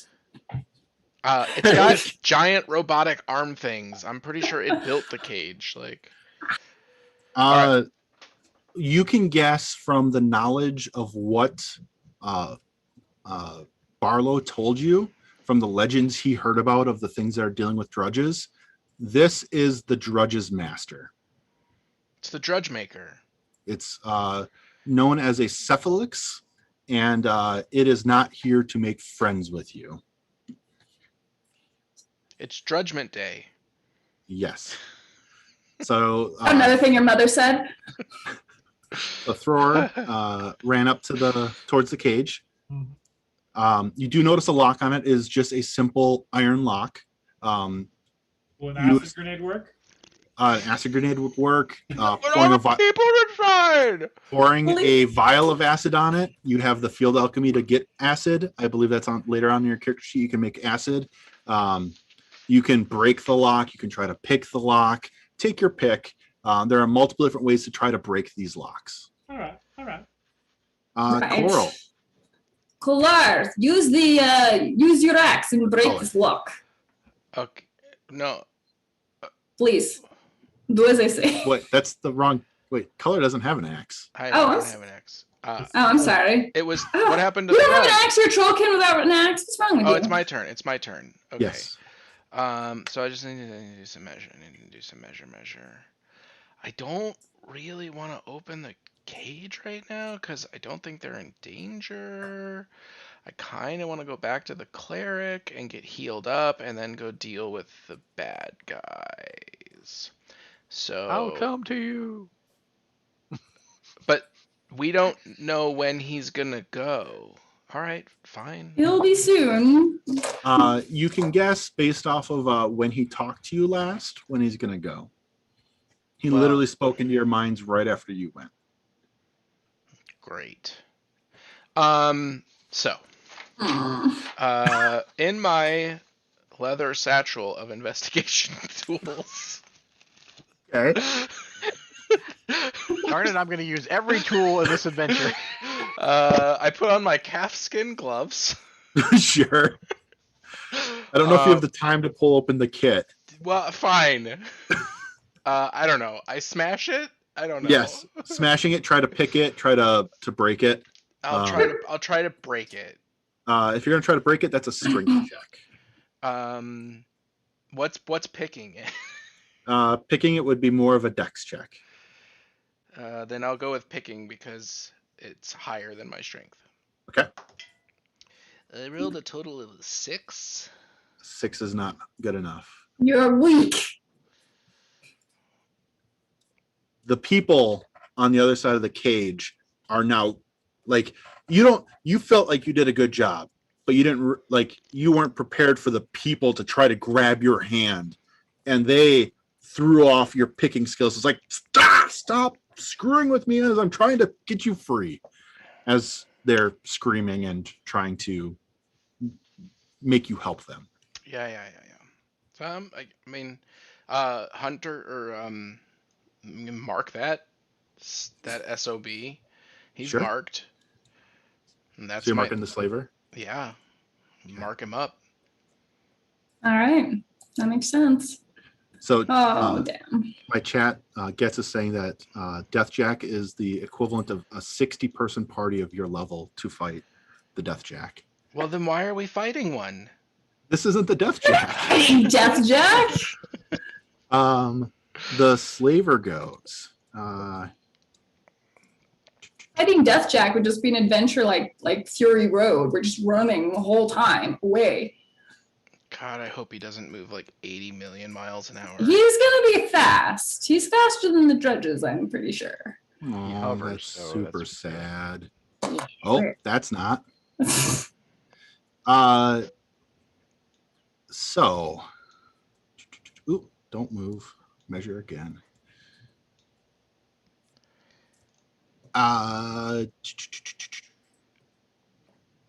Roar, I need you to make a. I need to make sure I'm doing this right. My God, am I making sure I'm doing the cones right? A 60-foot cone. Oh my God, how far does that go? A 60-foot cone goes 60 feet. Yes. So yeah. Oh, he's exactly 60 feet away from you. He is by lucky chance. Thrower, make an intelligence saving throw, please. I'm as intelligent as intelligent goes. He's sending complicated math problems are being sent into your brain. Remember the quadratic equation? Yeah. 14. 14. Did you add blessed? I did not. You got so lucky because I remembered you had blessed.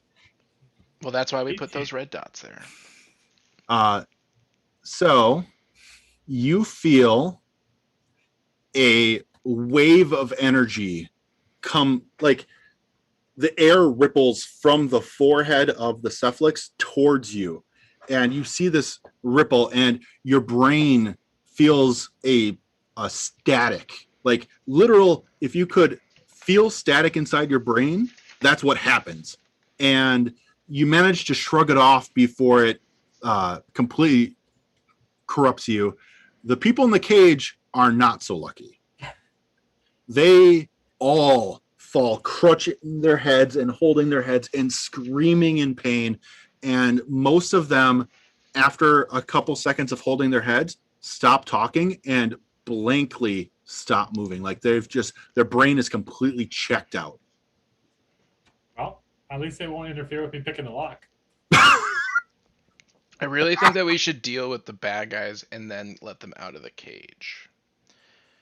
What if we do not survive these bad guys? Yeah, I think that's our only Then- option. Yeah. Then then he makes a bunch of drudges. Judge drudges. Barlow, you are up, sir. You promised me something, Barlow.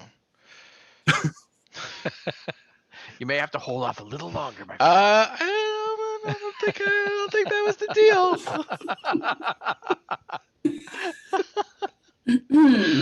My apologies for this going a little long, but this is the climatic end of the fight.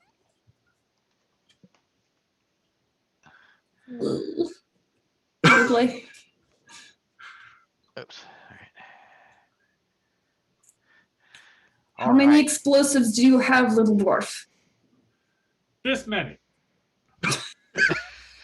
Holds up a bandolier full of explosives. All I right. think I'm going to throw you at him. On everything. How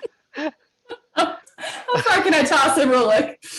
I don't Third actually. edition, once I get thrown, I can't do anything else. Yeah. Yeah. Because he But if goes you prone. arm it before and they're just on a timer, It doesn't really work that way. oh my gosh. Barlow. Yeah, let's see here. Okay. They're still back pretty far. Yeah, they haven't had a Okay. chance to come forward yet. Yeah, yeah. Okay. Yeah, I'm just gonna move up and I'm gonna hold can I hold sacred or sacred Yeah. flame? You could Okay. ready a sacred flame for someone coming into range. Absolutely. Yeah, I'll do that. I'll do that. Uh-huh. Sounds great. Yeah. Then we go to Michaela. All right. Go open the door. Well, this clearly seems like a bad idea now. Ow.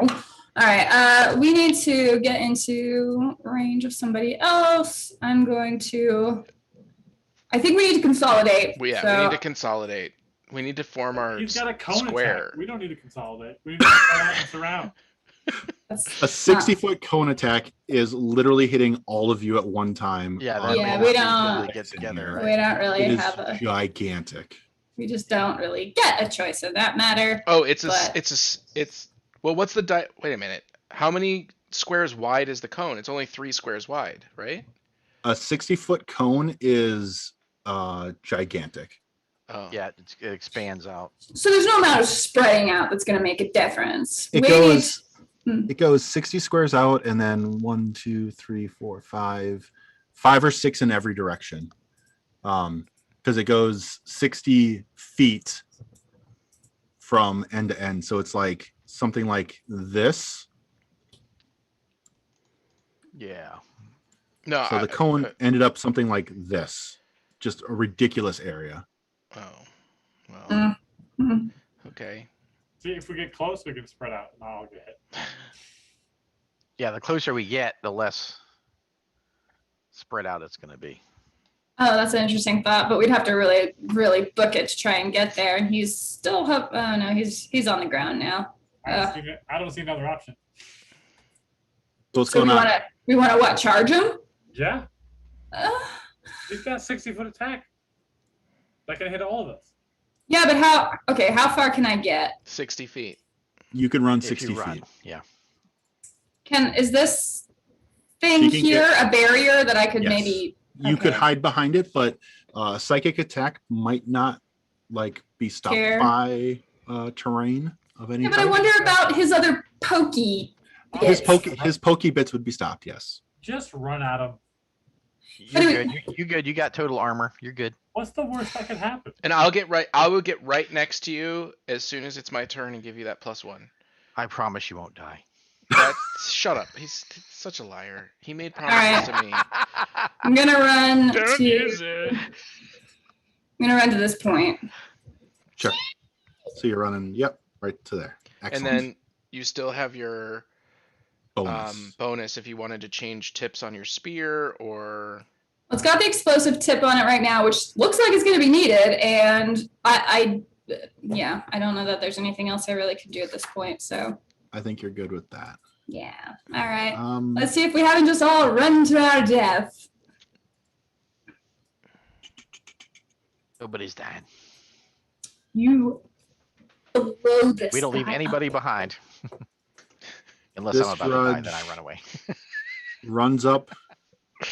Oh my god. 10, 15, 20, 25, 30. Runs up to there.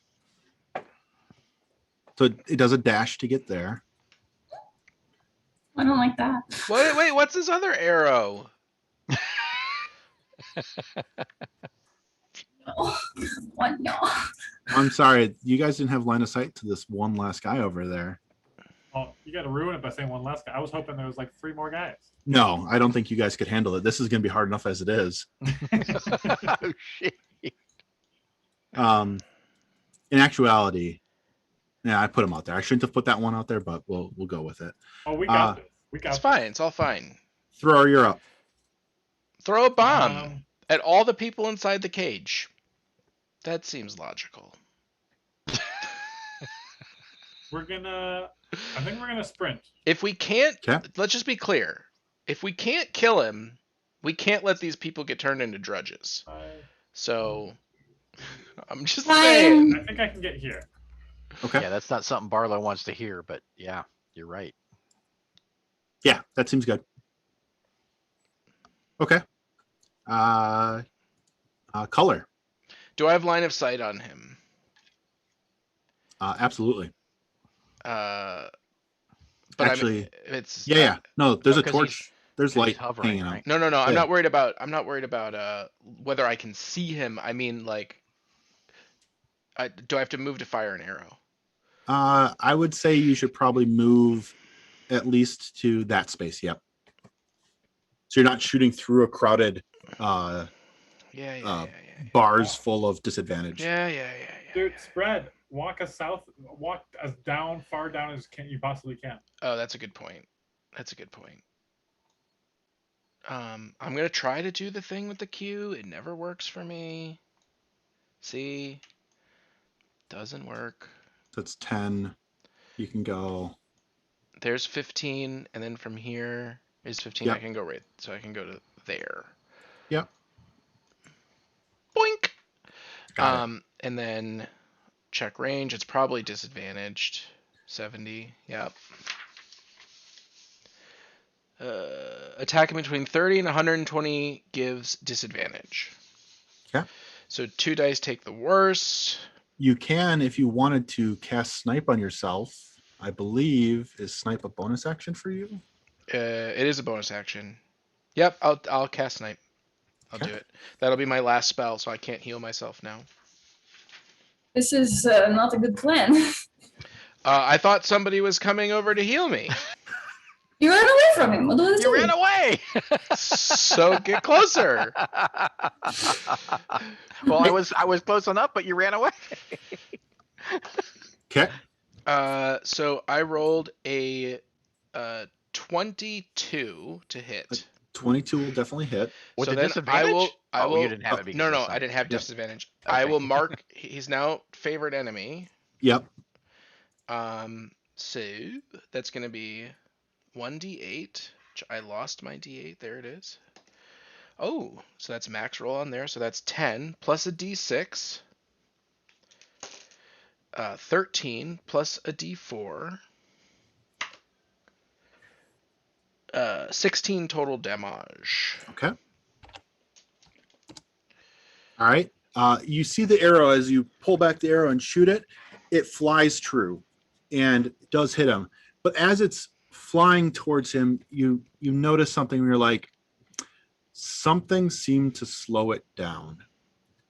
And it's not necessarily that it didn't hit its mark. It's just that, yeah, this slaver just like it tried to use its mental abilities to push it off, and it failed. But it's still very much not happy with you. But did it take damage? It did take damage. The arrow did impact it. You're just like, you think I it made tried to it- move it. So I didn't cure myself, moved too far away from the healer, and then made it mad. And you made it mad, yes. Well, as my mother always. The sea so- hates a coward. So the slaver. Check. Oh no. I do not get that back, which you should be happy about. He's gonna like pull the arrow out of his chest and then psychically drive it back into me. Do you? Like- I don't know. I don't know what all he can do. He's bad. He's bad news. Come on, let me see what this is. Yeah, perfect. So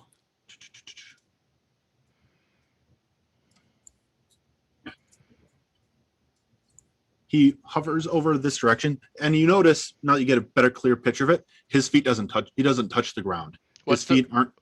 What's the Go ahead. range? What's the range of your fire? Um. No, Oh, his Barlow's fire? fire. Barlow's readied fire. We're 50 feet. Yeah, that's a great question. It is in range. Yeah, when he moves into range. Yeah. That would.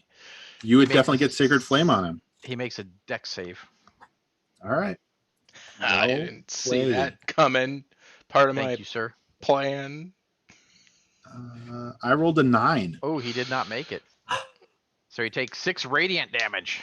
Ooh, he's not like that. No, the light streaks from your hand and smashes into his body, and he is not happy with you. In the pit. Just imagine like a Roman candle just Exactly. Exactly. Color, you need to make a wisdom saving throw. Well, thank goodness that it's not charisma. As, Oh, natural 20! oh my god. Oh, damn, dude. The Cephalix reach out with his hand, and purple energy. I'm just making sure that this isn't one of the dice that has the 20 on the other side. It's not. The one is Oh on my the God. bottom. Thank God. Oh, The what, you know, ener- cheat dice? The energy shrieks from its fingers as you feel the energy hit you, claw into your brain, and you feel like your body shuts down for a second, and you're like, I'm unable to move. What is going on? And your eyes twitch back and forth in your head as you're like, I can't move. And then that energy breaks and dissipates off, and you get full control of your body again. No damage. No damage. You have successfully resisted Hold Person cast on you. Wow. Ooh, that ain't good. He's gonna get so many swords. So many. Yeah. Barlow. All right. Double move Ah. up to me. No. Oh, I have a plan. no. I'm just checking one last thing if I can do it or not. I cannot. So yeah. Okay. That's right. All right. So Barlow sticks his courage to the sticking place, jabs his courage into the sticking place, and like steps forward and says, "Foul abomination, you shall be sent back to the pit. I call on Morrow. Give me the power!" And it's like, calling on Grayskull. And it's like, Yep. and he starts to glow with this bright radiance, just blinding you all. You can barely see. And as this power is building up, it's like this huge ray of light blasts from Barlow's chest straight into the creature. Yeah. Inflicting 15 points of radiant damage. That's not more than half his hit points, is it?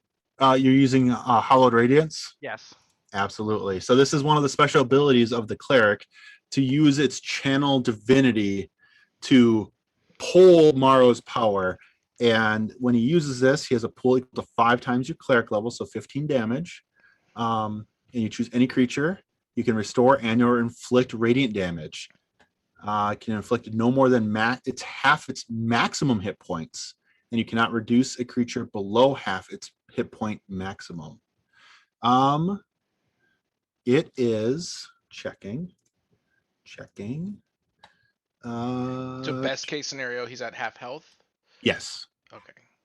because it's an auto hitting Right, attack. there's no saving throw. Yeah. So you actually, in the power of the Holy Hallowed Radiance, you still have 5 points of power left over. Oh, I do. I thought it was three times my level. Oh, wait, Or 3 five times times level. my level, so Yeah. 15. So you did up to its half hit points. You Oh, can't I see. reduce, you can't reduce it less than Oh, half. so I had 5 left. Okay. You have 5 So, left over. As a side note, Barlow turns his head and he turns and looks at Corlar and says, "A promise is a promise." And like this ray shoots out of his eye and like irradiates Corlar and heals him for 5 points of damage. You feel the radiance wash over you as your wounds knit, and Barlow, you transfer some of that mental pain from healing his wounds into the slaver as you redirect that power, and you don't take the blow of that healing as much as you've inflicted it upon the Right. slaver for what he's done. I think it's kind of like almost a cleansing. Like you take Morrow into yourself, it cleanses that kind of mental anguish and pain that you've built up and releases it into a foe. Yeah, absolutely. So, and it's like then Barlow was actually starting to like lift off the ground, a little bit, and then like falls back down, and it's like the he's light drained powers down. Exactly. I love it. Okay, all right. Michaela. That was so cool. Exactly. Okay, well, I guess I get to deal with these little boys. Not so little boys. Is this a pit? Is that a hole? That is, yes, that is a hole. Interesting. All right, so I am going to attempt to, well, is there any way I can push somebody with my spear or use my blast to try and push him? You can shove, but shove doesn't really do what you're trying to look for. Okay. You'd have to grapple, then you'd have to gain control, then you would pick them up. You'd have a constant strength or dex battle, walk over to the side, and then toss them over. So first it would be a grapple. From the edge. Well, no, she'd have to grapple and then pick them up. Yeah, but I don't know that I mean, they're big, so it's not like that's going to be super easy. All right. But it would be awesome. I mean, it would be awesome. But there is another one there, yeah. So that's true. There are two. Yeah, there's two. I was really hoping I could toss the dwarf, so we'll see if I can still accomplish this. All right, I'm going to attack that fool. See if I can clear him out of the way for maybe Thorar to do something useful. All right, that is a 17 plus 4, 21. And D8 plus 2. Oh, that's a 1 plus 2, 3 piercing. Do you also want to blow up the blasting pike at this point?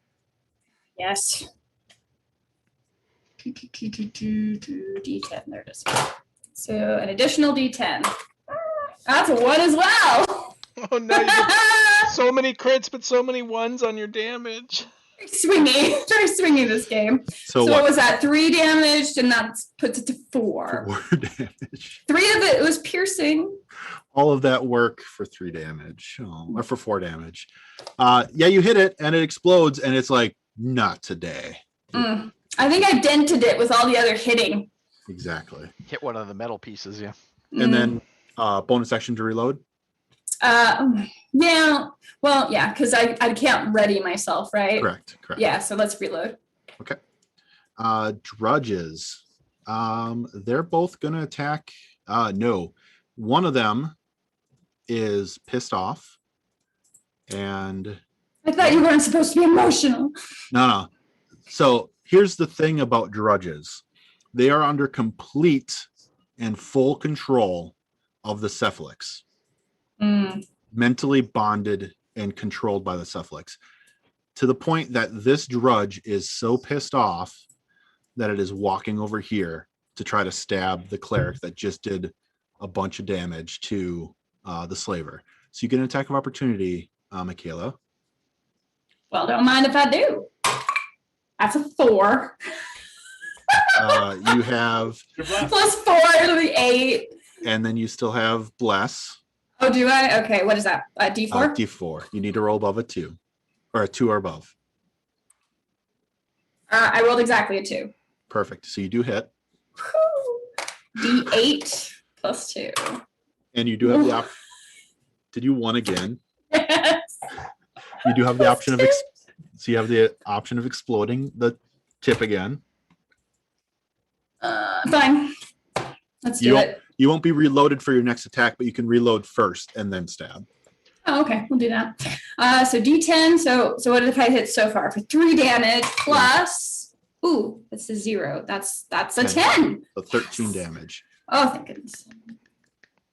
Something. That explosion did damage to it. It is not happy. However, someone else has pissed it off more. So the Drudge makes its extended blade attack on the cleric. A 22 is going to hit you, sir. Ow. Oh yeah, my goodness. that's a hit. I do 8 piercing damage. Ooh, ouch. Yeah. And I would appreciate a concentration roll from you, sir. All right. Let's see here. That's what you get for going Super Saiyan. Yeah. That was really cool, though. It was. 12. It reminds me of an Archon from Diablo 3. I am. Okay. Do I get my wisdom? I get my wisdom bonus on that, right? I believe Or do so. I? Okay. that'd be a Checking real 14 then. fast. 203, 204. I always forget what that is. I do too, and that's why I'm just grabbing it real fast out of my book. Concentration, taking damage, Oh, it's half Well, the damage you take, right? or half the damage you take. Yeah, it's Okay, so I easy got it, 10 yeah. or half. Yeah. So you're fine. Yeah. Wait a minute, did you deflect all of it, or did you take He it? He I took still the took damage. the damage. I just didn't Okay. lose concentration. Oh, So he takes 8 damage. Ooh. I don't know how much life does he have? I don't know. A lot. That was all. That I have 14 left. Okay. Then the other Drudge is just going to stab the man-at-arms with a circular saw. A 16 is going to miss you, as I cannot hit your armor to save my life. You deflect it with your shield. 20 AC, baby. Thrower. 1, 2, 3, 4. Wait. What's the range of my throwing of grenades? A really long ways, like 30 feet. 20 or 30. Really? He's as a combat alchemist, his throwing range on it is 6 squares. I think that's different from like the old RPG. Yeah, It was way less. a combat alchemist can chuck those things a really long ways. You've got one good arm. Explosive grenade. Yeet. Sounds good. To who? Not to me. No, not to you. To the big floating dude. I Okay. rolled a 23. You rolled a what? 23. A 23 is going to hit. Nice roll. Yeah, absolutely. Almost a crit. Almost. Oh, and then 17 damage. Good roll. That was another really good roll. That's really Good good. roll. Yeah, He is not happy. He's Not- very emotional. He You seems to haven't been happy be. the whole time. Tell me. Yeah, Come on. Someone's ever happy. You have taken his things. And it was explosive, so it looked pretty. Yes. Color. Are any of the people in the cage conscious? The one behind you, yes. The one on the other side, no. Okay, so the one behind me, is there anybody like right next to me who's conscious? Yeah, there's a bunch of people. So as a free action, I just drop my bow and an arrow. Maybe one of them pick it up and try to shoot it. That's their problem. Okay. I draw my swords and charge. Absolutely. Enormous bow. Yeah, good luck. Well, it's there for them on the floor if they want to take part in their own rescue. You should have asked if Kevin Yar was in there. Oh, maybe he'll pick the bow up. Larkin? Larkin. 18 on my first roll. That'll hit. Okay. 10, 11. 13 damage. Okay. It's still around. It's Fine. you have it is bleeding and bleeding profusely. All the fire and radiant damage, and now you sticking it with your swords. And the ass is a fire grenade, right? Or is it explosive? Yeah. The frag grenade that hit it in its face. It's looking very, very rough. All right, second attack. 19. A 19 will hit. Not good damage that time for 8 damage. 8 damage. And so as you stab upward, because it's floating up above you, as you about at your height, so actually you stab straight into it. You feel as you stab it with your swords, and you're just kind of trying to do the short sword stabs into it. The last stab you get, it slumps onto your blade, and your arm all gets unexpectedly carries the weight of the cephalix as it is, you've killed it. And the last thing that it hears is me saying, as my mother's always said, the cure for anything is salt water, sweat, or tears.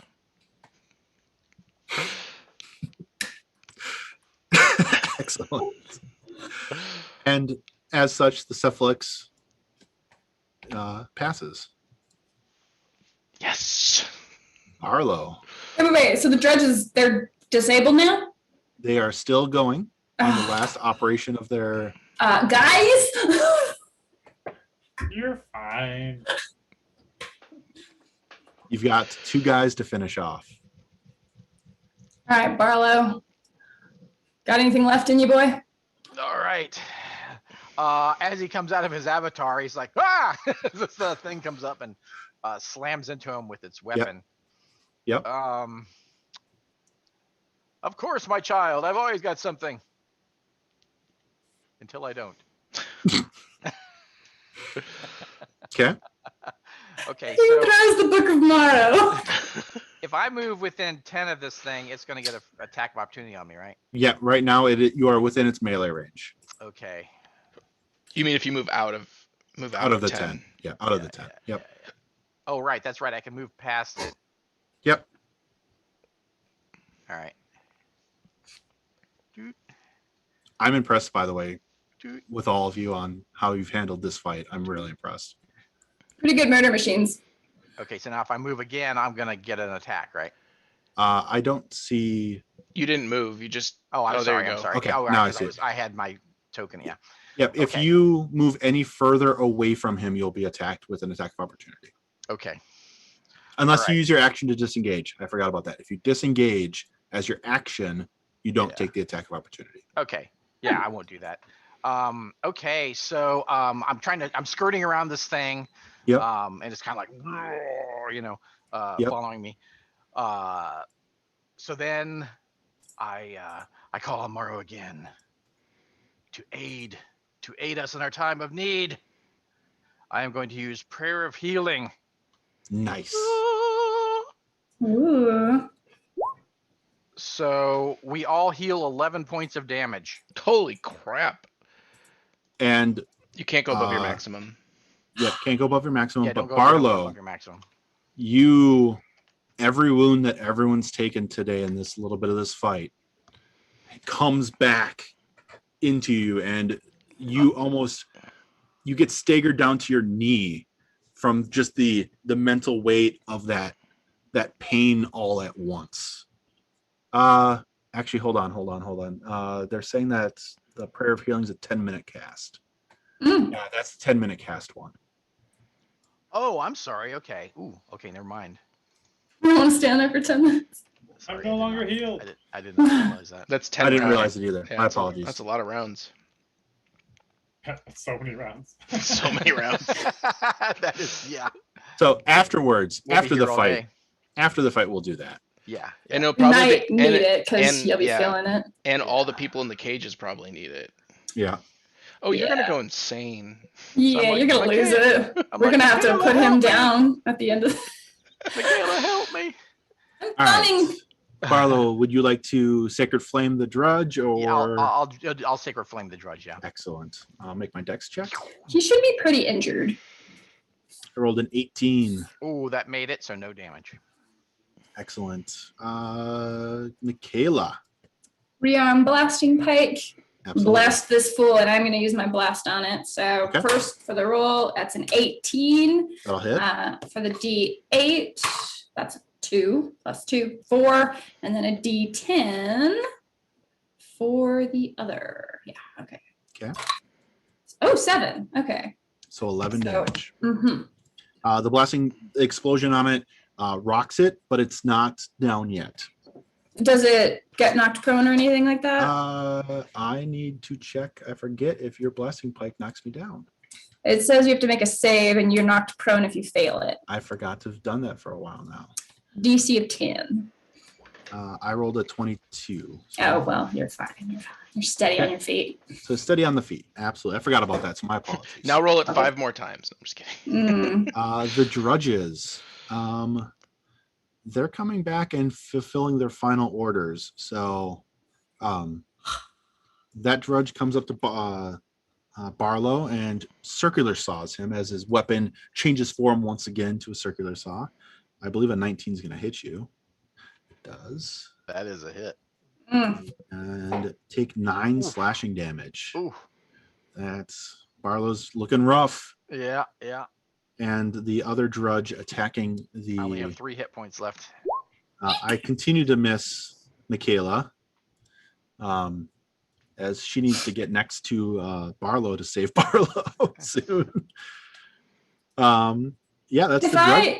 If I disengage, can I immediately engage someone else? Yeah, you can walk over. Like disengage just says that you're paying attention and not getting free struck on the way away. But it's an action. Oh, okay. But it's an action, your so you attack don't action. have to use that. You can just take an attack of opportunity and move away. Yeah, with a You've D, got like the armor class of so- 20. Who cares? Yeah, so the chance. Oh. You're really Okay. I'm coming, Barlow. I know that now. Michaela, Maybe a help little me! scorched on the way. Totally Sure. fine. You'll be fine. Remember the fun Incendiary times we grenade. had together. Let's continue those. Okay, incendiary grenade at the grudge beside Michaela. Nice. 12 That'll hit. and 13. 13. That's enough. Let me take the roll. So 13 damage means I need to roll an 18. I did not roll an 18. Oh, you don't. Bye-bye. Below Wait a the minute. drudge. Michaela, I- you gotta roll. You gotta roll a dex saving throw. Yeah, you have to roll a dex saving throw, and it's what, 5 plus your, It's 13. She gotta be 13. or It's Yeah, 10 yeah, plus 13. your thing or 13. you rolled Yeah, a 4. I rolled a 4. Does blessed help? Am I? Yeah, but it's not. That's why the plus 4. It's Yeah. Okay. It's okay. It's only gonna be 6 half an hour. damage. 6. Yeah, it's only gonna be six scorching damage. It's easy. Fire damage, easy. Again, the combat alchemist, I think, has done almost as much damage as I have this game. Yes, I would say so. At least to Michaela. Yes, at least to Michaela. Agreed. Now she's free. She is. Sure. Coral or Color. My goodness, I keep saying your name wrong. My apologies. Walks up and stabby stab. Both will hit. Would you like to move your mark over to it? Yes, please. Okay, Which will excellent. exhaust the mark. Okay. So the first one does not get the 4. Oh yeah, it does because it's instantaneous. Yep. 6, 7, 8, 9, 10 on the first one. 10 will do it. You gotta give me a second. I do pass the check. 7, 8, 9, 10 again. Okay. I pass the second check. Wow. Better.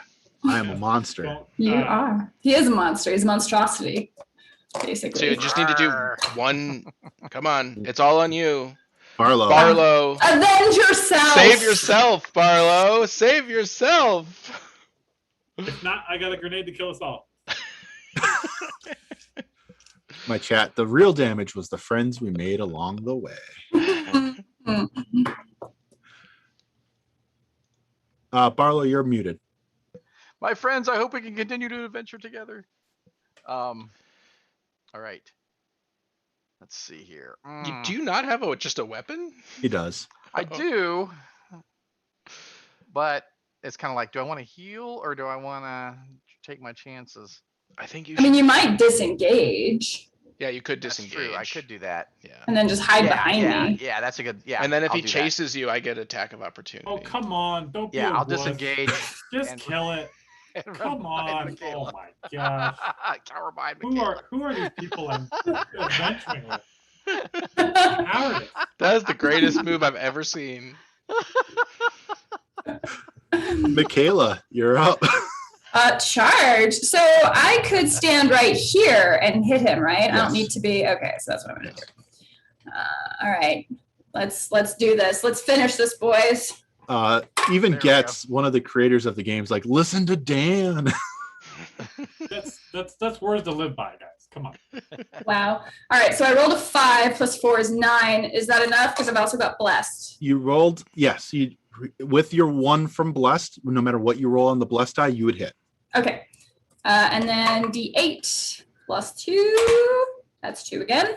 Plus 2, 4 damage.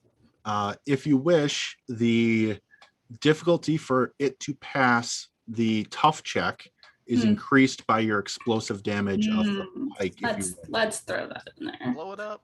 D10 plus 2. So what that would be, 6. okay, I need to roll an 11. Those dice are hating you tonight. Oh, and I rolled a 6. She Oh. still kills it. Yes. Oh, I might be bad, but you're worse. Barlow's And- like, As Thank you, Barlow. You so excited. his knees buckle and he slides down the stone. as the last Drudge and Cephalix are slain and dismayed, the calm comes over the cavern as you succeeded. You've been victorious in fighting this unknown threat, and you have proof of what attacked Larkin. Looking through the cages, you eventually locate Larkin.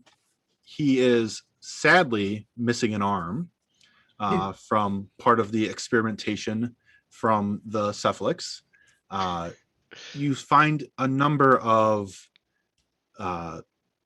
people that are like they've been psychologically scarred. They're going to need help for a while, and at this point, the best for them is either to get them back to town and try to like sort everything out, but not in this space because it's not good.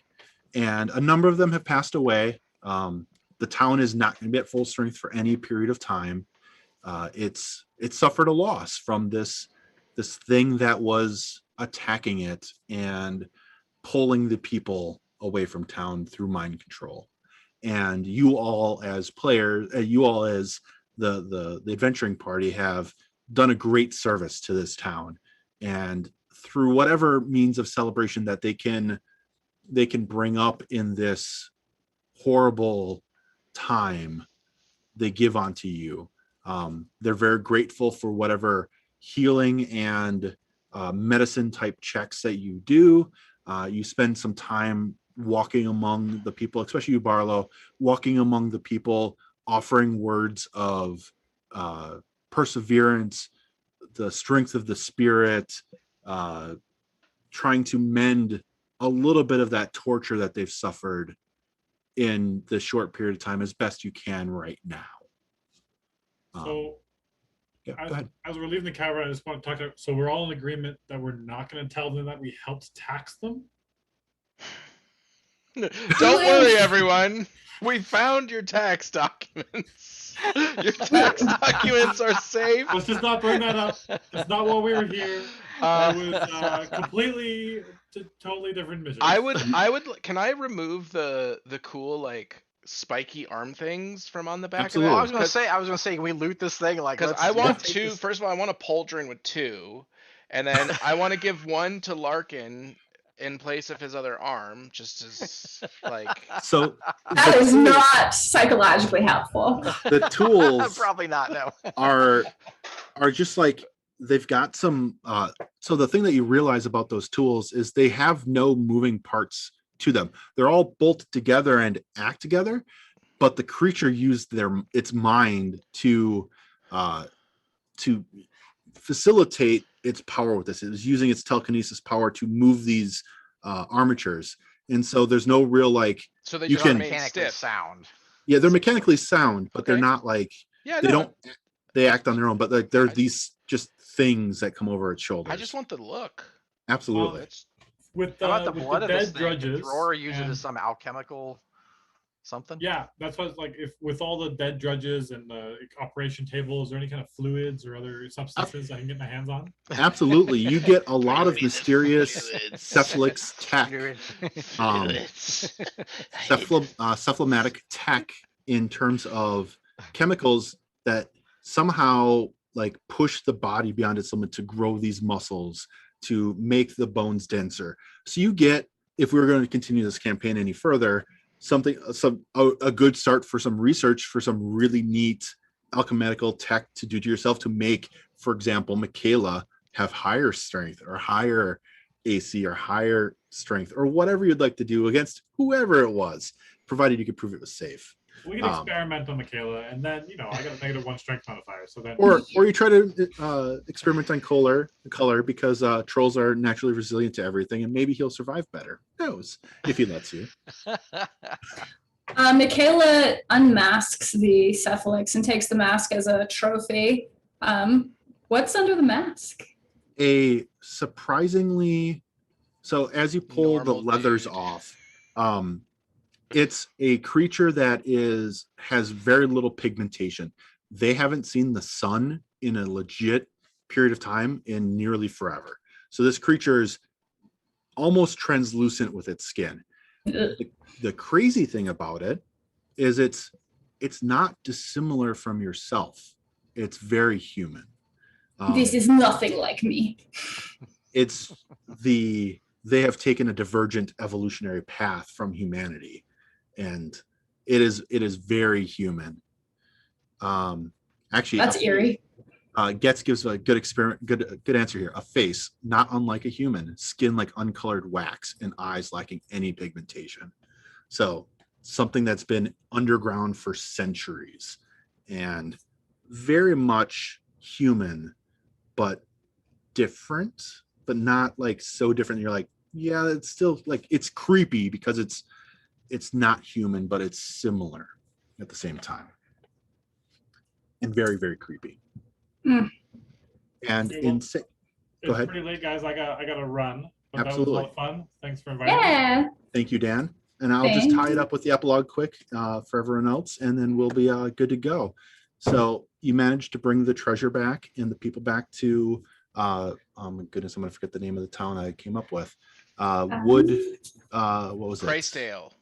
No, Yeah, Christdale Christdale. is the base, but Woodhurst. Woodhurst is where we're at, yeah. So you've restored peace and some sort of prosperity to Woodhurst, and have returned the appropriate mission that you were on to Christdale, as well as having one hell of a story to tell in whatever bars you frequent in the future, because no one's going to believe you that you fought a floating leather-bound black monster and drudges, except you have bodies as proof and the mechanica to show off as, hey, look at this trophy that we've taken, and the pauldron of spikes that color has, and you live as heroes for the rest of your adventures as you go forward. So I want to say thank you. I know I'll say thank you to Dan in Messenger after this, but all of you, thank you for playing today. It was a fantastic time.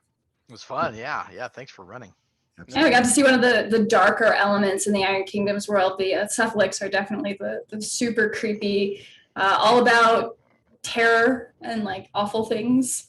I was going for a semi-horror type adventure, and you definitely all got to experience it. So thank you so very much. Mm-hmm. Yay, this was fun, and it works well in the new system. You could definitely be really swingy. I know in the original version, or I guess the 2012 version of the IKRPG, you also had very hyper lethal characters, but everything was hyper lethal in the game. It does feel like there's a little bit more resilience in this version on both sides. And that's something that I found about boss fights. Like, this boss fight wasn't something that's like, in IKRPG, that Cephalix is only going to have so many wounds. In this, it had 60 some odd health. So it took you all quite a long time to kill it. Although we And, kind of murdered it. and honestly, at this fight was a deadly fight for you. It's this was the Cephalix himself was a CR5 and everyone else was half. So this fight was deadly. And the possibility of killing any of your characters was definitely there. Had that Mind Blast actually hit someone, it does 22 damage. It would literally knock all of you out except for Color and Michaela.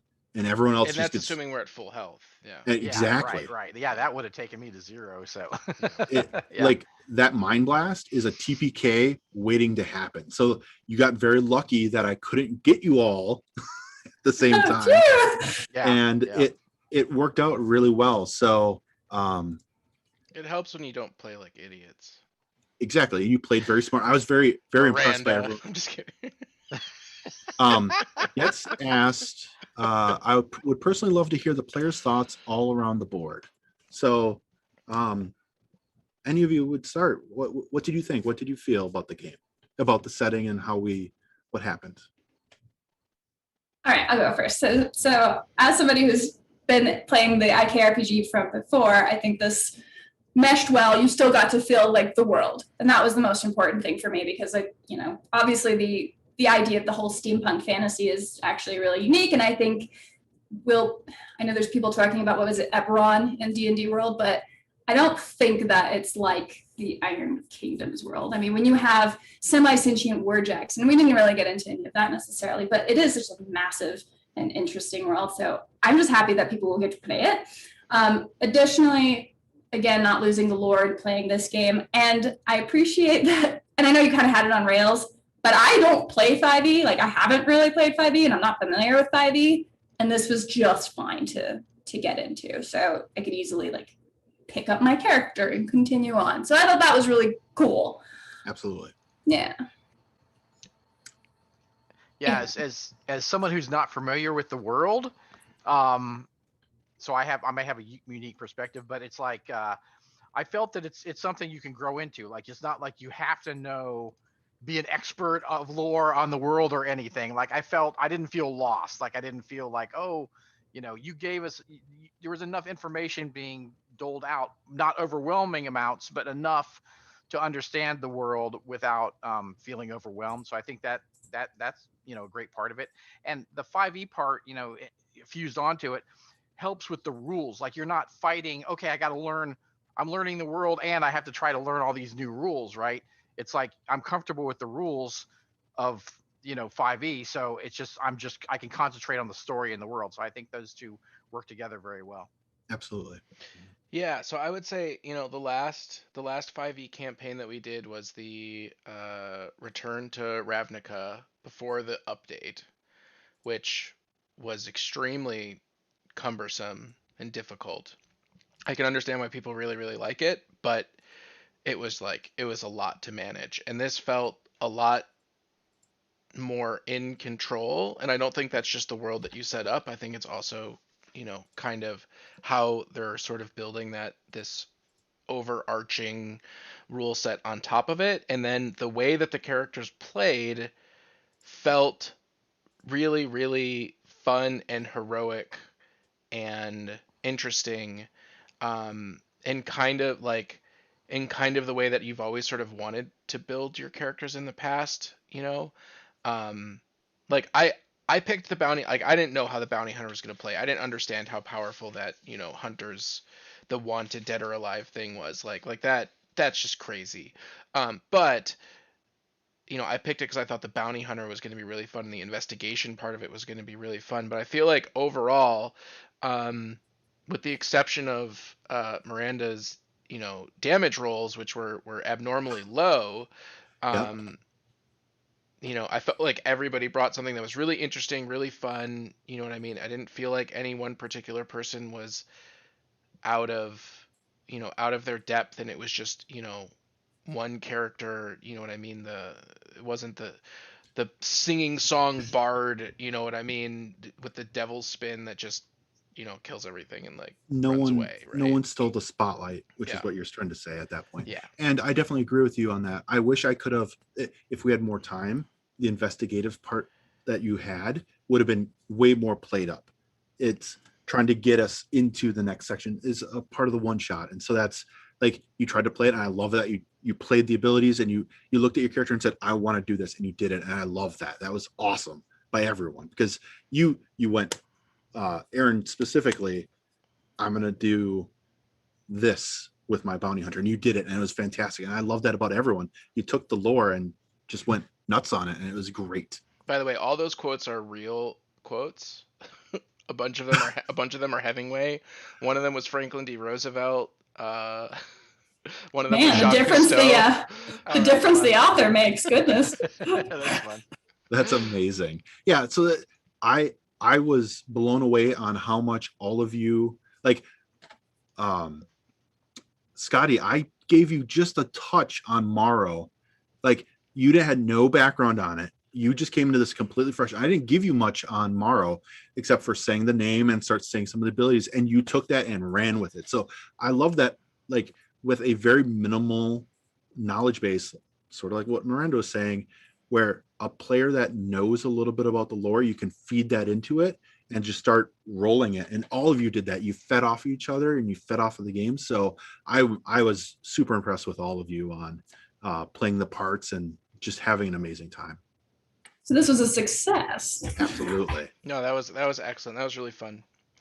It was a lot of fun. It was a lot And of fun. it was, no offense to Scotty, whose games have always been fun, but hey, we So succeeded. fatal. We succeeded. We succeeded. And I you used to have a succeeded, killer DM. You're tough. you succeeded in a fight that I forgot to cast Mage Hand on, or not Mage Hand, Mage Armor on the Cephalix, but then I was paying attention to all your damage rolls. Oops. It didn't matter. All of you smoked his damage rolls the hit rolls so high that it never mattered. And so I was like, oh, I forgot to cast Mage Armor. You rolled 6 over the damage, his AC anyway. It didn't matter. And so it was impressive to go like, how can I play this super dangerously? You guys went into an encounter that's super deadly to you. Like, I had the legit chance of killing party members and TPKing by just sheer random happen chance, and you succeeded. So kudos to all of you for definitely beating an encounter that is way more difficult than I thought. This was an encounter where you're like, do I run away? Do I say, like, getting the people out? If you had gotten all the people out and then decided to be like, book it, we're done, this guy's a little bit too big for us, that would have been, I was expecting that kind of result as well. So I was very, very impressed with all of your tenacity. Our hubris knows no bounds. We Run, got this. run away. Or Leave them in the cages. Or our opinion of ourselves. It's not Death Jack. Come on. Yeah, it's not Death Jack, exactly. And the Hallowed Radiance was interesting because it's not like when you do the damage or the healing, you can't heal someone above half hit points and you can't damage someone below half their hit points. So it's not overpowered. Like you could, you know what I'm saying? That could be very overpowered. And since that has those limitations, it's a nice oh crap thing to use. Absolutely.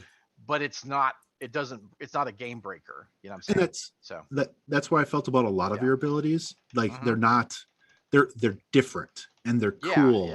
Yeah. And I'm not a big fan of clerics, but man, the benediction domain, I believe it's called benediction, that you had is like by far one of my favorite types of playing that character, because you've got a ton of things to do that aren't normal cleric things. And so right. Everyone has these different abilities in the game that give a lot of crazy cool stuff without having to learn the multi-classing nightmare that is trying to do that. You know what I mean? That's what's great about that. That was really fun, and the world is really fun. So absolutely. Before closing off, one last thing. If you enjoyed what you watched today and you want to have the same sort of fights that we had, all of this stuff is available in the Kickstarter. So Iron Kingdoms Requiem is going to give you the campaign setting, Monsternomicon, which is going to have the Cephalix Drudges and the Cephalix Slaver in it, which are the bosses or the monsters they fought today. In addition to more, there's monstrosities, which are bigger, huge versions of the drudges that they fought. And then there's going to be a 1 to 4th level adventure, the Legend of the Witchfire adventure, that you can also get as part of it to do something of an introduction to the world and show off different parts of the world as new players that may not be fully available on it. So the Kickstarter's live currently. I highly recommend you check it out. I enjoyed the hell out of this game, and I honestly have to thank all of you for that, because I have not laughed this hard in a very long time. And good. about all of it, about all the puns of my mother always said, oh, it was so good. Every part of it was so good. So I had a great, fantastic time. So I want to say thank you all again for making a fantastic memorial night. Well, thanks for having us.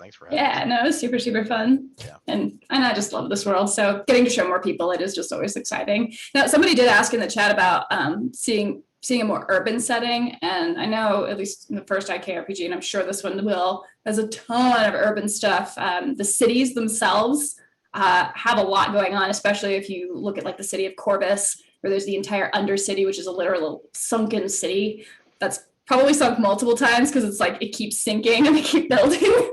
and there's a lot of really cool stuff that you can do there. And then of course, like dealing with warjacks and actually exploring Mechanica, which is like magic technology. So those are other elements that exist in this world that are super fun too. And you can get into the whole like Five Fingers is a town run entirely by criminals, and there's all sorts of graft and different types of crime activity that they're interacting with. And you can get into the different border wars between the countries. You can go from a very combat simulator type D&D game to a political intrigue type game to a urban like controlling the streets, and having like the world is so rich and so big that you can literally put any type of game into this. And you could have a Mad Max type Faro game where you're all half pig or pig humanoids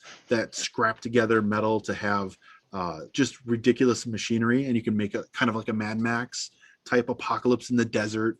And so there's a ton of stuff to do in the world, and we barely scratched the surface with Hungerford's game and with this game.